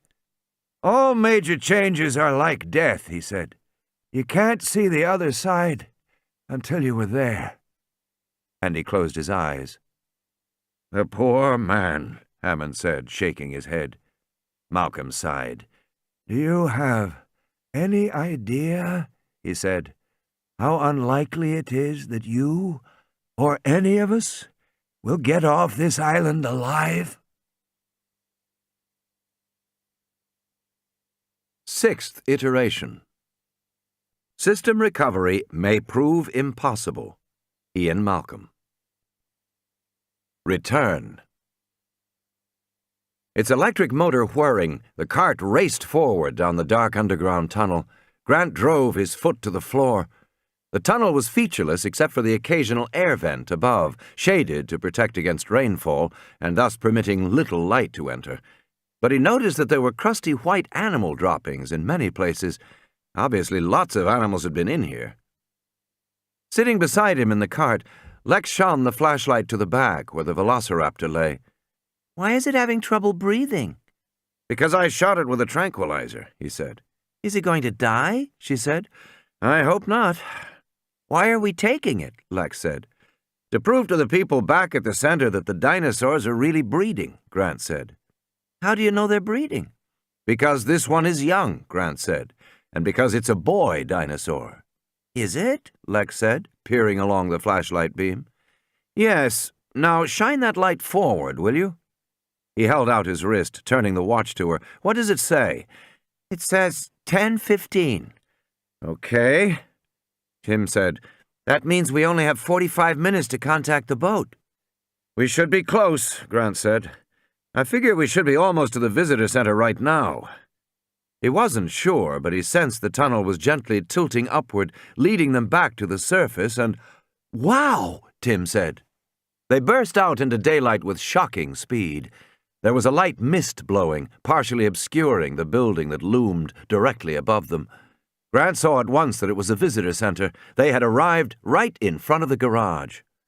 Yay! Lex shouted. We did it! Yay! She bounced up and down in the seat as Grant parked the cart in the garage. Along one wall were stacked animal cages. They put the velociraptor in one with a dish of water. Then they started climbing the stairs to the ground floor entrance to the visitor center. I'm going to get a hamburger and French fries, chocolate milkshake, no more dinosaurs, yay! They came to the lobby, and they opened the door. And they fell silent. In the lobby of the visitor center, the glass doors had been shattered, and a cold gray mist blew through the cavernous main hall. A sign that read, "When dinosaurs ruled the earth," dangled from one hinge, creaking in the wind. The big tyrannosaur robot was upended and lay with its legs in the air, its tubing and metal innards exposed. Outside, through the glass, they saw rows of palm trees, shadowy shapes in the fog. Tim and Lex huddled against the metal desk of the security guard. Grant took the guard's radio and tried all the channels. "Hello, this is Grant. Is anybody there? Hello, this is Grant." Lex stared at the body of the guard lying on the floor to the right. She couldn't see anything but his legs and feet. "Hello, this is Grant. Hello!" Lex was leaning forward, peering around the edge of the desk. Grant grabbed her sleeve. "Hey, stop that." Is he dead? What's that stuff on the floor, blood? "Yes." How come it isn't real red? "You're morbid," Tim said. What's morbid? I am not. The radio crackled. "My God," came a voice. "Grant? Is that you?" And then, Alan? Alan? it was Ellie. "I'm here," Grant said. Thank God, Ellie said. Are you all right? "I'm all right, yes." What about the kids? Have you seen them? "I had the kids with me," Grant said. "They're okay." Thank God. Lex was crawling around the side of the desk. Grant slapped her ankle. "Get back here." The radio crackled. Where are you? In the lobby of the main building." Over the radio, he heard Wu say, "My God, they're here." Alan, listen, Ellie said. The raptors have gotten loose. They can open doors. They may be in the same building as you. "Great. Where are you?" Grant said. We're in the lodge. Grant said, "And the others? Muldoon? Everybody else?" We've lost a few people, but we got everybody else over to the lodge. "And are the telephones working?" No, the whole system is shut off. Nothing works. "How do we get the system back on?" We've been trying. "We have to get it back on," Grant said, "right away. If we don't, within half an hour, the raptors will reach the mainland." He started to explain about the boat when Muldoon cut him off. "I don't think you understand, Dr. Grant. We haven't got half an hour left over here." How's that? "Some of the raptors followed us. We've got 2 on the roof now." So what? The building's impregnable. Muldoon coughed. "Apparently not. It was never expected that animals would get up on the roof." The radio crackled. "Must have planted a tree too close to the fence. The raptors got over the fence and onto the roof. Anyway, the steel bars on the skylight are supposed to be electrified, but of course the power's off. They're biting through the bars of the skylight." Grant said, "Biting through the bars?" He frowned, trying to imagine it.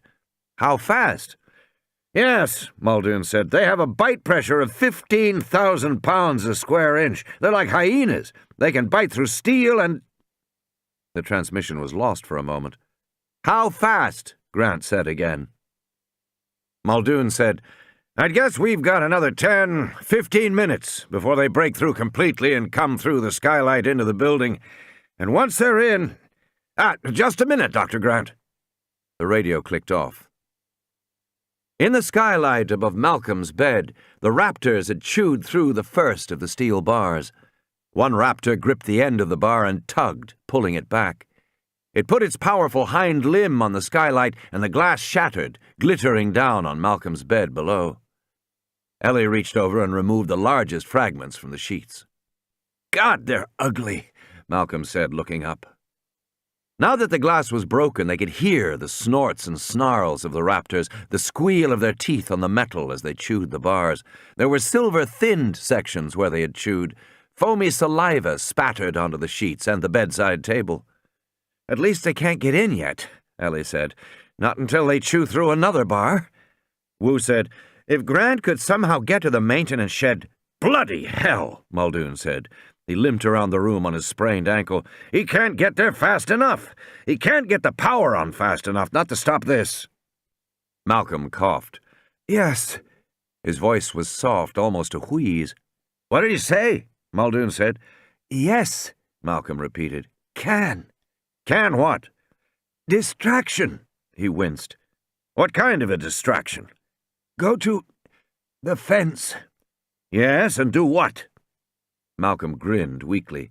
Stick your hands through. Oh, Christ, Muldoon said, turning away. Wait a minute, Wu said. He's right. There are only 2 raptors here, which means there are at least 4 more out there. We could go out and provide a distraction. And then what? And then Grant would be free to go to the maintenance building and turn on the generator. And then go back to the control room and start up the system? Exactly. No time, Muldoon said. No time. But if we can lure the raptors down here, Wu said, maybe even get them away from that skylight, it might work. Worth a try. Bait, Muldoon said. Exactly. Who's going to be the bait? I'm no good. My ankle's shot. I'll do it, Wu said. No, Muldoon said. You're the only one who knows what to do about the computer. You need to talk Grant through the startup. Then I'll do it, Harding said. No, Ellie said. Malcolm needs you. I'll do it. Hell, I don't think so, Muldoon said. You'd have raptors all around you, raptors on the roof. But she was already bending over, lacing her running shoes. Just don't tell Grant, she said. It'll make him nervous. The lobby was quiet, chilly fog drifting past them. The radio had been silent for several minutes. Tim said, Why aren't they talking to us? I'm hungry, Lex said. They're trying to plan, Grant said. The radio crackled. Grant, are you— Wu speaking. Are you there? I'm here, Grant said. Listen, Wu said. Can you see to the rear of the visitor building from where you are? Grant looked through the rear glass doors to the palm trees and the fog. Yes, Grant said. Wu said, There's a path straight through the palm trees to the maintenance building. That's where the power equipment and generators are. I believe you saw the maintenance building yesterday? Yes, Grant said, though he was momentarily puzzled. Was it yesterday that he had looked into the building? It seemed like years ago. Now listen, Wu said. We think we can get all the raptors down here by the lodge, but we aren't sure. So be careful. Give us 5 minutes. Okay, Grant said. You can leave the kids in the cafeteria and they should be all right. Take the radio with you when you go. Okay. Turn it off before you leave so it doesn't make any noise outside. And call me when you get to the maintenance building. Okay. Grant turned the radio off. Lex crawled back. Are we going to the cafeteria? She said. Yes, Grant said. They got up and started walking through the blowing mist in the lobby. I want a hamburger, Lex said. I don't think there's any electricity to cook with. Then ice cream. Tim, you'll have to stay with her and help her. I will. I've got to leave for a while, Grant said. I know. They moved to the cafeteria entrance. On opening the door, Grant saw square dining room tables and chairs, swinging stainless steel doors beyond. Nearby, a cash register and a rack with gum and candy. Okay, kids, I want you to stay here no matter what. Got it? Leave us the radio, Lex said. I can't. I need it. Just stay here. I'll only be gone about 5 minutes, okay? Okay. Grant closed the door. The cafeteria became completely dark. Lex clutched his hand. Turn on the lights, she said. I can't, Tim said. There's no electricity. But he pulled down his night vision goggles. That's fine for you. What about me? Just hold my hand. We'll get some food. He led her forward. In phosphorescent green, he saw the tables and chairs. To the right, the glowing green cash register and the rack with gum and candy. He grabbed a handful of candy bars. I told you, Lex said. I want ice cream, not candy. Take these anyway. Ice cream, Tim. Okay. Tim stuffed the candy bars in his pocket and led Lex deeper into the dining room. She tugged on his hand. I can't see spit, she said. Just walk with me, hold my hand. Then slow down. Beyond the tables and chairs was a pair of swinging doors with little round windows in them. They probably led to the kitchen. He pushed one door open, and it held wide. Ellie Sattler stepped outside the front door to the lodge and felt the chilly mist on her face and legs. Her heart was thumping, even though she knew she was completely safe behind the fence. Directly ahead, she saw the heavy bars in the fog. But she couldn't see much beyond the fence, another 20 yards before the landscape turned milky white. And she didn't see any raptors at all. In fact, the gardens and trees were almost eerily silent. Hey! She shouted into the fog, tentatively. Muldoon leaned against the doorframe. "I doubt that'll do it," he said. "You got to make a noise." He hobbled out carrying a steel rod from the construction inside. He banged the rod against the bars like a dinner gong. "Come and get it! Dinner is served!" Very amusing, Ellie said. She glanced nervously toward the roof. She saw no raptors. "They don't understand English," Muldoon grinned, "but I imagine they get the general idea." She was still nervous and found his humor annoying. She looked toward the visitor building cloaked in the fog. Muldoon resumed banging on the bars. At the limit of her vision, almost lost in the fog, she saw a ghostly pale animal, a raptor. "First customer," Muldoon said. The raptor disappeared, a white shadow, and then came back, but it did not approach any closer, and it seemed strangely incurious about the noise coming from the lodge. She was starting to worry. Unless she could attract the raptors to the lodge, Grant would be in danger. You're making too much noise, Ellie said. "Bloody hell," Muldoon said. Well, you are. "I know these animals." You're drunk, she said. Let me handle it. "And how will you do that?" She didn't answer him. She went to the gate. They say the raptors are intelligent. "They are, at least as intelligent as chimps." They have good hearing? "Yes, excellent." "Maybe they'll know this sound," she said, and opened the gate. The metal hinges, rusted from the constant mist, creaked loudly. She closed it again, opened it with another creak. She left it open. "I wouldn't do that," Muldoon said. "You're going to do that? Let me get the launcher." Get the launcher. He sighed, remembering. "Gennaro has the shells." Well then, she said, keep an eye out. And she went through the gate, stepping outside the bars. Her heart was pounding so hard she could barely feel her feet on the dirt. She moved away from the fence, and it disappeared frighteningly fast in the fog. Soon it was lost behind her. Just as she had expected, Muldoon began shouting to her in drunken agitation. "God damn it, girl! Don't you do that!" he bellowed. Don't call me girl, she shouted back. "I'll call you any damn thing I want," Muldoon shouted. She wasn't listening. She was turning slowly, her body tense, watching from all sides. She was at least 20 yards from the fence now, and she could see the mist drifting like a light rain past the foliage. She stayed away from the foliage. She moved through a world of shades of gray.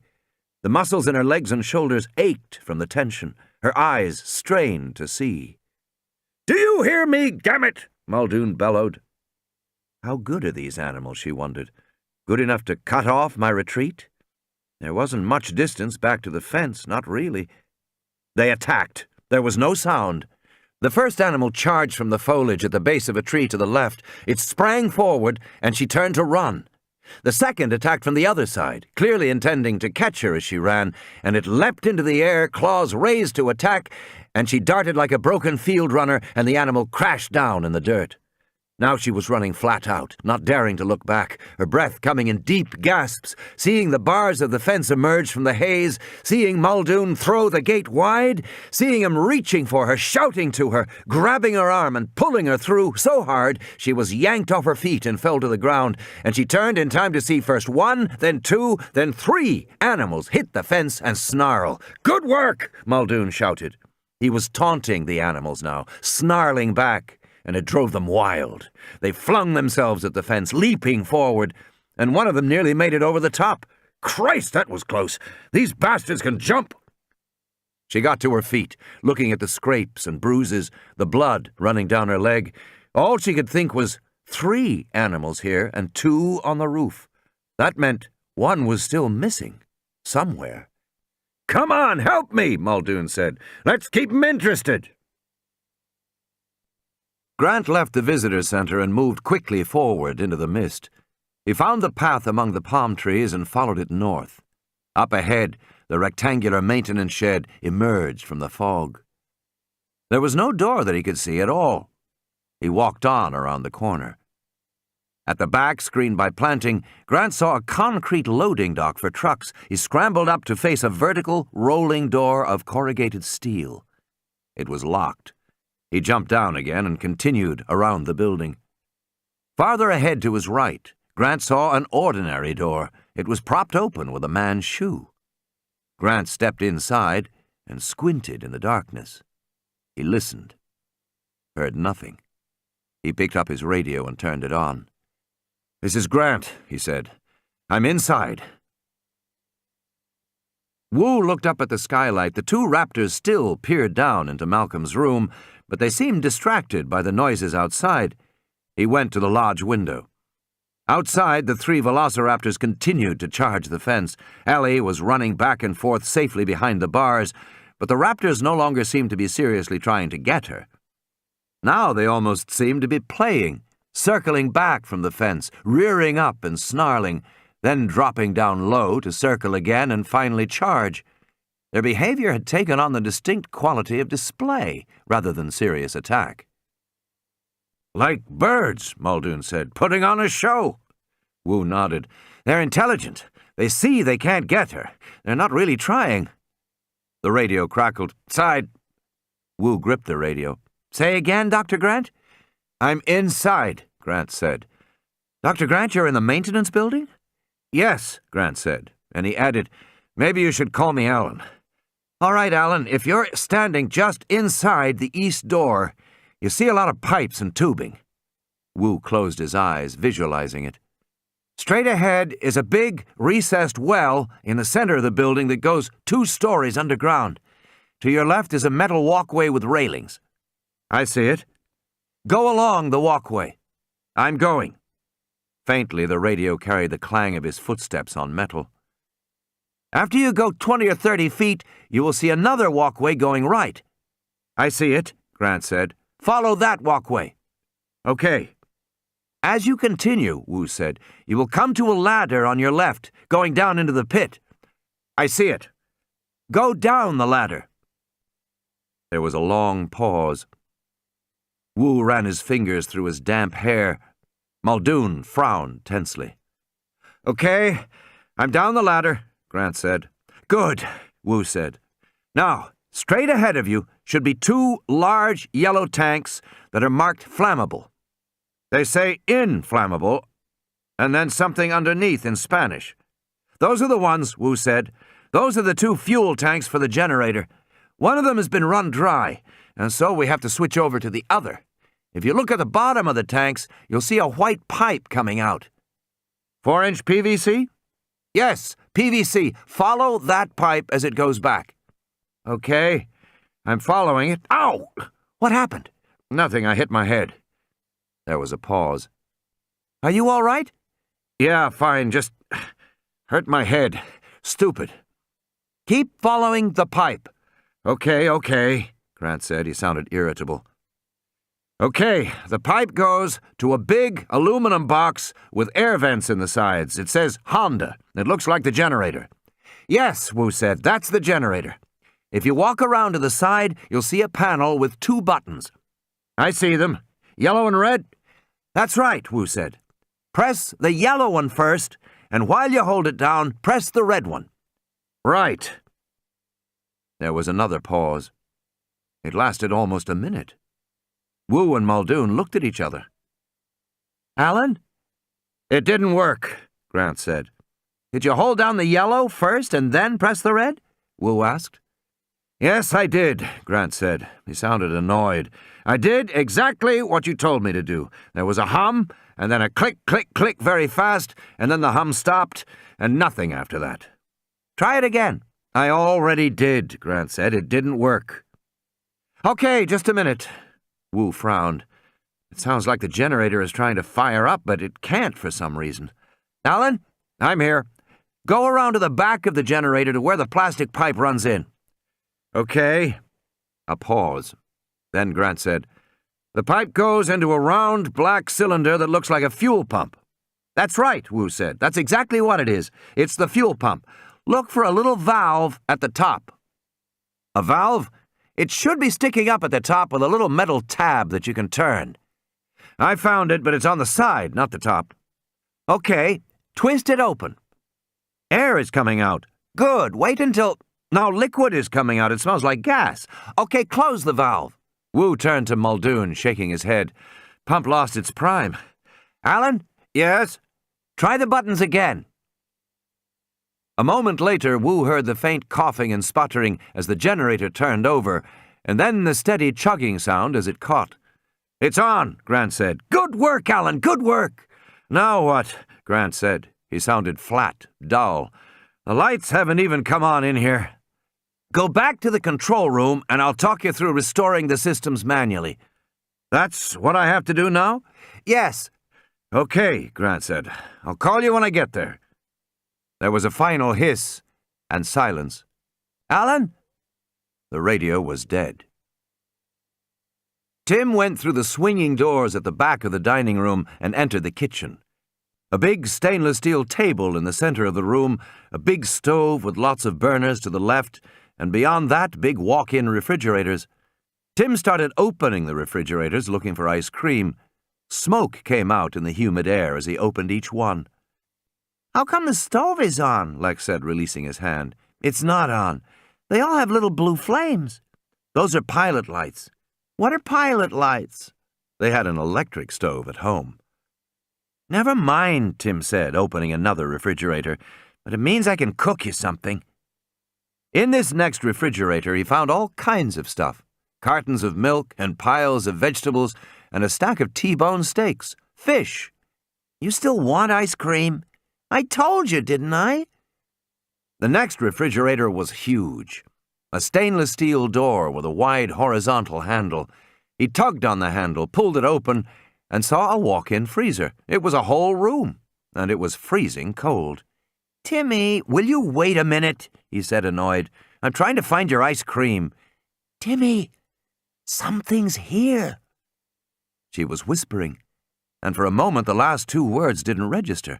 Then Tim hurried back out of the freezer, seeing the edge of the door wreathed in glowing green smoke. Lex stood by the steel work table. She was looking back to the kitchen door. He heard a low hissing sound, like a very large snake. The sound rose and fell softly. It was hardly audible. It might even be the wind. But he somehow knew it wasn't.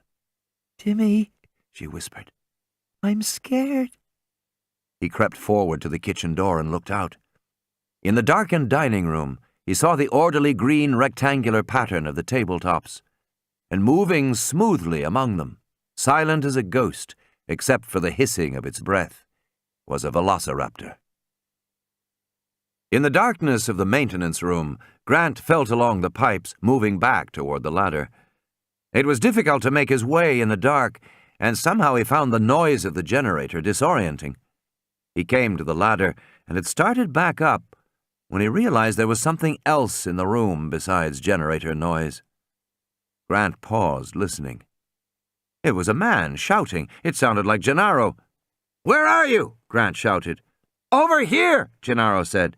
"In the truck." Grant couldn't see any truck. He squinted in the darkness. He looked out of the corner of his eye. He saw green, glowing shapes moving in the darkness. Then he saw the truck, and he turned toward it. End of Side 10. Side 11. Tim found the silence chilling. The velociraptor was 6 feet tall and powerfully built, although its strong legs and tail were hidden by the tables. Tim could see only the muscular upper torso, the two forearms held tightly alongside the body, the claws dangling. He could see the iridescent speckled pattern on the back. The velociraptor was alert. As it came forward, it looked from side to side, moving its head with abrupt, bird-like jerks. The head also bobbed up and down as it walked, and the long, straight tail dipped, which heightened the impression of a bird. A gigantic, silent bird of prey. The dining room was dark, but apparently the raptor could see well enough to move steadily forward. From time to time it would bend over, lowering its head below the tables. Tim heard a rapid sniffing sound. Then the head would snap up, alertly, jerking back and forth like a bird's. Tim watched until he was sure the velociraptor was coming toward the kitchen. Was it following their scent? All the books said dinosaurs had a poor sense of smell, but this one seemed to do just fine. Anyway, what did books know? Here was the real thing. Coming toward him. He ducked back into the kitchen. "Is something out there?" Lex said. Tim didn't answer. He pushed her under a table in the corner behind a large waste bin. He leaned close to her and whispered fiercely, "Stay here!" And then he ran for the refrigerator. He grabbed a handful of cold steaks and hurried back to the door. He quietly placed the first of the steaks on the floor, then moved back a few steps and put down the second. Through his goggles, he saw Lex peeping around the bin. He waved her back. He placed the third steak and the fourth, moving deeper into the kitchen. The hissing was louder, and then the clawed hand gripped the door, and the big head peered cautiously around. The velociraptor paused at the entrance to the kitchen. Tim stood in a half-crouch at the back of the room near the far leg of the steel work table, but he had not had time to conceal himself. His head and shoulders still protruded over the tabletop. He was in clear view of the velociraptor. Slowly, Tim lowered his body, sinking beneath the table. The velociraptor jerked its head around, looking directly at Tim. Tim froze. He was still exposed, but he thought, "Don't move." The velociraptor stood motionless in the doorway, sniffing. "It's darker here," Tim thought. "He can't see so well. It's making him cautious." But now he could smell the musty odor of the big reptile, and through his goggles he saw the dinosaur silently yawn, throwing back its long snout, exposing rows of razor-sharp teeth. The velociraptor stared forward again, jerking its head from side to side. The big eyes swiveled in the bony sockets. Tim felt his heart pounding. Somehow it was worse to be confronted by an animal like this in a kitchen instead of the open forest. The size, the quick movements, the pungent odor, the hissing breath. Up close, it was a much more frightening animal than the tyrannosaur. The tyrannosaur was huge and powerful, but it wasn't especially smart. The velociraptor was man-size, and it was clearly quick and intelligent. Tim feared the searching eyes almost as much as the sharp teeth. The velociraptor sniffed. It stepped forward, moving directly toward Lex. It must smell her somehow. Tim's heart thumped. The velociraptor stopped. It bent over slowly. "He's found the steak." Tim wanted to bend down, to look below the table, but he didn't dare move. He stood frozen in a half-crouch, listening to the crunching sound. The dinosaur was eating it, bones and all. The raptor raised its slender head and looked around. It sniffed. It saw the second steak. It moved quickly forward. It bent down. Silence. The raptor didn't eat it. The head came back up. Tim's legs burned from the crouch, but he didn't move. Why hadn't the animal eaten the second steak? A dozen ideas flashed through his mind. It didn't like the taste of beef. It didn't like the coldness. It didn't like the fact that the meat wasn't alive. It smelled a trap. It smelled Lex. It smelled Tim. It saw Tim. The velociraptor moved very quickly now. It found the third steak, dipped its head, looked up again, and moved on. Tim held his breath. The dinosaur was now just a few feet from him. Tim could see the small twitches in the muscles of the flanks. He could see the crusted blood on the claws of the hand. He could see the fine pattern of striations within the spotted pattern, and the folds of skin in the neck below the jaw. The velociraptor sniffed. It jerked its head and looked right at Tim. Tim nearly gasped with fright. Tim's body was rigid, tense. He watched as the reptile eye moved, scanning the room. Another sniff. "He's got me," Tim thought. Then the head jerked back to look forward, and the animal went on toward the fifth steak. Tim thought, Lex, please don't move. Please don't move. Whatever you do, please don't. The velociraptor sniffed the steak and moved on. It was now at the open door to the freezer.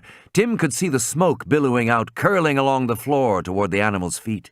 One big clawed foot lifted, then came down again silently. The dinosaur hesitated. Too cold, Tim thought. He won't go in there, it's too cold. He won't go in, he won't go in, he won't go in. The dinosaur went in. The head disappeared, then the body, then the stiff tail. Tim sprinted, flinging his weight against the stainless steel door of the locker, slamming it shut. It slammed on the tip of the tail. The door wouldn't shut. The velociraptor roared, a terrifying loud sound. Inadvertently, Tim took a step back. The tail was gone. He slammed the door shut and heard it click. Closed! Lex! Lex! He was screaming. He heard the raptor pounding against the door, felt it thumping the steel. He knew there was a flat steel knob inside, and if the raptor hit that, it would knock the door open. They had to get the door locked. Lex! Lex was by his side. What do you want? Tim leaned against the horizontal door handle, holding it shut. There's a pin! A little pin! Get the pin! The velociraptor roared like a lion, the sound muffled by the thick steel. It crashed its whole body against the door. I can't see anything, Lex shouted. The pin was dangling beneath the door handle, swinging on a little metal chain. It's right there! I can't see it, she screamed. And then Tim realized she wasn't wearing the goggles. Feel for it! He saw her little hand reaching up, touching his, groping for the pin, and with her so close to him he could feel how frightened she was, her breath in little panicky gasps as she felt for the pin. And the velociraptor slammed against the door, and it opened. God, it opened!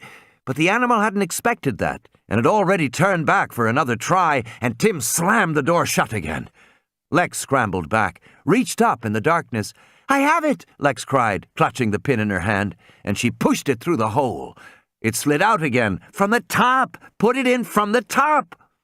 She held it again, lifting it on the chain, swinging it over the handle and down into the hole. Locked! The velociraptor roared.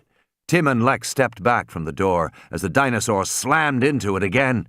With each impact, the heavy steel wall hinges creaked, but they held. Tim didn't think the animal could possibly open the door.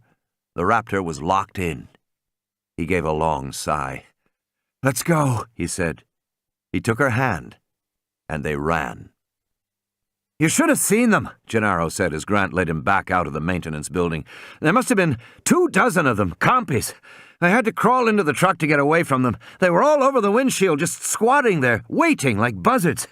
But they ran away when you came over.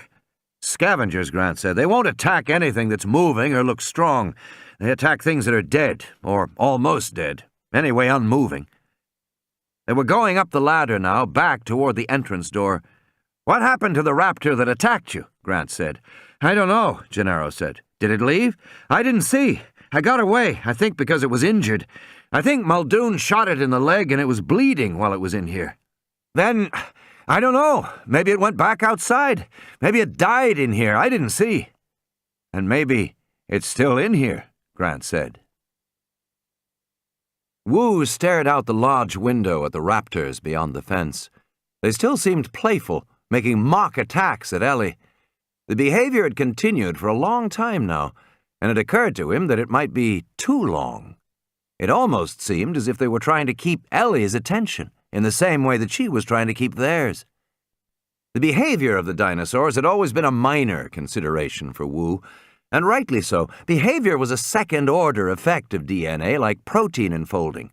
You couldn't really predict behavior, and you couldn't really control it, except in very crude ways, like making an animal dependent on a dietary substance by withholding an enzyme.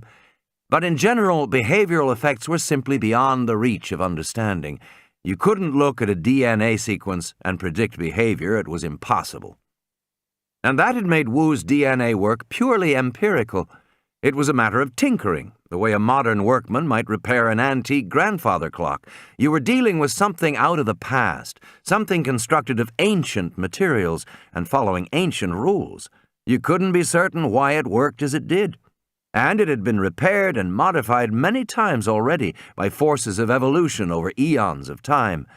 So, like the workman who makes an adjustment and then sees if the clock runs any better, Wu would make an adjustment and then see if the animals behaved any better. And he only tried to correct gross behavior, uncontrolled butting of the electrical fences or rubbing the skin raw on tree trunks. Those were the behaviors that sent him back to the drawing board. And the limits of his science had left him with a mysterious feeling about the dinosaurs in the park. He was never sure, never really sure at all, whether the behavior of the animals was historically accurate or not. Were they behaving as they really had in the past? It was an open question, ultimately unanswerable. And though Wu would never admit it, the discovery that the dinosaurs were breeding represented a tremendous validation of his work. A breeding animal was demonstrably effective in a fundamental way. It implied that Wu had put all the pieces together correctly. He had recreated an animal millions of years old with such precision that the creature could even reproduce itself.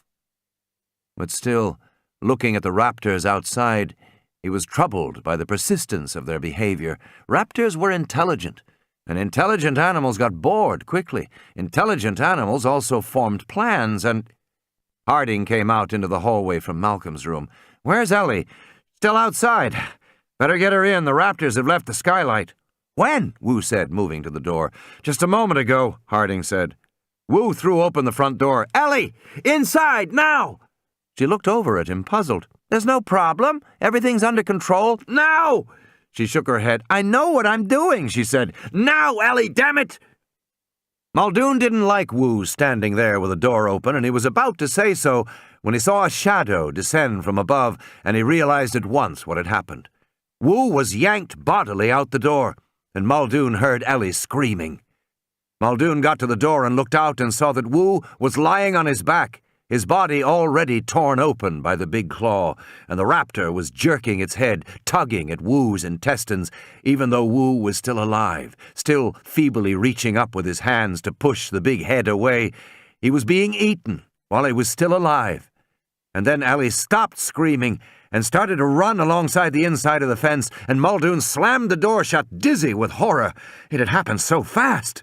Harding said, "He jumped down from the roof." Muldoon nodded. He went to the window and looked out, and he saw that the three raptors outside the fence were now running away. But they weren't following Ellie. They were going back, toward the visitor center. Grant came to the edge of the maintenance building and peered forward in the fog. He could hear the snarls of the raptors, and they seemed to be coming closer. Now he could see their bodies running past him. They were going to the visitor center. He looked back at Gennaro. Gennaro shook his head. No. Grant leaned close and whispered in his ear, "No choice. We've got to turn on the computer." Grant set out in the fog. After a moment, Gennaro followed.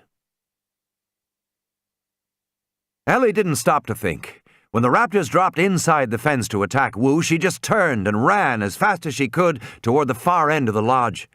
There was a space 15 feet wide between the fence and the lodge. She ran, not hearing the animals pursuing her, just hearing her own breath. She rounded the corner, saw a tree growing by the side of the building, and leapt, grabbing a branch, swinging up. She didn't feel panic. She felt a kind of exhilaration as she kicked and saw her legs rise up in front of her face, and she hooked her legs over a branch farther up, tightened her gut, and pulled up quickly. She was already 12 feet off the ground, and the raptors still weren't following her, and she was beginning to feel pretty good when she saw the first animal at the base of the tree. Its mouth was bloody, and bits of stringy flesh hung from its jaws. She continued to go up fast, hand over hand, just reaching and going, and she could almost see the top of the building. She looked down again. The two raptors were climbing the tree. Now she was at the level of the rooftop. She could see the gravel only 4 feet away, and the glass pyramids of the skylight sticking up in the mist. There was a door on the roof. She could get inside. In a single heaving effort, she flung herself through the air and landed sprawling on the gravel. She scraped her face, but somehow the only sensation was exhilaration, as if it were a kind of game she was playing, a game she intended to win. She ran for the door that led to the stairwell. Behind her, she could hear the raptors shaking the branches of the tree. They were still in the tree. She reached the door and twisted the knob. The door was locked. It took a moment for the meaning of that to cut through her euphoria. The door was locked. She was on the roof, and she couldn't get down. The door was locked. She pounded on the door in frustration, and then she ran for the far side of the roof, hoping to see a way down. But there was only the green outline of the swimming pool through the blowing mist. All around the pool was concrete decking. 10, 12 feet of concrete, too much for her to jump across. No other trees to climb down, no stairs, no fire escape. Nothing. Ellie turned back and saw the raptors jumping easily to the roof. She ran to the far end of the building, hoping there might be another door there, but there wasn't. The raptors came slowly toward her, stalking her, slipping silently among the glass pyramids. She looked down. The edge of the pool was 10 feet away, too far. The raptors were closer, starting to move apart, and illogically she thought, isn't this always the way? Some little mistake screws it all up. She still felt giddy, still felt exhilaration, and she somehow couldn't believe these animals were going to get her. She couldn't believe that now her life was going to end like this. It didn't seem possible. She was enveloped in a kind of protective cheerfulness. She just didn't believe it would happen. The raptors snarled. Ellie backed away, moving to the far end of the roof. She took a breath and then began to sprint toward the edge. As she raced toward the edge, she saw the swimming pool, and she knew it was too far away, but she thought, what the hell? And leapt into space, and fell. And with a stinging shock, she felt herself enveloped in coldness. She was underwater. She had done it. She came to the surface and looked up at the roof and saw the raptors looking down at her, and she knew that if she could do it, the raptors could do it too. She splashed in the water and thought, can raptors swim? But she was sure they could. They could probably swim like crocodiles. The raptors turned away from the edge of the roof, and then she heard Harding calling, Sattler! And she realized he had opened the roof door. The raptors were going toward him. Hurriedly, she climbed out of the pool and ran toward the lodge. Harding had gone up the steps to the roof 2 at a time, and he had flung open the door without thinking. Sattler! He shouted, and then he stopped. Mist blew among the pyramids on the roof. The raptors were not in sight. Sattler! He was so preoccupied with Sattler that it was a moment before he realized his mistake. He should be able to see the animals, he thought. In the next instant, the clawed forearm smashed around the side of the door, catching him in the chest with a tearing pain, and it took all of his effort to pull himself backward and close the door on the arm, and from downstairs he heard Muldoon shouting, She's here! She's already inside! From the other side of the door, the raptor snarled, and Harding slammed the door again, and the claws pulled back, and he closed the door with a metallic clang and sank, coughing, to the floor. Where are we going? Lex said. They were on the 2nd floor of the visitor center. A glass-walled corridor ran the length of the building. To the control room, Tim said. Where's that? Down here someplace. Tim looked at the names stenciled on the doors as he went past them. These seemed to be offices. Park warden, guest services, general manager, controller. They came to a glass partition marked with a sign, Closed Area, authorized personnel only beyond this point. There was a slot for a security card, but Tim just pushed the door open. How come it opened? The power is out, Tim said. Why are we going to the control room? She asked. To find a radio. We need to call somebody. Beyond the glass door, the hallway continued. Tim remembered this area. He had seen it earlier during the tour. Lex trotted along at his side. In the distance, he heard the snarling of raptors. The animals seemed to be approaching. Then Tim heard them slamming against the glass downstairs. They're out there, Lex whispered. Don't worry. What are they doing here? Lex said. Never mind now. Park supervisor, operations, main control. Here, Tim said. He pushed open the door. The main control room was as he had seen it before. In the center of the room was a console with 4 chairs and 4 computer monitors. The room was entirely dark, except for the monitors, which all showed a series of colored rectangles. So where's a radio? Lex said. But Tim had forgotten all about a radio. He moved forward, staring at the computer screens. The screens were on. That could only mean the power must be back on. Ick, Lex said, shifting her body. What? I was standing on somebody's ear. she said. Tim hadn't seen a body when they came in. He looked back and saw there was just an ear lying on the floor. That is really disgusting, Lex said. Never mind. He turned to the monitors. Where's the rest of him? She said. Never mind that now. He peered closely at the monitor. There were rows of colored labels on the screen under the heading Jurassic Park System Startup. You better not fool around with that, Timmy, she said. Don't worry, I won't. He had seen complicated computers before, like the ones that were installed in the buildings his father worked on. Those computers controlled everything from the elevators and security to the heating and cooling systems. They looked basically like this, a lot of colored labels, but they were usually simpler to understand, and almost always there was a help label if you needed to learn about the system, but he saw no help label here. He looked again to be sure, but then he saw something else. Numerals clicking in the upper left corner of the screen. They read 10, 47, 22. Then Tim realized it was the time. There were only 13 minutes left for the boat, but he was more worried about the people in the lodge. There was a static crackle. He turned and saw Lex holding a radio. She was twisting the knobs and dials. How does it work? She said. I can't make it work. Give me that. It's mine. I found it. Give it to me, Lex. I get to use it first. Lex! Suddenly the radio crackled. What the hell is going on? Said Muldoon's voice. Surprised, Lex dropped the radio on the floor. Grant ducked back, crouching among the palm trees. Through the mist ahead, he could see the raptors hopping and snarling and butting their heads against the glass of the visitor center. But between snarls, they would fall silent and cock their heads as if listening to something distant. And then they would make little whimpering sounds. What are they doing? Gennaro said. Looks like they're trying to get into the cafeteria, Grant said. What's in the cafeteria? I left the kids there, Grant said. Can they break through that glass? I don't think so, no. Grant watched, and now he heard the crackle of a distant radio. And the raptors began hopping in a more agitated way. One after another, they began jumping higher and higher, until finally he saw the first of them leap lightly onto the second-floor balcony, and from there move inside the second floor of the visitor center. In the control room on the second floor, Tim snatched up the radio which Lex had dropped. He pressed the button. Hello? Hello? Is that you, Tim? It was Muldoon's voice. It's me, yes. Where are you? In the control room. The power is on. That's great, Tim, Muldoon said. If someone will tell me how to turn the computer on, I'll do it. There was a silence. Hello? Tim said. Did you hear me? We have a problem about that, Muldoon said. Nobody, who is here knows how to do that.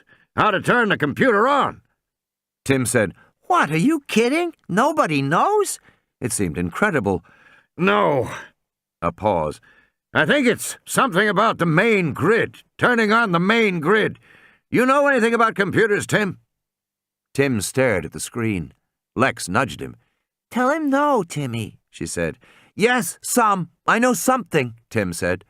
Might as well try, Muldoon said. Nobody here knows what to do, and Grant doesn't know about computers. Okay, Tim said, I'll try. He clicked off the radio and stared at the screen, studying it. Timmy, Lex said. You don't know what to do. Yes, I do. If you know, then do it, Lex said. Just a minute. As a way to get started, he pulled the chair close to the keyboard and pressed the cursor keys. Those were the keys that moved the cursor around on the screen. But nothing happened. Then he pushed other keys. The screen remained unchanged. Well, she said.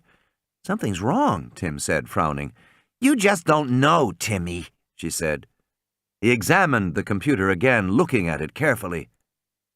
The keyboard had a row of function keys at the top, just like a regular PC keyboard, and the monitor was big and in color, but the monitor housing was sort of unusual. Tim looked at the edges of the screen and saw lots of faint pinpoints of red light. Red light all around the borders of the screen. What could that be? He moved his finger toward the light and saw the soft red glow on his skin. He touched the screen where it said Access TNL and heard a beep. A message box flashed up saying, "You already have access. Make your selection from the main screen." A moment later, the message box disappeared, and the original screen flashed back up. What happened? Lex said. What did you do? You touched something. Of course, he thought. He had touched the screen. It was a touch screen. The red lights around the edges must be infrared sensors. Tim had never seen such a screen, but he'd read about them in magazines. He touched Reset Revert. Instantly, the screen changed. He got a new message. "The computer is now reset. Make your selection from the main screen." Over the radio, they heard the sound of raptors snarling. I want to see, Lex said. You should try View. No, Lex. Well, I want View, she said, and before he could grab her hand, she had pressed View. The screen changed. Now the heading at the top said Subroutines View, Video Interface Environmental Watch. Other labeled boxes arrayed underneath designated video monitors at various locations in the park. Uh-oh, she said. Lex, will you cut it out? Look, she said, it worked. Ha! Around the room, the monitors showed quickly changing views of different parts of the park. Most of the images were misty gray because of the exterior fog, but one showed the outside of the lodge with a raptor on the roof, and then another switched to an image in bright sunlight showing the bow of a ship. Bright sunlight. What was that? Tim said, leaning forward. What? That picture. But the image had already changed, and now they were seeing the inside of the lodge, one room after another, and then he saw Malcolm lying in a bed. Stop it, Lex said. I see them. Tim touched the screen in several places and got submenus, then more submenus. Wait, Lex said, you're confusing it. Will you shut up? You don't know anything about computers. Now he had a list of monitors on the screen. One of them was marked Safari Lodge, LV2-4. Another was Remote Shipboard, VND. He pressed the screen several times. Video images came up on monitors around the room. One showed the bow of the supply ship and the ocean ahead. In the distance, Tim saw land, buildings along a shore and a harbor. He recognized the harbor because he had flown over it in a helicopter the day before. It was Punta Arenas. The ship seemed to be just minutes from landing. But his attention was drawn by the next screen, which showed the roof of the Safari Lodge in gray mist. The raptors were mostly hidden behind the pyramids, but their heads bobbed up and down, coming into view. And then on the third monitor, he could see inside a room. Malcolm was lying in a bed, and Ellie stood next to him. They were both looking upward. As they watched, Muldoon walked into the room and joined them, looking up with an expression of concern. They see us, Lex said. I don't think so. The radio crackled. On the screen, Muldoon lifted the radio to his lips. Hello, Tim? I'm here, Tim said. We haven't got a whole lot of time, Muldoon said dully. Better get that power grid on. And then Tim heard the raptors snarl and saw one of the long heads duck down through the glass, briefly entering the picture from the top, snapping its jaws. Hurry, Timmy, Lex said. Get the power on! The grid. Tim suddenly found himself lost in a tangled series of monitor control screens as he tried to get back to the main screen. Most systems had a single button or a single command to return to the previous screen or to the main menu, but this system did not, or at least he didn't know it. Also, he was certain that help commands had been built into the system, but he couldn't find them either. And Lex was jumping up and down and shouting in his ear, making him nervous. Finally, he got the main screen back. He wasn't sure what he had done, but it was back. He paused, looking for a command. Do something, Timmy! Will you shut up? I'm trying to get help. He pushed Template, Main. The screen filled with a complicated diagram with interconnecting boxes and arrows. No good, no good. He pushed Common Interface. The screen shifted. Now the heading at the top said Common Interface with tiers of different labeled boxes underneath. What's that? Lex said. Why aren't you turning on the power, Timmy? He ignored her. Maybe help on this system was called Info. He pushed Info, and a message box appeared.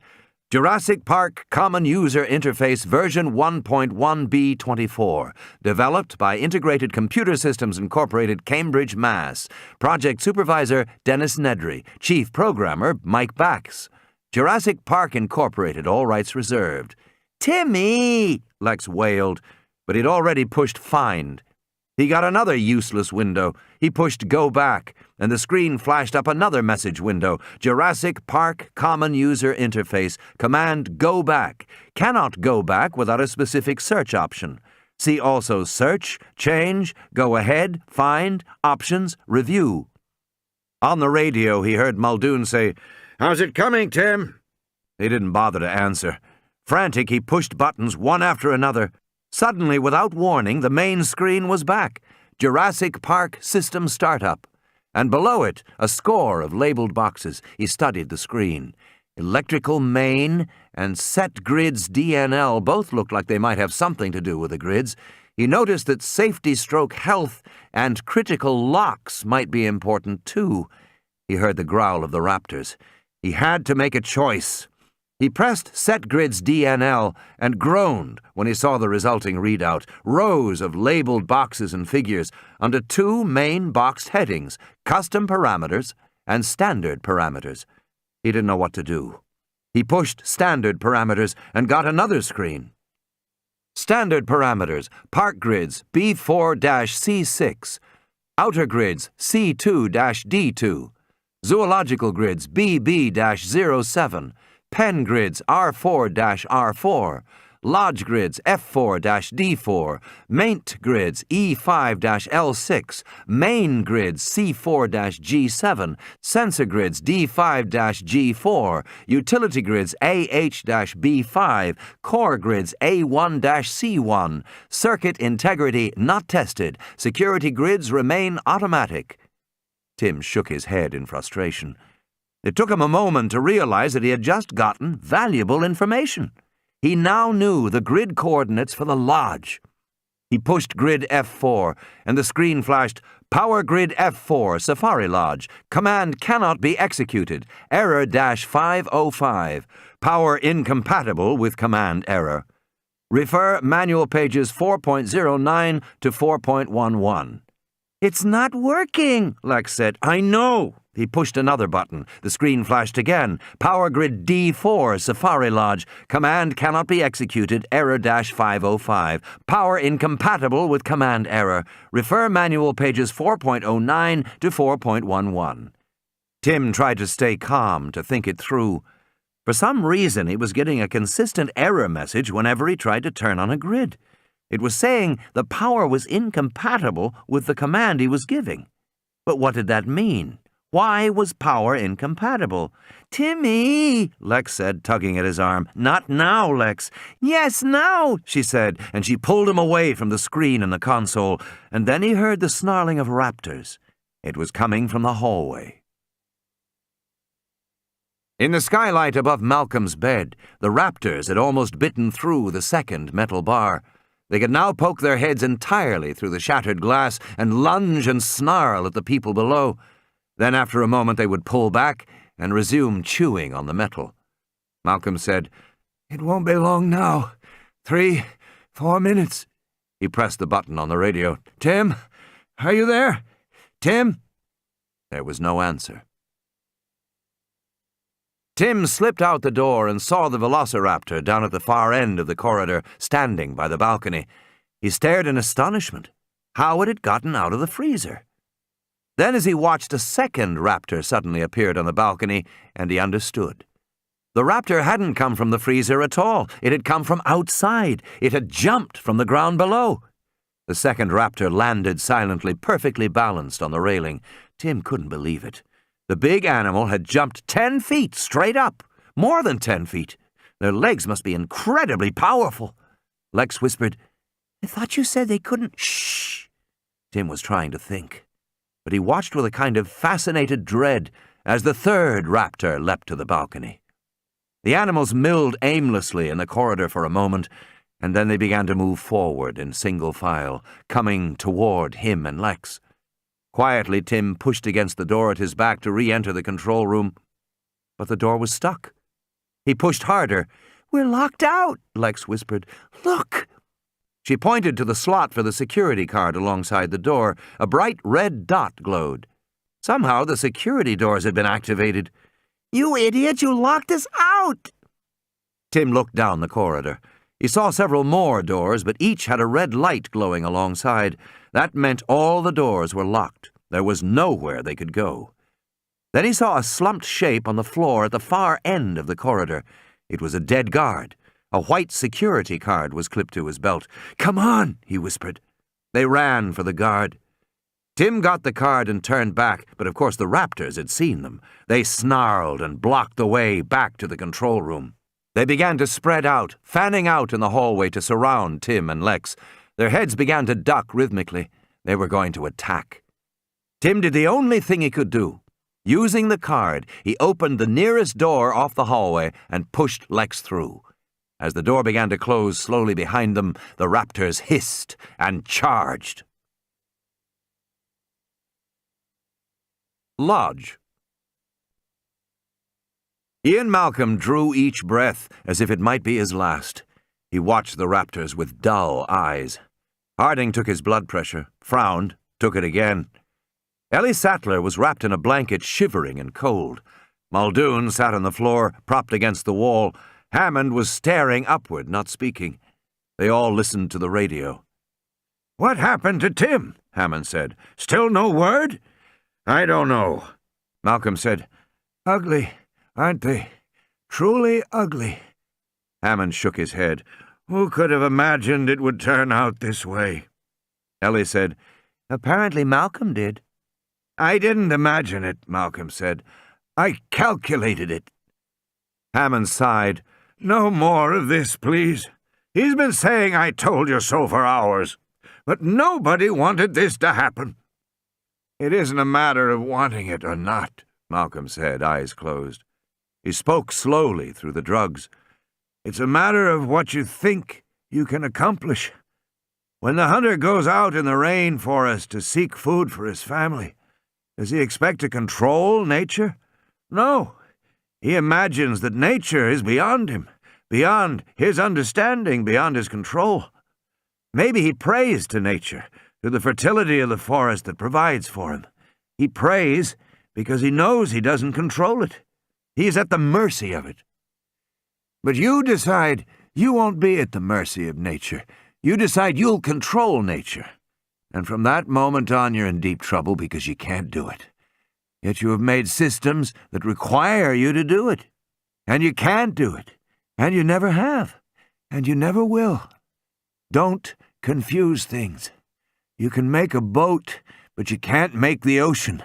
You can make an airplane, but you can't make the air. Your powers are much less than your dreams of reason would have you believe." "He's lost me," Hammond said with a sigh. "Where did Tim go? He seemed such a responsible boy." "I'm sure he's trying to get control of the situation," Malcolm said, "like everybody else. And Grant, too. What happened to Grant?" Grant reached the rear door to the visitor center, the same door he had left 20 minutes before. He tugged on the handle. It was locked. Then he saw the little red light. The security doors were reactivated. Damn! He ran around to the front of the building and went through the shattered front doors into the main lobby, stopping by the guard desk where he had been earlier. He could hear the dry hiss of his radio. He went to the kitchen, looking for the kids, but the kitchen door was open, the kids gone. He went upstairs, but came to the glass panel marked closed area, and the door was locked. He needed a security card to go farther. Grant couldn't get in. From somewhere inside the hallway, he heard the raptors snarling. The leathery reptile skin touched Tim's face. The claws tore his shirt, and Tim fell onto his back, shrieking in fright. "Timmy!" Lex yelled. Tim scrambled to his feet again. The baby velociraptor perched on his shoulder, chirping and squeaking in panic. Tim and Lex were in the white nursery. There were toys on the floor, a rolling yellow ball, a doll, a plastic rattle. "It's the baby raptor," Lex said, pointing to the animal gripping Tim's shoulder. The little raptor burrowed its head into Tim's neck. The poor thing was probably starving, Tim thought. Lex came closer, and the baby hopped onto her shoulder. It rubbed against her neck. Why is it doing that? She said. Is it scared? I don't know, Tim said. She passed the raptor back to Tim. The baby was chirping and squeaking and hopping up and down on his shoulder excitedly. It kept looking around, head moving quickly. No doubt about it, the little thing was worked up and— Tim, Lex whispered. The door to the hallway hadn't closed behind them after they had entered the nursery. Now the big velociraptors were coming through, first one, then a second one. Clearly agitated, the baby chirped and bounced on Tim's shoulder. Tim knew he had to get away. Maybe the baby would distract them. After all, it was a baby raptor. He plucked the little animal from his shoulder and threw it across the room. The baby scurried between the legs of the adults. The first raptor lowered its snout, sniffed at the baby delicately. Tim took Lex's hand and pulled her deeper into the nursery. He had to find a door, a way to get out. There was a high, piercing shriek. Tim looked back to see the baby in the jaws of the adult. A second velociraptor came forward and tore at the limbs of the infant, trying to pull it from the mouth of the first. The two raptors fought over the baby as it squealed. Blood splattered in large drops onto the floor. They ate him, Lex said. The raptors fought over the remains of the baby, rearing back and butting heads. Tim found a door. It was unlocked, and went through, pulling Lex after him. They were in another room, and from the deep green glow, he realized it was a deserted DNA extraction laboratory, the rows of stereo microscopes abandoned, the high-resolution screens showing frozen, giant black and white images of insects. The flies and gnats that had bitten dinosaurs millions of years ago, sucking the blood that now had been used to recreate dinosaurs in the park. They ran through the laboratory, and Tim could hear the snorts and snarls of the raptors pursuing them, coming closer. And then he went to the back of the lab and through a door that must have had an alarm, because in the narrow corridor an intermittent siren sounded shrilly, and the lights overhead flashed on and off. Running down the corridor, Tim was plunged into darkness, then light again, then darkness. Over the sound of the alarm, he heard the raptors snort as they pursued him. Lex was whimpering and moaning. Tim saw another door ahead with a blue biohazard sign, and he slammed into the door and moved beyond it, and suddenly he collided with something big, and Lex shrieked in terror. "Take it easy, kids," a voice said. Tim blinked in disbelief. Standing above him was Dr. Grant, and next to him was Mr. Gennaro. Outside in the hallway, it had taken Grant nearly 2 minutes to realize that the dead guard down in the lobby probably had a security card. He'd gone back and gotten it and entered the upper corridor, moving quickly down the hallway. He had followed the sound of the raptors and found them fighting in the nursery. He was sure the kids would have gone to the next room and had immediately run to the extractions lab, and there he'd met the kids. Now the raptors were coming toward them. The animals seemed momentarily hesitant, surprised by the appearance of more people. Grant pushed the kids into Gennaro's arms and said, "Take them back someplace safe, but through there," Grant said, pointing over his shoulder to a far door. "Take them to the control room if you can. You should all be safe there." "What are you going to do?" Gennaro said. The raptors stood near the door. Grant noticed that they waited until all the animals were together, and then they moved forward as a group, pack hunters. He shivered. "I have a plan," Grant said. "Now go on." Gennaro led the kids away. The raptors continued slowly toward Grant, moving past the supercomputers, past the screens that still blinked endless sequences of computer-deciphered code. The raptors came forward without hesitation, sniffing the floor, repeatedly ducking their heads. Grant heard the door click behind him and glanced over his shoulder. Everybody was standing on the other side of the glass door watching him. Gennaro shook his head. Grant knew what it meant. There was no door to the control room beyond. Gennaro and the kids were trapped in there. It was up to him now. Grant moved slowly, edging around the laboratory, leading the raptors away from Gennaro and the kids. He could see another door nearer the front, which was marked to laboratory. Whatever that meant. He had an idea, and he hoped he was right. The door had a blue biohazard sign. The raptors were coming closer. Grant turned and slammed into the door and moved beyond it into a deep, warm silence. He turned. Yes! He was where he wanted to be, in the hatchery, beneath infrared lights, long tables with rows of eggs, and a low, clinging mist. The rockers on the tables clicked and whirred in a steady motion. The mist poured over the sides of the tables and drifted to the floor, where it disappeared, evaporated. Grant ran directly to the rear of the hatchery, into a glass-walled laboratory with ultraviolet light. His clothing glowed blue. He looked around at the glass reagents, beakers full of pipettes, glass dishes, all delicate laboratory equipment. The raptors entered the room, cautiously at first, sniffing the humid air, looking at the long, rocking tables of eggs. The lead animal wiped its bloody jaws with the back of its forearm. Silently, the raptors passed between the long tables. The animals moved through the room in a coordinated way, ducking from time to peer beneath the tables. They were looking for him. Grant crouched and moved to the back of the laboratory, looked up, and saw the metal hood marked with a skull and crossbones. A sign said, "Caution, biogenic toxins, A4 precautions required." Grant remembered that Regis had said they were powerful poisons. Only a few molecules would kill instantaneously. The hood lay flush against the surface of the lab table. Grant could not slip his hand under it. He tried to open it, but there was no door, no handle, no way that he could see. Grant rose slowly and glanced back at the main room. The raptors were still moving among the tables. He turned to the hood. He saw an odd metal fixture sunk into the surface of the table. It looked like an outdoor electrical outlet with a round cover. He flipped up the cover, saw a button, pressed it. With a soft hiss, the hood slid upward to the ceiling. He saw glass shelves above him and rows of bottles marked with a skull and crossbones. He peered at the labels: CCK-55, tetra-alpha-secretin, thym11X-1612. The fluids glowed pale green in the ultraviolet light. Nearby he saw a glass dish with syringes in it. The syringes were small, each containing a tiny amount of green glowing fluid. Crouched in the blue darkness, Grant reached for the dish of syringes. The needles on the syringes were capped in plastic. He removed one cap, pulling it off with his teeth. He looked at the thin needle. He moved forward, toward the raptors.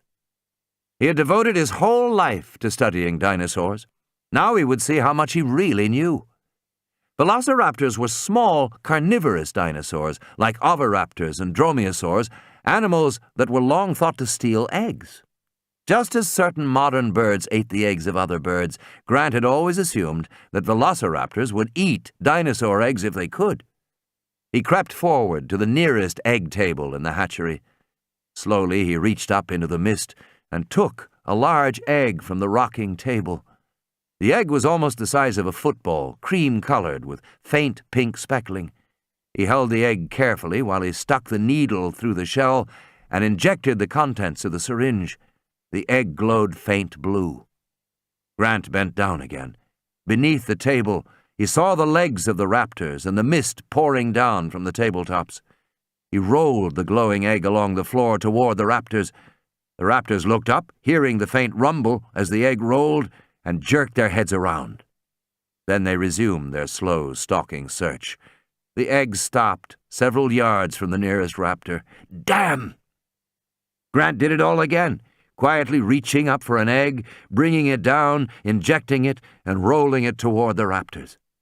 This time the egg came to rest by the foot of one velociraptor. It rocked gently, clicking against the big toe claw. The raptor looked down in surprise at this new gift. It bent over and sniffed the glowing egg. It rolled the egg with its snout along the floor for a moment, and ignored it.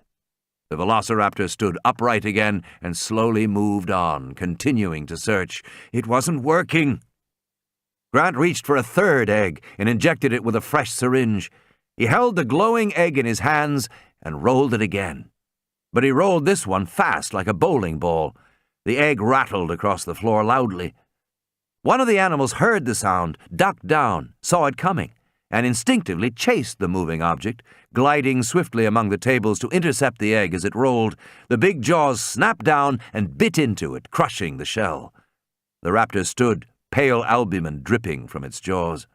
It licked its lips noisily and snorted. It bit again and lapped the egg from the floor. but it didn't seem to be in the least distressed. It bent over to eat again from the broken egg. Grant looked down to see what would happen. From across the room, the raptor saw him. It was looking right at him. The velociraptor snarled menacingly. It moved toward Grant, crossing the room in long, incredibly swift strides.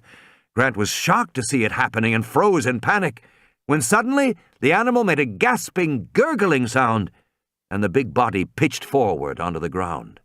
The heavy tail thumped the floor in spasms.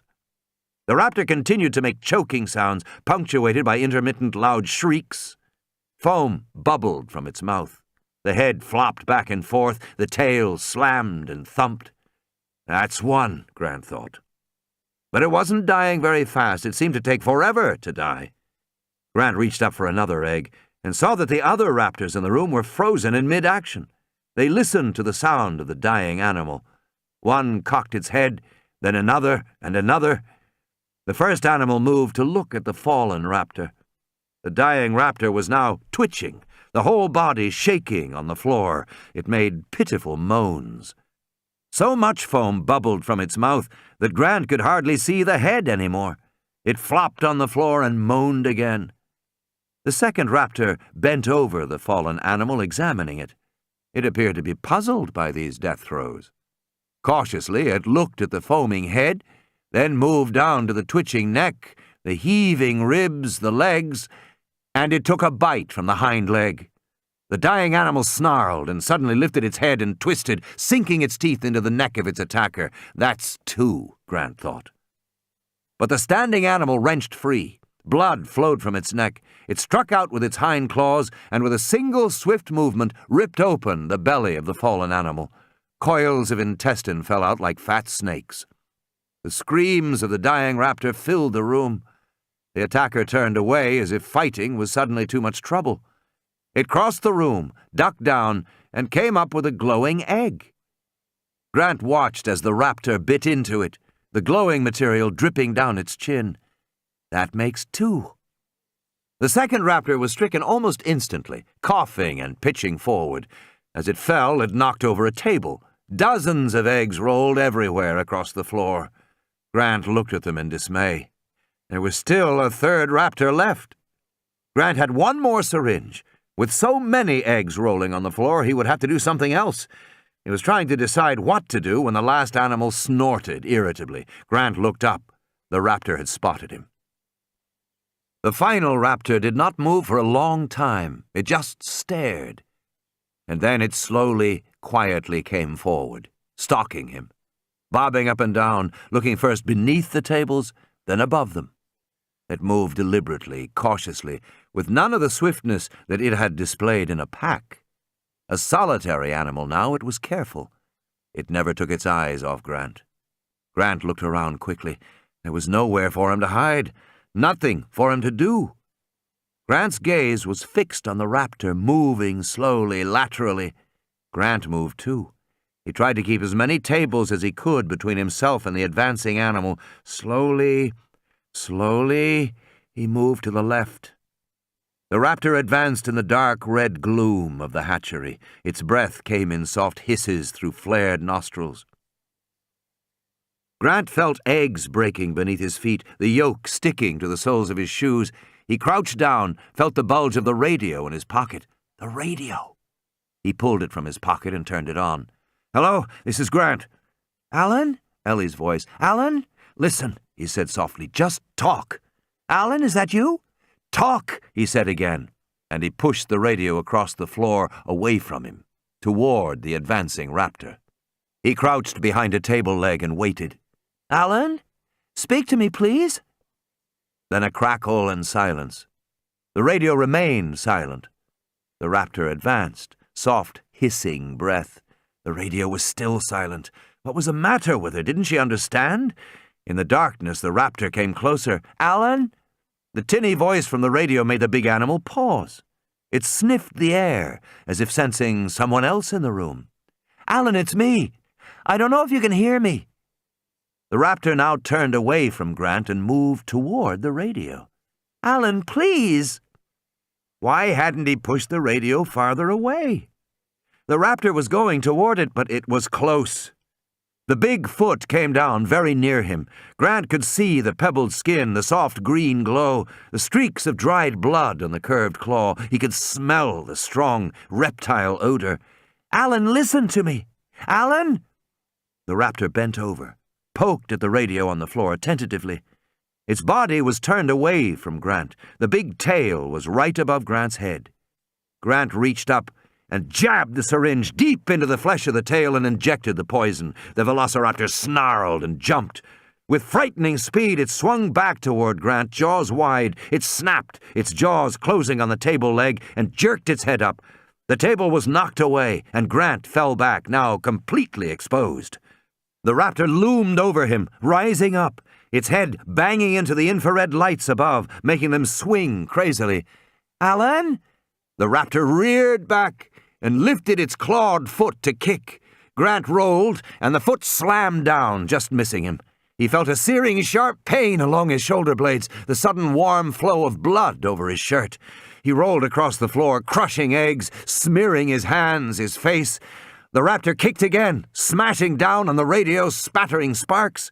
It snarled in rage and kicked a third time, and Grant came to the wall, nowhere else to go, and the animal raised its foot a final time and toppled backward. The animal was wheezing. Foam came from its mouth. Gennaro and the kids came into the room. Grant signaled them to stay back. The girl looked at the dying animal and said softly, "Wow." Gennaro helped Grant to his feet. They all turned and ran for the control room. Control. Tim was astonished to find the screen in the control room was now flashing on and off. Lex said, "What happened?" Some of the labels were flashing: security main, monitor main, command main, electrical main, master main, zoological main, set grids DNL, access TNL, critical locks, status main, control pass-through, telecom RSD, safety/health. Tim saw Dr. Grant staring at the screen and gingerly moving his hand toward the keyboard. "I don't know about computers," Grant said, shaking his head. But Tim was already sliding into the seat. He touched the screen rapidly. On the video monitors, he could see the boat moving closer to Punta Arenas. It was now only about 200 yards from the dock. On the other monitor, he saw the lodge with the raptors hanging down from the ceiling. On the radio, he heard their snarls. "Do something, Timmy," Lex said. He pushed Set Grids DNL, even though it was flashing. The screen answered, "Warning, command execution aborted, auxiliary power low." "What does that mean?" Tim said. Gennaro snapped his fingers. "That happened before. It means auxiliary power is low. You have to turn on main power." "I do?" He pushed electrical main. Another screen came up, headed electrical main control modules, with rows of numbered labels underneath. Tim groaned. "What are you doing now?" Grant said. The whole screen was starting to flash. Tim pushed main. Nothing happened. The screen continued to flash. Tim pushed main grid P. He felt sick to his stomach with fear. Main power grid not active, auxiliary power only. The screen was still flashing. He pushed main set 1. Main power activated. All the lights in the room came on. All the monitor screens stopped flashing. "Hey! All right!" Tim pressed reset grids. Nothing happened for a moment. He glanced at the video monitors, then back at the main screen. "Which grid do you want to reset? Park? Maint? Security? Lodge? Other?" Grant said something that Tim didn't hear. He only heard the tension in his voice. He was looking at Tim, worried. Tim felt his heart thumping in his chest. Lex was yelling at him. He didn't want to look at the video monitor anymore. He could hear the sound of the bars bending in the lodge and the raptors snarling. He heard Malcolm say, "Dear God." He pushed lodge. Specify grid number to reset. For a frozen, interminable moment, he couldn't remember the number. But then he remembered F4, and he pressed that. Activating lodge grid F4 now. On the video monitor, he saw an explosion of sparks sputtering down from the ceiling of the hotel room. The monitor flared white. Lex shouted, "What did you do?" But almost immediately the image came back and they could see that the raptors were caught between the bars, writhing and screaming in a hot cascade of sparks, while Muldoon and the others cheered, their voices tinny over the radio. "That's it," Grant said, slapping Timmy on the back. "That's it! You did it!" They were all standing and jumping up and down when Lex said, "What about the ship?" "The what?" "The ship," she said, and pointed to the screen. On the monitor, the buildings beyond the bow of the ship were much larger and moving to the right as the ship turned left and prepared to dock. He saw crewmen heading out to the bow, preparing to tie up. Tim scrambled back to his seat and stared at the startup screen. He studied the screen. Telecom VBB and Telecom RSD both looked like they might have something to do with telephones. He pressed Telecom RSD. "You have 23 waiting calls and/or messages. Do you wish to receive them now?" He pushed no. "Maybe the ship was one of the waiting calls," Lex said. "Maybe that way you could get the phone number." He ignored her. "Enter the number you wish to call or press F7 for directory." He pushed F7 and suddenly names and numbers spilled over the screen, an enormous directory. It wasn't alphabetical, and it took a while to scan it visually before he found what he was looking for. VSL Ann B, parenthesis Freddy, end parenthesis, 708-3902. Now all he had to do was figure out how to dial. He pushed a row of buttons at the bottom of the screen. Dial now or dial later. He pushed dial now. "We're sorry, your call cannot be completed as dialed. Error -598. Please try again." He tried it again. He heard a dial tone, then the tone of the numbers being automatically dialed in rapid succession. "Is that it?" Grant said. "Pretty good, Timmy," Lex said, "but they're almost there." On the screen they could see the prow of the ship closing on the Punta Arenas dock. They heard a high-pitched squeal, and then a voice said, "Hello, John, this is Freddy. Do you read me, over?" Tim picked up a phone on the console, but heard only a dial tone. "Hello, John, this is Freddy. Over?"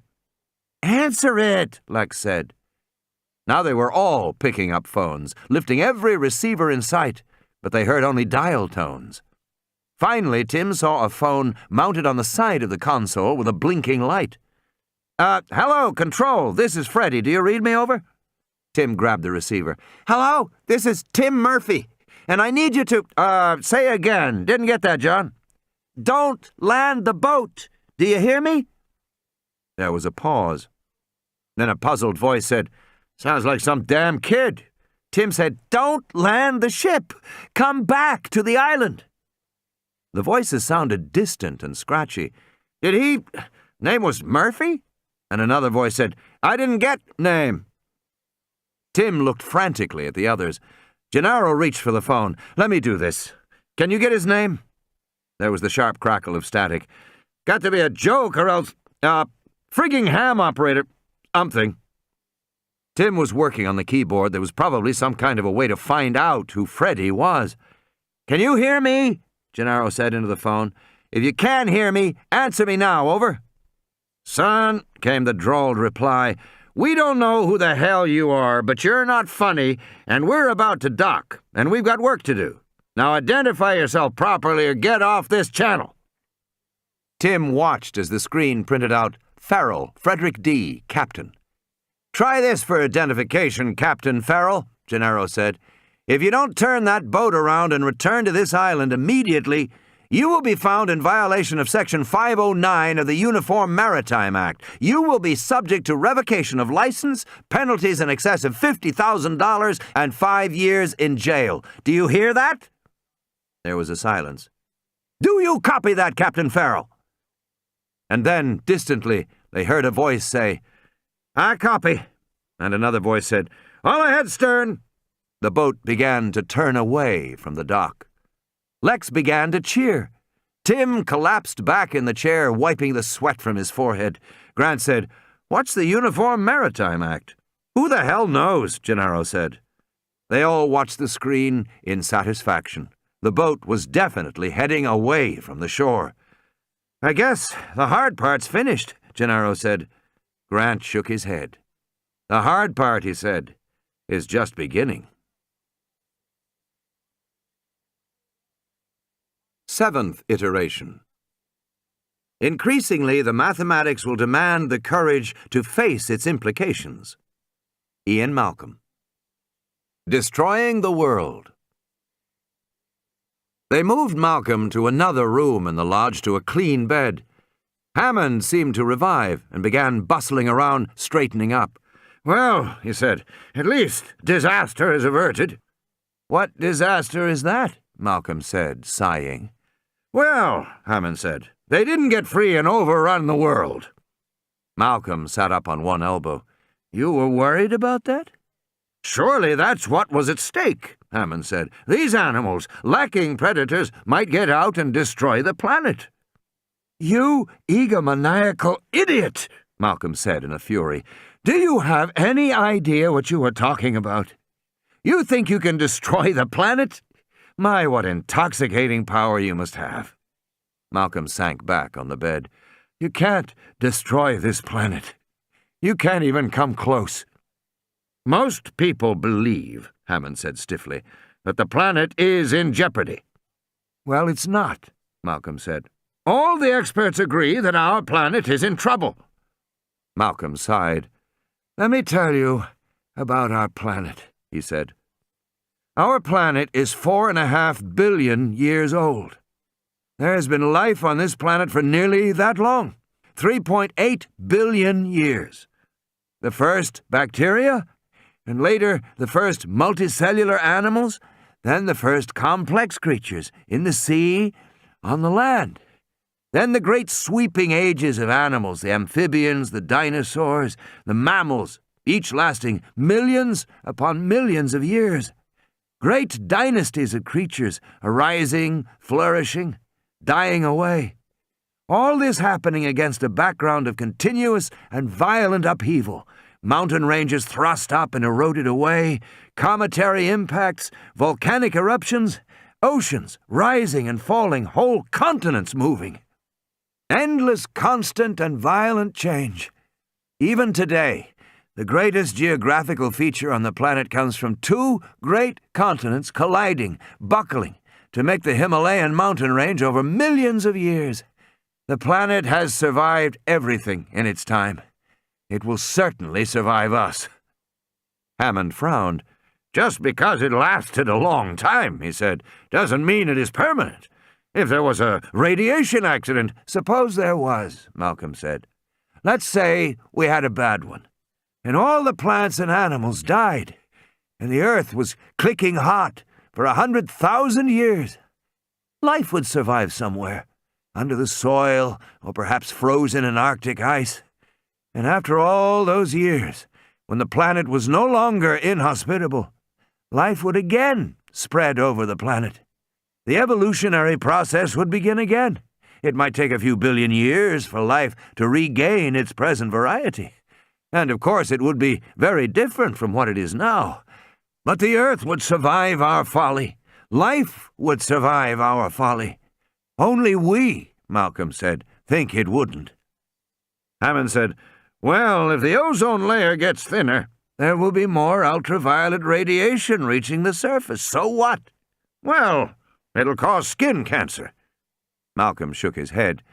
Ultraviolet radiation is good for life. It's powerful energy. It promotes mutation, change. Many forms of life will thrive with more UV radiation. "And many others will die out," Hammond said. Malcolm sighed. You think this is the first time such a thing has happened? Don't you know about oxygen? "I know it's necessary for life." It is now, Malcolm said, but oxygen is actually a metabolic poison. It's a corrosive gas like fluorine, which is used to etch glass. And when oxygen was first produced as a waste product by certain plant cells, say around 3 billion years ago, it created a crisis for all other life on our planet. Those plant cells were polluting the environment with a deadly poison. They were exhaling a lethal gas and building up its concentration. A planet like Venus has less than 1% oxygen. On Earth, the concentration of oxygen was going up rapidly, 5, 10, eventually 21%. Earth had an atmosphere of pure poison, incompatible with life. Hammond looked irritated. So what is your point? That modern pollutants will be incorporated too? No, Malcolm said. My point is that life on Earth can take care of itself. In the thinking of a human being, 100 years is a long time. 100 years ago, we didn't have cars and airplanes and computers and vaccines. It was a whole different world. But to the Earth, 100 years is nothing. 1,000,000 years is nothing. This planet lives and breathes on a much vaster scale. We can't imagine its slow and powerful rhythms, and we haven't got the humility to try. We have been residents here for the blink of an eye. If we are gone tomorrow, the Earth will not miss us. And we very well might be gone, Hammond said, huffing. Yes, Malcolm said, we might. So what are you saying, we shouldn't care about the environment? No, of course not. Then what? Malcolm coughed and stared into the distance. Let's be clear. The planet is not in jeopardy. We are in jeopardy. We haven't got the power to destroy the planet or to save it. But we might have the power to save ourselves. End of Side 11. Side 12. Under control. 4 hours had passed. It was afternoon, the sun was falling. The air conditioning was back on in the control room, and the computer was functioning properly. As near as they could determine, out of 24 people on the island, 8 were dead, and 6 more were missing. The visitor center and the safari lodge were both secure, and the northern perimeter seemed to be clear of dinosaurs. They had called authorities in San Jose for help. The Costa Rican National Guard was on its way, as well as an air ambulance to carry Malcolm to a hospital. But over the telephone, the Costa Rican Guard had been distinctly cautious. Undoubtedly, calls would go back and forth between San Jose and Washington before help was finally sent to the island. And now it was growing late in the day. If the helicopters did not arrive soon, they would have to wait until morning. In the meantime, there was nothing to do but wait. The ship was returning. The crew had discovered 3 young raptors scampering about in one of the aft holds and had killed the animals. On Isla Nublar, the immediate danger appeared to have passed. Everyone was in either the visitor center or the lodge. Tim had gotten quite good with a computer, and he flashed up a new screen. Total animals, 292. Tyrannosaurs expected, 2. Found, 1, version 4.1. Myosaurs expected, 22. Found, 20, version unknown. Stegosaurs expected, 4. Found, 1, version 3.9. Triceratops expected, 8. Found, 6, version 3.1. Procompsognathids expected, 65. Found, 64, version unknown. Othnielia expected, 23. Found, 15, version 3.1. Velociraptors expected, 37. Found, 27, version unknown. Apatosaurs expected, 17. Found, 12, version 3.1. Hadrosaurs expected, 11. Found, 5, version 3.1. Dilophosaurs expected, 7. Found, 4, version 4.3. Pterosaurs expected, 6. Found, 5, version 4.3. Hypsilophodontids expected, 34. Found, 14, version unknown. Euplocephalids expected, 16. Found, 9, version 4.0. Styracosaurs expected, 18. Found, 7, version 3.9. Microceratops expected, 22. Found, 13, version 4.1. Total expected, 292. Total found, 203. What the hell is it doing now? Gennaro said. Now it says there are fewer animals. Grant nodded. Probably. Ellie said, Jurassic Park is finally coming under control. Meaning what? Equilibrium. Grant pointed to the monitors. On one of them, the Hypsilophodonts leapt into the air as a pack of velociraptors entered the field from the west. The fences have been down for hours, Grant said. The animals are mingling with each other, populations reaching equilibrium, a true Jurassic equilibrium. I don't think it was supposed to happen, Gennaro said. The animals were never supposed to mix. Well, they are. On another monitor, Grant saw a pack of raptors racing at full speed across an open field toward a 4-ton hadrosaur.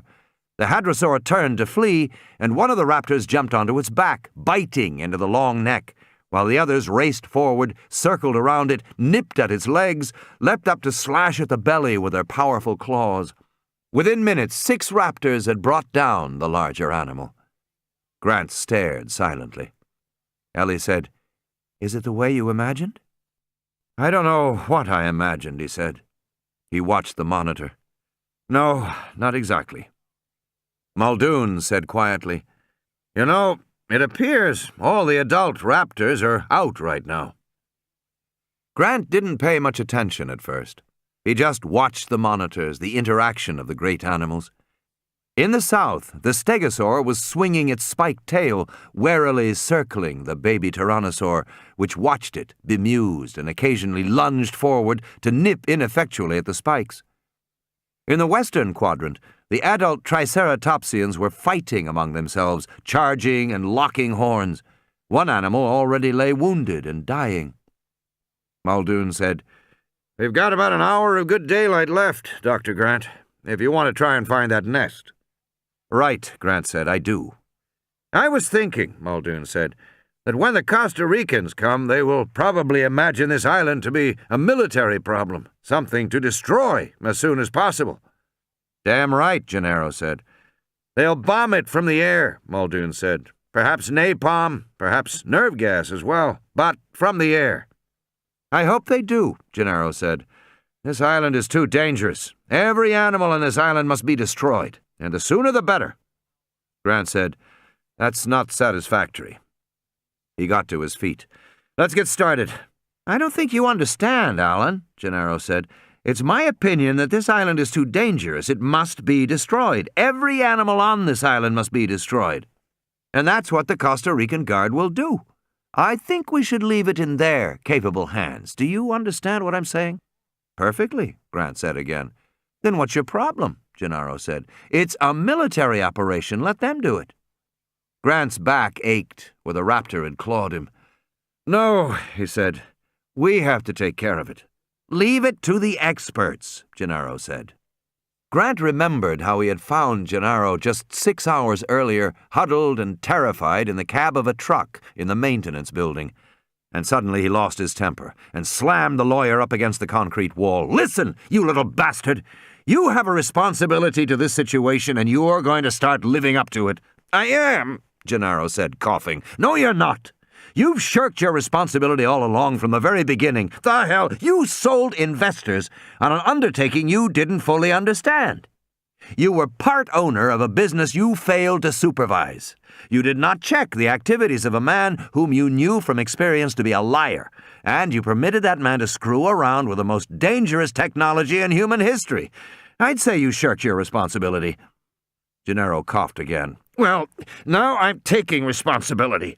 "No," Grant said, "you're still shirking it. And you can't do that anymore." He released Gennaro, who bent over, gasping for breath. Grant turned to Muldoon. "What have we got for weapons?" Muldoon said, "We've got some control nets and shock prods." "How good are these shock prods?" Grant said. "They're like bang sticks for sharks. They have an explosive capacitor tip, delivers a shock on contact, high voltage, low amps. Not fatal, but it's definitely incapacitating." "That's not going to do it," Grant said. "Not in the nest." "What nest?" Gennaro said, coughing. "The raptor nest," Ellie said. "The raptor nest?" Grant was saying, "Have you got any radio collars?" "I'm sure we do," Muldoon said. "Get one. And is there anything else that can be used for defense?" Muldoon shook his head. "Well, get whatever you can." Muldoon went away. Grant turned to Gennaro. "Your island is a mess, Mr. Gennaro. Your experiment is a mess. It has to be cleaned up. But you can't do that until you know the extent of the mess, and that means finding the nests on the island. especially the raptor nests. They'll be hidden. We have to find them and inspect them and count the eggs. We have to account for every animal born on this island. Then we can burn it down. But first, we have a little work to do. Ellie was looking at the wall map, which now showed the animal ranges. Tim was working the keyboard. She pointed to the map. The raptors are localized in the southern area, down where the volcanic steam fields are. Maybe they like the warmth. Is there any place to hide down there? Turns out there is, she said. There's massive concrete waterworks to control flooding in the southern flatlands. Big underground area, water and shade. Grant nodded. Then that's where they'll be. Ellie said, I think there's an entrance from the beach, too. She turned to the consoles and said, Tim, show us the cutaways on the waterworks. Tim wasn't listening. Tim? He was hunched over the keyboard. Just a minute, he said. I found something. What is it? It's an unmarked storage room. I don't know what's there. Then it might have weapons, Grant said. They were all behind the maintenance building, unlocking a steel storm door, lifting it up into the sunlight to reveal concrete steps going down into the earth. Damned Arnold, Muldoon said as he hobbled down the steps. He must have known this was here all along. Maybe not, Grant said. He didn't try to go here. Well, then, Hammond knew. Somebody knew. Where is Hammond now? Still in the lodge. They reached the bottom of the stairs and came upon rows of gas masks hanging on the wall in plastic containers. They shone their flashlights deeper into the room and saw several heavy glass cubes, 2 feet high with steel caps. Grant could see small, dark spheres inside the cubes. It was like being in a room full of giant pepper mills, he thought. Muldoon opened the cap of one, reached in and withdrew a sphere. He turned it in the light, frowning. I'll be damned. What is it? Grant said. Moro 12, Muldoon said. It's an inhalation nerve gas. These are grenades. Lots and lots of grenades. Let's get started, Grant said grimly. It likes me, Lex said, smiling. They were standing in the garage of the visitor center by the little raptor that Grant had captured in the tunnel. She was petting the raptor through the cage bars. The animal rubbed up against her hand. I'd be careful there, Muldoon said. They can give a nasty bite. He likes me, Lex said. His name is Clarence. Clarence? Yes, Lex said. Muldoon was holding the leather collar with a small metal box attached to it.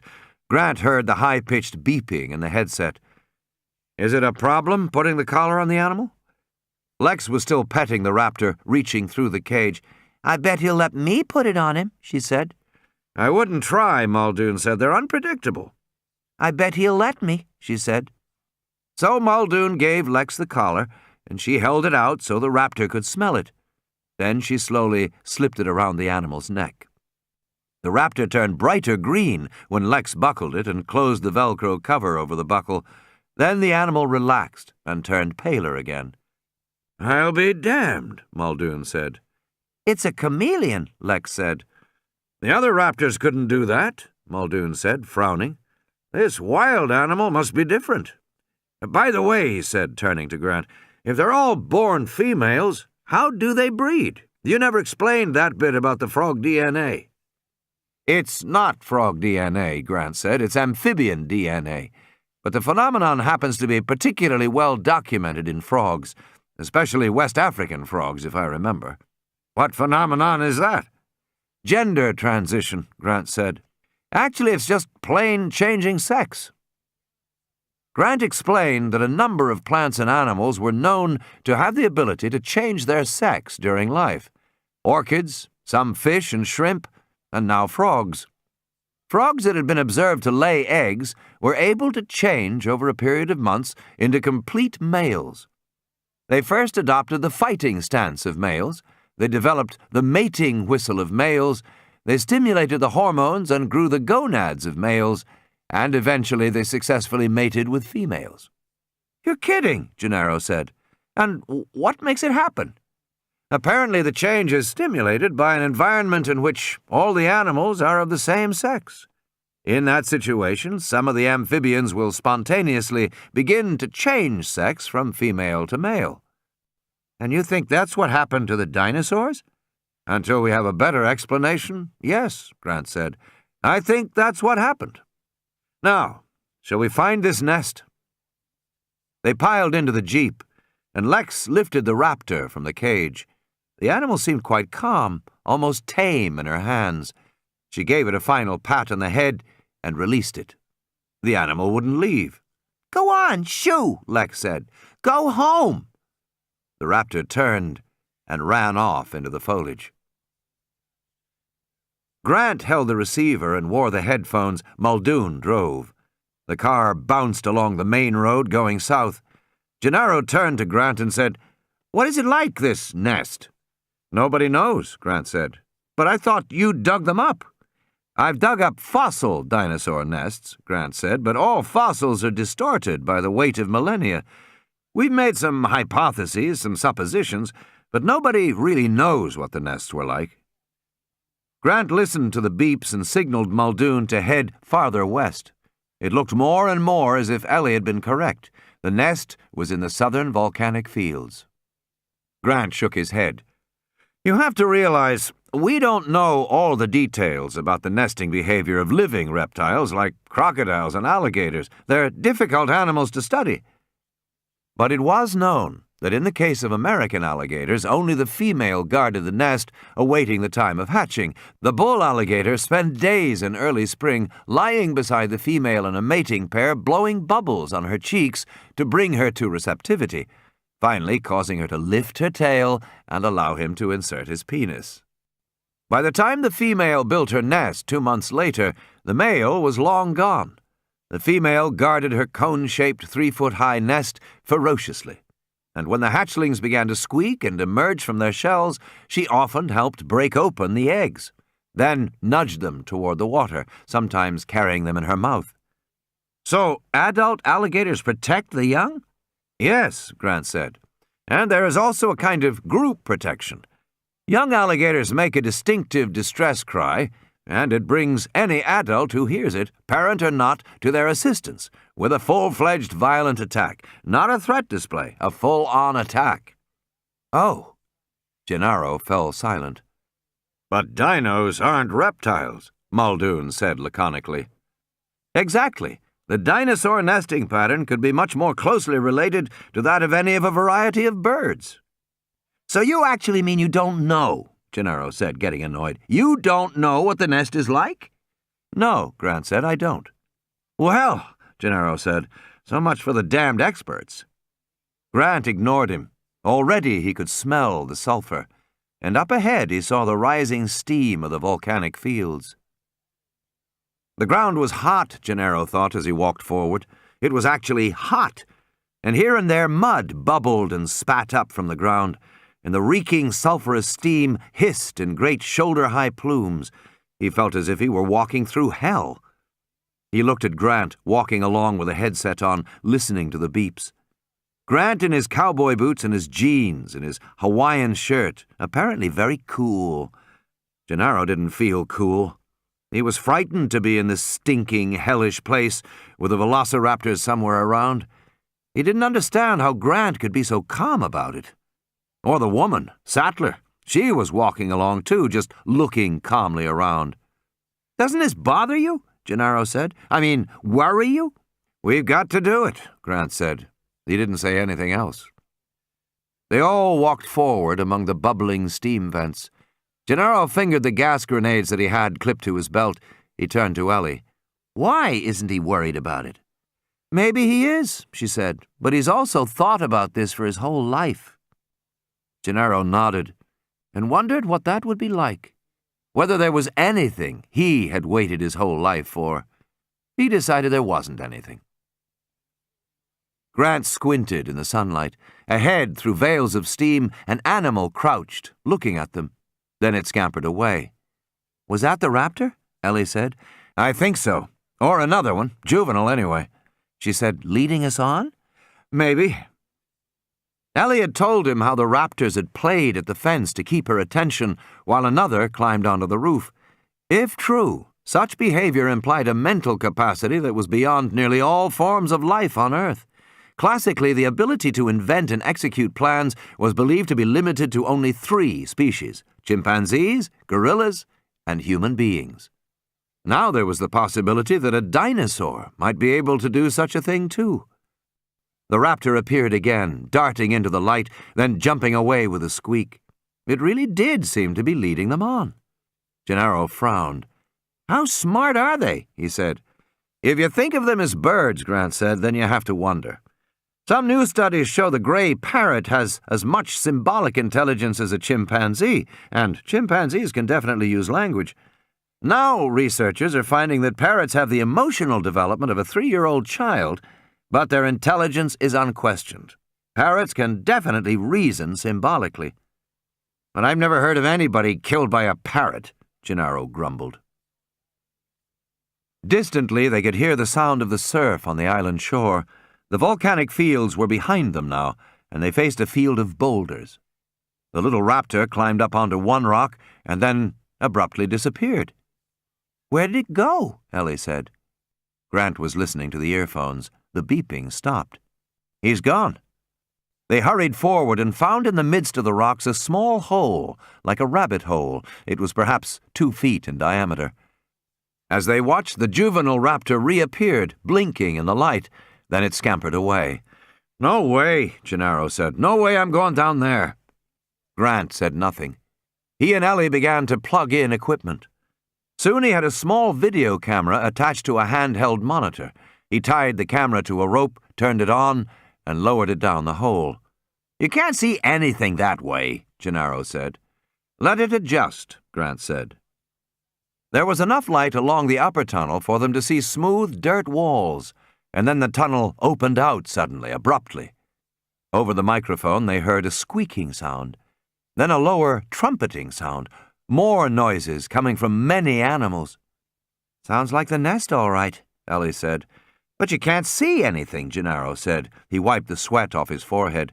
"No," Grant said, "but I can hear." He listened for a while longer, and then hauled the camera out and set it on the ground. "Let's get started." He climbed up toward the hole. Ellie went to get a flashlight and a shock stick. Grant pulled the gas mask on over his face and crouched down awkwardly, extending his legs backward. "You can't be serious about going down there," Gennaro said. Grant nodded. "It doesn't thrill me. I'll go first, then Ellie, then you come after." "Now, wait a minute," Gennaro said in sudden alarm. "Why don't we drop these nerve gas grenades down the hole, then go down afterward? Doesn't that make more sense?" "Ellie, you got the flashlight?" She handed the flashlight to Grant. "What about it?" Gennaro said. "What do you say?" "I'd like nothing better," Grant said. He backed down toward the hole. "You ever seen anything die from poison gas?" "No." "It generally causes convulsions, bad convulsions." "Well, I'm sorry if it's unpleasant, but look," Grant said. "We're going into this nest to find out how many animals have hatched. If you kill the animals first, and some of them fall on the nests in their spasms, that will ruin our ability to see what was there, so we can't do that. But you made these animals, Mr. Gennaro. I didn't. Your money did. Your efforts did. You helped create them. They're your creation. And you can't just kill them because you feel a little nervous now." "I'm not a little nervous," Gennaro said. "I'm scared shit. Follow me," Grant said. Ellie handed him a shock stick. He pushed backward through the hole and grunted. "Tight fit."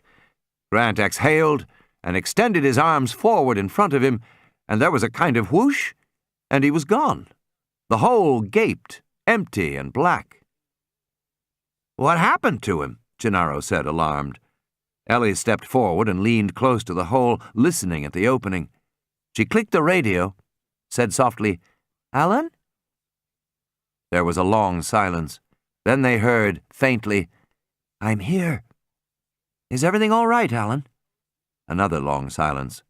When Grant finally spoke, his voice sounded distinctly odd, almost awestruck. "Everything's fine," he said. Almost paradigm. In the lodge, John Hammond paced back and forth in Malcolm's room. Hammond was impatient and uncomfortable.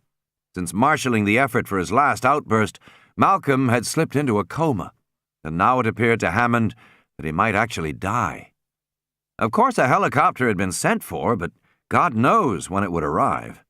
The thought that Malcolm might die in the meantime filled Hammond with anxiety and dread. And paradoxically, Hammond found it all much worse because he disliked the mathematician so much. It was worse than if the man were his friend. Hammond felt that Malcolm's death, should it occur, would be the final rebuke, and that was more than Hammond could bear. In any case, the smell in the room was quite ghastly, the rotten decay of human flesh. "Everything... Malcolm said, tossing on the pillow. "Is he waking up?" Hammond said. Harding shook his head. "What did he say? Something about paradise?" "I didn't catch it," Harding said. Hammond paced some more. He pushed the window wider, trying to get some fresh air. Finally, when he couldn't stand it, he said, "Is there any problem about going outside?" "I don't think so, no," Harding said. "I think this area is all right." "Well, look, I'm going outside for a bit." "All right," Harding said. He adjusted the flow on the intravenous antibiotics. "I'll be back soon." "All right." Hammond left, stepping out into the daylight, wondering why he had bothered to justify himself to Harding. After all, the man was his employee. Hammond had no need to explain himself. He went through the gates of the fence, looking around the park. It was late afternoon, the time when the blowing mist was thinned and the sun sometimes came out. The sun was out now, and Hammond took it as an omen. Say what they would, he knew that his park had promise, and even if that impetuous fool Gennaro decided to burn it to the ground, it would not make much difference. Hammond knew that in 2 separate vaults at InGen headquarters in Palo Alto were dozens of frozen embryos. It would not be a problem to grow them again on another island, elsewhere in the world. And if there had been problems here, then the next time they would solve those problems. That was how progress occurred, by solving problems. As he thought about it, he concluded that Wu had not really been the man for the job. Wu had obviously been sloppy, too casual with his great undertaking. And Wu had been too preoccupied with the idea of making improvements. Instead of making dinosaurs, he had wanted to improve on them. Hammond suspected darkly that was the reason for the downfall of the park. Wu was the reason. Also, he had to admit that John Arnold was ill-suited for the job of chief engineer. Arnold had impressive credentials, but at this point in his career he was tired, and he was a fretful worrier. He hadn't been organized, and he had missed things, important things. In truth, neither Wu nor Arnold had had the most important characteristic, Hammond decided, the characteristic of vision. That great sweeping act of imagination which evoked a marvelous park where children pressed against the fences, wondering at the extraordinary creatures come alive from their storybooks. Real vision. The ability to see the future. The ability to marshal resources to make that future vision a reality. No, neither Wu nor Arnold was suited to that task. And for that matter, Ed Regis had been a poor choice too. Harding was at best an indifferent choice. Muldoon was a drunk. Hammond shook his head. He would do better next time. Lost in his thoughts, he headed toward his bungalow, following the little path that ran north from the visitor center. He passed one of the workmen who nodded curtly. Hammond did not return the nod. He found the Tican workman to be uniformly insolent. To tell the truth, the choice of this island off Costa Rica had also been unwise. He would not make such obvious mistakes again. When it came, the roar of the dinosaur seemed frighteningly close. Hammond spun so quickly he fell on the path, and when he looked back he thought he saw the shadow of the juvenile T-Rex moving in the foliage beside the flagstone path, moving toward him. What was a T-Rex doing here? Why was it outside the fences? Hammond felt a flash of rage. And then he saw the Tican workman running for his life, and Hammond took the moment to get to his feet and dash blindly into the forest on the opposite side of the path. He was plunged in darkness. He stumbled and fell, his face mashed into wet leaves and damp earth, and he staggered back up to his feet, ran onward, fell again, and then ran once more. Now he was moving down a steep hillside, and he couldn't keep his balance. He tumbled helplessly, rolling and spinning over the soft ground before finally coming to a stop at the foot of the hill. His face splashed into shallow, tepid water, which gurgled around him and ran up his nose. He was lying face down in a little stream. He had panicked. What a fool! He should have gone to his bungalow. Hammond cursed himself. As he got to his feet, he felt a sharp pain in his right ankle that brought tears to his eyes. He tested it gingerly. Oh, it might be broken.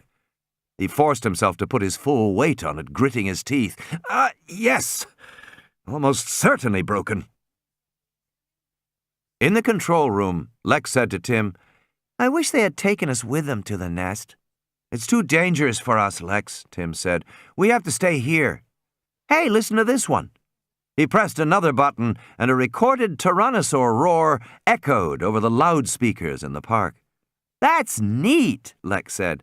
"That's better than the other one." "You can do it too," Tim said. "And if you push this, you get reverb." "Let me try," Lex said. She pushed the button. The tyrannosaur roared again. "Can we make it last longer?" she said. "Sure," Tim said. "We just twist this thing here." Lying at the bottom of the hill, Hammond heard the tyrannosaur roar bellowing through the jungle. Jesus! He shivered hearing that sound. It was terrifying, a scream from some other world. He waited to see what would happen. What would the tyrannosaur do? Had it already gotten that workman? Hammond waited, hearing only the buzz of the jungle cicadas, until he realized he was holding his breath, and let out a long sigh. With his injured ankle, he couldn't climb the hill. He would have to wait at the bottom of the ravine. After the tyrannosaur had gone, he would call for help. Meanwhile, he was in no danger here. Then he heard an amplified voice say, "Come on, Timmy! I get to try it too! Come on! Let me make the noise!" The kids. The tyrannosaur roared again, but this time it had distinct musical overtones and a kind of echo persisting afterward. "Neat one," said the little girl. "Do it again." Those damn kids! He should never have brought those kids. They had been nothing but trouble from the beginning. Nobody wanted them around. Hammond had only brought them because he thought it would stop Gennaro from destroying the resort. But Gennaro was going to do it anyway. And the kids had obviously gotten into the control room and started fooling around again. Now who had allowed that? He felt his heart begin to race and felt an uneasy shortness of breath. He forced himself to relax. There was nothing wrong. Although he could not climb the hill, he could not be more than 100 yards from his own bungalow and the visitor center. Hammond sat down in the damp earth, listening to the sounds in the jungle around him. And then, after a while, he began to shout for help. Malcolm's voice was no louder than a whisper. "Everything looks different on the other side," he said. Harding leaned close to him. "On the other side?" He thought that Malcolm was talking about dying. "When it shifts," Malcolm said. "Shifts?" Malcolm didn't answer. His dry lips moved. "Paradigm," he said finally. "Paradigm shifts?" Harding said. He knew about paradigm shifts. For the last 2 decades, they had been the fashionable way to talk about scientific change. Paradigm was just another word for a model, but as scientists used it, the term meant something more, a world view, a larger way of seeing the world. Paradigm shifts were said to occur whenever science made a major change in its view of the world. Such changes were relatively rare, occurring about once a century. Darwinian evolution had forced a paradigm shift. Quantum mechanics had forced a smaller shift. "No," Malcolm said. "Not paradigm. Beyond." "Beyond paradigm?" Harding said. "Don't care about what anymore." Harding sighed. Despite all efforts, Malcolm was rapidly slipping into a terminal delirium. His fever was higher, and they were almost out of his antibiotics. What don't you care about? Anything, Malcolm said, because everything looks different on the other side. And he smiled. Descent. You're crazy, Gennaro said to Ellie Sattler, watching as she squeezed backward into the rabbit hole, stretching her arms forward. You're crazy to do that. She smiled. Probably, she said. She reached forward with her outstretched hands and pushed backward against the sides of the hole, and suddenly she was gone. The hole gaped black. Gennaro began to sweat. He turned to Muldoon, who was standing by the jeep. I'm not doing this, he said. Yes, you are. I can't do this. I can't. They're waiting for you, Muldoon said. You have to.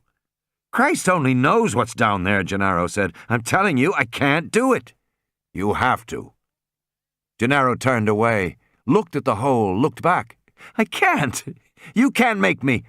I suppose not, Muldoon said. He held up the stainless steel prod. Ever felt a shock stick? No. Doesn't do much, Muldoon said. Almost never fatal. Generally knocks you flat. Perhaps loosens your bowels. But it doesn't usually have any permanent effect, at least not on dinos. But then people are much smaller. Gennaro looked at the stick. You wouldn't. I think you better go down and count those animals, Muldoon said. And you better hurry. Gennaro looked back at the hole, at the black opening, a mouth in the earth. Then he looked at Muldoon, standing there, large and impassive. Gennaro was sweating and light-headed. He started walking toward the hole. From a distance it appeared small, but as he came closer it seemed to grow larger. That's it, Muldoon said. Gennaro climbed backward into the hole, but he began to feel too frightened to continue that way. The idea of backing into the unknown filled him with dread. So at the last minute he turned around and climbed head first into the hole, extending his arms forward and kicking his feet, because at least he would see where he was going. He pulled the gas mask over his face. And suddenly he was rushing forward, sliding into blackness, seeing the dirt walls disappear into darkness before him, and then the walls became narrower, much narrower, terrifyingly narrow, and he was lost in the pain of a squeezing compression that became steadily worse and worse, that crushed the air out of his lungs, and he was only dimly aware that the tunnel tilted slightly upward along the path, shifting his body, leaving him gasping and seeing spots before his eyes, and the pain was extreme. And then suddenly the tunnel tilted downward again, and it became wider, and Gennaro felt rough surfaces, concrete, and cold air. His body was suddenly free and bouncing, tumbling on concrete, and then he fell. Voices in the darkness, fingers touching him, reaching forward from the whispered voices. The air was cold, like a cave. Okay? He looks okay, yes. He's breathing. Fine. A female hand caressing his face. It was Ellie. Can you hear? She whispered. Why is everybody whispering? He said. Because. She pointed. Gennaro turned, rolled, got slowly to his feet. He stared as his vision grew accustomed to the darkness. But the first thing that he saw gleaming in the darkness was eyes. Glowing green eyes. Dozens of eyes. All around him. He was on a concrete ledge, a kind of embankment about 7 feet above the floor. Large steel junction boxes provided a makeshift hiding place, protecting them from the view of the 2 full-sized velociraptors that stood directly before them, not 5 feet away. The animals were dark green, with brownish tiger stripes. They stood upright, balancing on their stiff, extended tails. They were totally silent, looking around watchfully with large, dark eyes. At the feet of the adults, baby velociraptors skittered and chirped. Farther back in the darkness, juveniles tumbled and played, giving short snarls and growls. Gennaro did not dare to breathe. 2 raptors. Crouched on the ledge, he was only a foot or 2 above the animal's head height. The raptors were edgy, their heads jerking nervously up and down. From time to time they snorted impatiently. Then they moved off, turning back toward the main group. As his eyes adjusted, Gennaro could now see that they were in some kind of an enormous underground structure, but it was man-made. There were seams of poured concrete and the nubs of protruding steel rods. And within this vast echoing space were many animals. Gennaro guessed at least 30 raptors, perhaps more. "It's a colony," Grant said, whispering. 4 or 6 adults, the rest juveniles and infants. At least 2 hatchings, 1 last year and 1 this year. These babies look about 4 months old, probably hatched in April." One of the babies, curious, scampered up on the ledge and came toward them, squeaking. It was now only 10 feet away. "Oh, Jesus," Gennaro said. But immediately one of the adults came forward, raised its head, and gently nudged the baby to turn back. The baby chittered a protest, then hopped up to stand on the snout of the adult. The adult moved slowly, allowing the baby to climb over its head, down its neck, onto its back. From that protected spot, the infant turned and chirped noisily at the 3 intruders. The adult still did not seem to notice them at all. "I don't get it," Gennaro whispered. "Why aren't they attacking?" Grant shook his head. "They must not see us. And there aren't any eggs at the moment. Makes them more relaxed." "Relaxed?" Gennaro said. "How long do we have to stay here?" "Long enough to do the count," Grant said. As Grant saw it, there were 3 nests, attended by 3 sets of parents. The division of territory was centered roughly around the nests, although the offspring seemed to overlap and run into different territories. The adults were benign with the young ones and tougher with the juveniles, occasionally snapping at the older animals when their play got too rough. At that moment, a juvenile raptor came up to Ellie and rubbed his head against her leg. She looked down and saw the leather collar with a black box. It was damp in one place, and it had chafed the skin of the young animal's neck. The juvenile whimpered. In the big room below, one of the adults turned curiously toward the sound. "You think I can take it off?" she asked. "Just do it quickly." "Okay," she said, squatting beside the small animal. It whimpered again. The adults snorted, bobbed their heads. Ellie petted the little juvenile, trying to soothe it, to silence its whimpering. She moved her hands toward the leather collar, lifted back the Velcro tab with a tearing sound. The adults jerked their heads. Then one began to walk toward her. "Oh, shit," Gennaro said under his breath. "Don't move," Grant said. "Stay calm." The adult walked past them, its long, curved toes clicking on the concrete. The animal paused in front of Ellie, who stayed crouched by the juvenile behind a steel box. The juvenile was exposed, and Ellie's hand was still on the collar. The adult raised its head and sniffed the air. The adult's big head was very close to her hand, but he could not see her because of the junction box. A tongue flicked out tentatively. Grant reached for a gas grenade, plucked it from his belt, held his thumb on the pin. Gennaro put out a restraining hand, shook his head, nodded to Ellie. She wasn't wearing her mask. Grant set the grenade down, reached for the shock prod. The adult was still very close to Ellie.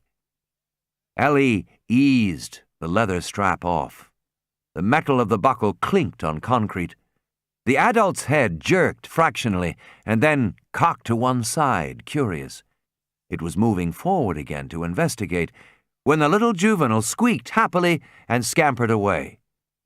The adult remained by Ellie. Then finally it turned and walked back to the center of the nest. Gennaro gave a long exhalation. "Jesus, can we leave?" "No," Grant said, "but I think we can get some work done now." In the phosphorescent green glow of the night vision goggles, Grant peered down into the room from the ledge, looking at the first nest. It was made of mud and straw, formed into a broad, shallow basket shape. He counted the remains of 14 eggs. Of course, he couldn't count the actual shells from this distance, and in any case they were long since broken and scattered over the floor, but he was able to count the indentations in the mud. Apparently, the raptors made their nests shortly before the eggs were laid, and the eggs left a permanent impression in the mud. He also saw evidence that at least one had broken. He credited 13 animals. The second nest had broken in half, but Grant estimated it had contained 9 eggshells. The third nest had 15 eggs, but it appeared that 3 eggs had been broken early. "What's that total?" Gennaro said. 34 born, Grant said. "And how many do you see?" Grant shook his head. The animals were running all over the cavernous interior space, darting in and out of the light. "I've been watching," Ellie said, shining her light down at her notepad. "You'd have to take photos to be sure, but the snout markings of the infants are all different. My count is 33. And juveniles? 22, but Alan, do you notice anything funny about them?" Like what? Grant whispered. "How they arrange themselves spatially. They're falling into some kind of a pattern or arrangement in the room." Grant frowned. He said, "It's pretty dark." "No, look. Look for yourself. Watch the little ones. When they are playing, they tumble and run every which way, but in between, when the babies are standing around, notice how they orient their bodies. They face either that wall or the opposite wall. It's like they line up." "I don't know, Ellie. You think there's a colony metastructure, like bees?" "No, not exactly," she said. "It's more subtle than that. It's just a tendency." "And the babies do it?" "No, they all do it. The adults do it, too. Watch them. I'm telling you, they line up." Grant frowned. It seemed as if she was right. The animals engaged in all sorts of behavior, but during pauses, moments when they were watching or relaxing, they seemed to orient themselves in particular ways, almost as if there were invisible lines on the floor. "Beats me," Grant said. "Maybe there's a breeze." "I don't feel one, Alan. What are they doing? Some kind of social organization expressed as spatial structure?" "That doesn't make sense," she said, "because they all do it." Gennaro flipped up his watch. "I knew this thing would come in handy one day." Beneath the watch face was a compass. Grant said, "You have much use for that in court?" "No," Gennaro shook his head. "My wife gave it to me," he explained, "for my birthday." He peered at the compass. "Well," he said, "they're not lined up according to anything. I guess they're sort of northeast, southwest, something like that." Ellie said, "Maybe they're hearing something, turning their heads so they can hear." Grant frowned. "Or maybe it's just ritual behavior," she said, "species-specific behavior that serves to identify them to one another. But maybe it doesn't have any broader meaning." Ellie sighed. "Or maybe they're weird. Maybe dinosaurs are weird. Or maybe it's a kind of communication." Grant was thinking the same thing. Bees could communicate spatially by doing a kind of dance. Perhaps dinosaurs could do the same thing. Gennaro watched them and said, "Why don't they go outside? They're nocturnal." "Yes, but it almost seems like they're hiding." Grant shrugged. In the next moment, the infants began to squeak and hop excitedly. The adults watched curiously for a moment, and then, with hoots and cries that echoed in the dark cavernous space, all the dinosaurs wheeled and ran, heading down the concrete tunnel into the darkness beyond. Hammond. John Hammond sat down heavily in the damp earth of the hillside and tried to catch his breath. Dear God, it was hot, he thought. Hot and humid. He felt as if he were breathing through a sponge. He looked down at the stream bed, now 40 feet below. It seemed like hours since he had left the trickling water and begun to climb the hill. His ankle was now swollen and dark purple. He couldn't put any weight on it at all. He was forced to hop up the hill on his other leg, which now burned with pain from the exertion. And he was thirsty. Before leaving the stream behind, he had drunk from it, even though he knew this was unwise. Now he felt dizzy, and the world sometimes swirled around him. He was having trouble with his balance, but he knew he had to climb the hill and get back to the path above. Hammond thought he had heard footsteps on the path several times during the previous hour, and each time he had shouted for help, but somehow his voice hadn't carried far enough. He hadn't been rescued. And so, as the afternoon wore on, he began to realize that he would have to climb the hillside, injured leg or not. And that was what he was doing now. Those damned kids! Hammond shook his head, trying to clear it. He had been climbing for more than an hour, and he had gone only a third of the distance up the hill, and he was tired, panting like an old dog. His leg throbbed. He was dizzy. Of course, he knew perfectly well that he was in no danger. He was almost within sight of his bungalow, for God's sake. But he had to admit he was tired. Sitting on the hillside, he found he didn't really want to move any more. Then why shouldn't he be tired, he thought. He was 76 years old. That was no age to be climbing around hillsides. Even though Hammond was in peak condition for a man his age, personally he expected to live to be 100. It was just a matter of taking care of yourself, of taking care of things as they came up. Certainly he had plenty of reasons to live, other parks to build, other wonders to create. He heard a squeaking, then a chittering sound, some kind of small birds hopping in the undergrowth. He'd been hearing small animals all afternoon. There were all kinds of things out here, rats, possums, snakes. The squeaking got louder, and small bits of earth rolled down the hillside past him. Something was coming. Then he saw a dark green animal hopping down the hill toward him, and another, and another. Compies, he thought with a chill. Scavengers! The compies didn't look dangerous. They were about as big as chickens, and they moved up and down with little nervous jerks like chickens. But he knew they were poisonous. Their bites had a slow-acting poison that they used to kill crippled animals. Crippled animals, he thought, frowning. The first of the compies perched on the hillside, staring at him. It stayed about 5 feet away beyond his reach, and just watched him. Others came down soon after, and they stood in a row, watching.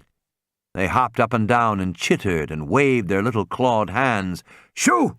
Get out!" he said, and threw a rock. The compies backed away, but only a foot or two. They weren't afraid. They seemed to know he couldn't hurt them. Angrily, Hammond tore a branch from a tree and swiped at them with it. The compies dodged, nipped at the leaves, squeaked happily. They seemed to think he was playing a game. He thought again about the poison. He remembered that one of the animal handlers had been bitten by a compy in a cage. The handler had said the poison was like a narcotic.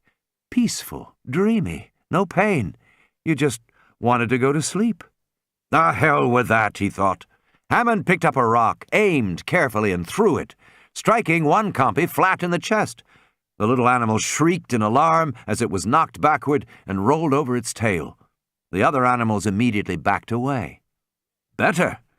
Hammond turned away and started to climb the hill once more. Holding branches in both hands, he hopped on his left leg, feeling the ache in his thigh. He had not gone more than 10 feet when one of the compies jumped onto his back. He flung his arms wildly, knocking the animal away, but lost his balance and slid back down the hillside. As he came to a stop, a second compy sprang forward and took a tiny nip from his hand. He looked with horror, seeing the blood flow over his fingers. He turned and began to scramble up the hillside again. Another compy jumped onto his shoulder, and he felt a brief pain as it bit the back of his neck. He shrieked and smacked the animal away. He turned to face the animals, breathing hard, and they stood all around him, hopping up and down and cocking their heads, watching him. From the bite on his neck, he felt warmth flow through his shoulders, down his spine. Lying on his back on the hillside, he began to feel strangely relaxed, detached from himself. But he realized that nothing was wrong. No error had been made. Malcolm was quite incorrect in his analysis. Hammond lay very still, as still as a child in its crib, and he felt wonderfully peaceful. When the next compy came up and bit his ankle, he made only a half-hearted effort to kick it away. The little animals edged closer. Soon they were chittering all around him like excited birds. He raised his head as another compy jumped onto his chest, the animal surprisingly light and delicate. Hammond felt only a slight pain, very slight, as the compy bent to chew his neck. The beach. Chasing the dinosaurs, following the curves and slopes of concrete, Grant suddenly burst out through a cavernous opening and found himself standing on the beach, looking at the Pacific Ocean. All around him, the young velociraptors were scampering and kicking in the sand. But one by one, the animals moved back into the shade of the palm trees at the edge of the mangrove swamp, and there they stood, lined up in their peculiar fashion, watching the ocean. They stared fixedly to the south. "I don't get it," Gennaro said. "I don't either," Grant said, "except that they clearly don't like the sun." It wasn't very sunny on the beach. A light mist blew, and the ocean was hazy. But why had they suddenly left the nest? What had brought the entire colony to the beach? Gennaro flipped up the dial on his watch and looked at the way the animals were standing. Northeast, southwest, same as before. Behind the beach, deeper in the woods, they heard the hum of the electric fence. "At least we know how they get outside the fence," Ellie said. Then they heard the throb of marine diesels, and through the mist they saw a ship appearing in the south, a large freighter. It slowly moved north. "So that's why they came out," Gennaro said. Grant nodded. They must have heard it coming. As the freighter passed, all the animals watched it, standing silent except for the occasional chirp or squeak. Grant was struck by the coordination of their behavior, the way they moved and acted as a group.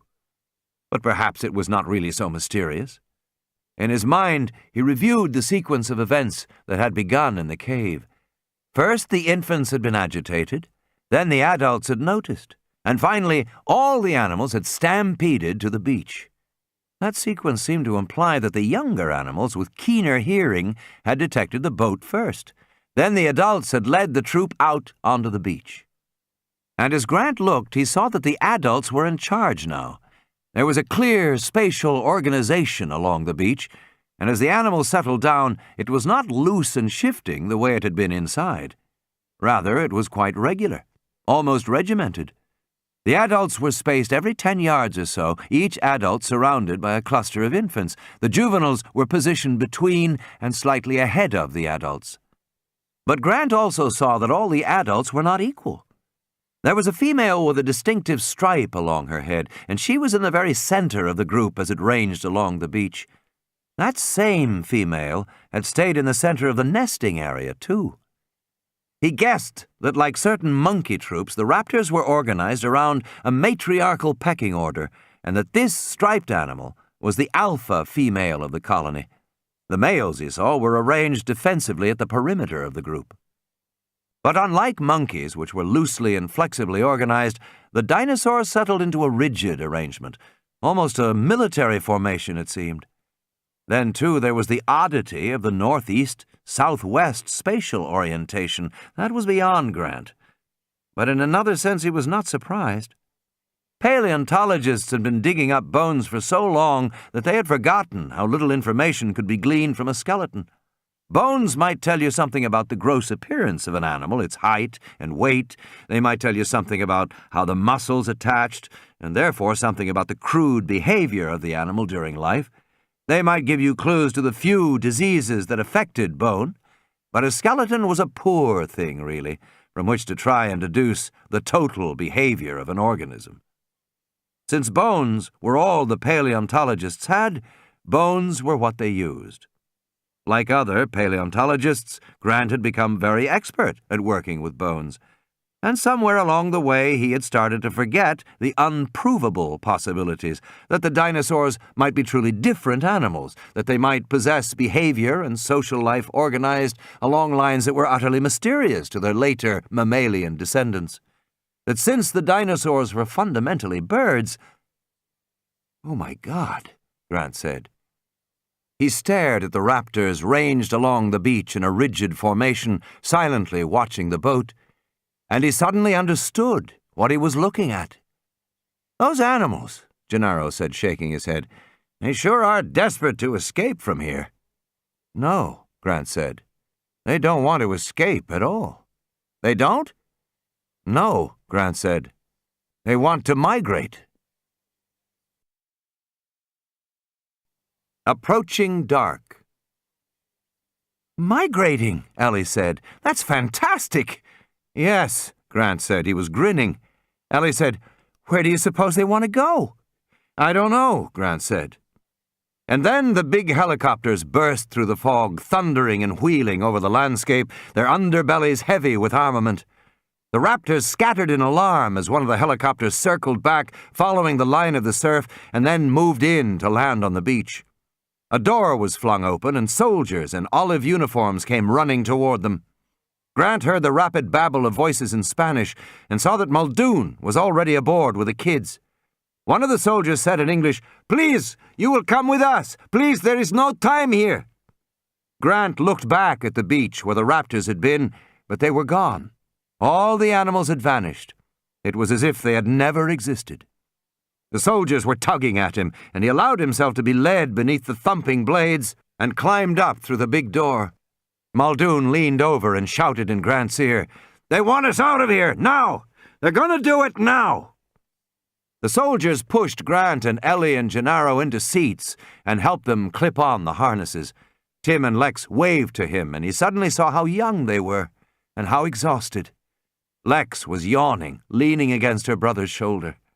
An officer came toward Grant and shouted, Senor, are you in charge? No, Grant said, I'm not in charge. Who is in charge, please? I don't know. The officer went on to Gennaro and asked the same question. Are you in charge? No, Gennaro said. The officer looked at Ellie, but said nothing to her. The door was left open as the helicopter lifted away from the beach, and Grant leaned out to see if he could catch a last look at the raptors. But then the helicopter was above the palm trees, moving north over the island. Grant leaned to Muldoon and shouted, What about the others? Muldoon shouted, They've already taken off Harding and some workmen. Hammond had an accident. Found him on the hill near his bungalow. Must have fallen. Is he all right? Grant said. No. Compy's got him. What about Malcolm? Grant said. Muldoon shook his head. Grant was too tired to feel much of anything. He turned away and looked back out the door. It was getting dark now, and in the fading light he could barely see the little Rex with bloody jaws crouched over a hadrosaur by the edge of the lagoon and looking up at the helicopter and roaring as it passed by. Somewhere behind them they heard explosions, and then ahead they saw another helicopter wheeling through the mist over the visitor center, and a moment later the building burst in a bright orange fireball, and Lex began to cry, and Ellie put her arm around her and tried to get her not to look. Grant was staring down at the ground, and he had a last glimpse of the hypsilophodonts leaping gracefully as gazelles moments before another explosion flared bright beneath them. Their helicopter gained altitude and then moved east, out over the ocean. Grant sat back in his seat. He thought of the dinosaurs standing on the beach, and he wondered where they would migrate if they could, and he realized he would never know, and he felt sad and relieved in the same moment. The officer came forward again, bending close to his face. Are you in charge? No, Grant said. Please, senor, who is in charge? Nobody, Grant said. The helicopter gained speed as it headed toward the mainland. It was cold now, and the soldiers muscled the door closed. As they did, Grant looked back just once and saw the island against a deep purple sky and sea, cloaked in a deep mist that blurred the white-hot explosions that burst rapidly one after another, until it seemed the entire island was glowing, a diminishing bright spot in the darkening night. Epilogue. San Jose.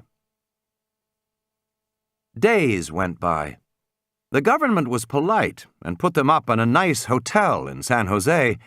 They were free to come and go and to call whomever they wished, but they were not permitted to leave the country. Each day a young man from the American embassy came to visit them, to ask if they needed anything, and to explain that Washington was doing everything it could to hasten their departure. But the plain fact was that many people had died in a territorial possession of Costa Rica. The plain fact was that an ecological disaster had been narrowly averted. The government of Costa Rica felt it had been misled and deceived by John Hammond and his plans for the island. Under the circumstances, the government was not disposed to release survivors in a hurry. They did not even permit the burial of Hammond or Ian Malcolm. They simply waited. Each day, it seemed to Grant, he was taken to another government office where he was questioned by another courteous, intelligent government officer. They made him go over his story again and again. How Grant had met John Hammond, what Grant knew of the project, how Grant had received the facts from New York, why Grant had gone to the island, what had happened at the island. The same details again and again, day after day, the same story. For a long time, Grant thought they must believe he was lying to them, and that there was something they wanted him to tell, although he could not imagine what it was. Yet in some odd way, they seemed to be waiting. Finally, he was sitting around the swimming pool of the hotel one afternoon, watching Tim and Lex splash, when an American in khakis walked up. "We've never met," the American said. "My name is Marty Gutierrez. I'm a researcher here at the Carrara station." Grant said, "You were the one who found the original specimen of the Procompsognathus." "That's right, yes." Gutierrez sat next to him. "You must be eager to go home." "Yes," Grant said. "I have only a few days left to dig before the winter sets in. In Montana, you know, the first snow usually comes in August." Gutierrez said, "Is that why the Hammond Foundation supported northern digs? Because intact genetic material from dinosaurs was more likely to be recovered from cold climates?" "That's what I presume, yes." Gutierrez nodded. "He was a clever man, Mr. Hammond." Grant said nothing. Gutierrez sat back in the pool chair. "The authorities won't tell you," Gutierrez said finally, "because they are afraid, and perhaps also resentful of you for what you have done. But something very peculiar is happening in the rural regions." "Biting the babies?" "No, thankfully that has stopped. But something else. This spring in the Ismaloya section, which is to the north, some unknown animals ate the crops in a very peculiar manner. They moved each day in a straight line, almost as straight as an arrow, from the coast into the mountains, into the jungle." Grant sat upright. "Like a migration," Gutierrez said. "Wouldn't you say?" "What crops?" Grant said. "Well, it was odd. They would only eat agama beans and soy, and sometimes chickens." Grant said, "Foods rich in lysine." "What happened to these animals?" "Presumably," Gutierrez said, "they entered the jungles. In any case, they have not been found. Of course, it would be difficult to search for them in the jungle. A search party could spend years in the Ismaloya Mountains with nothing to show for it." "And we are being kept here because—" Gutierrez shrugged. "The government is worried. Perhaps there are more animals, more trouble. They are feeling cautious." "Do you think there are more animals?" Grant said. "I can't say. Can you?" "No," Grant said, "I can't say." "But you suspect?" Grant nodded. "Possibly there are, yes." "I agree." Gutierrez pushed up from his chair. He waved to Tim and Lex playing in the pool. "Probably they will send the children home," he said. "There's no reason not to do that." He put on his sunglasses. "Enjoy your stay with us, Dr. Grant. It is a lovely country here." Grant said, "You're telling me we're not going anywhere?" "None of us is going anywhere, Dr. Grant," Gutierrez said, smiling. And then he turned and walked back toward the entrance of the hotel.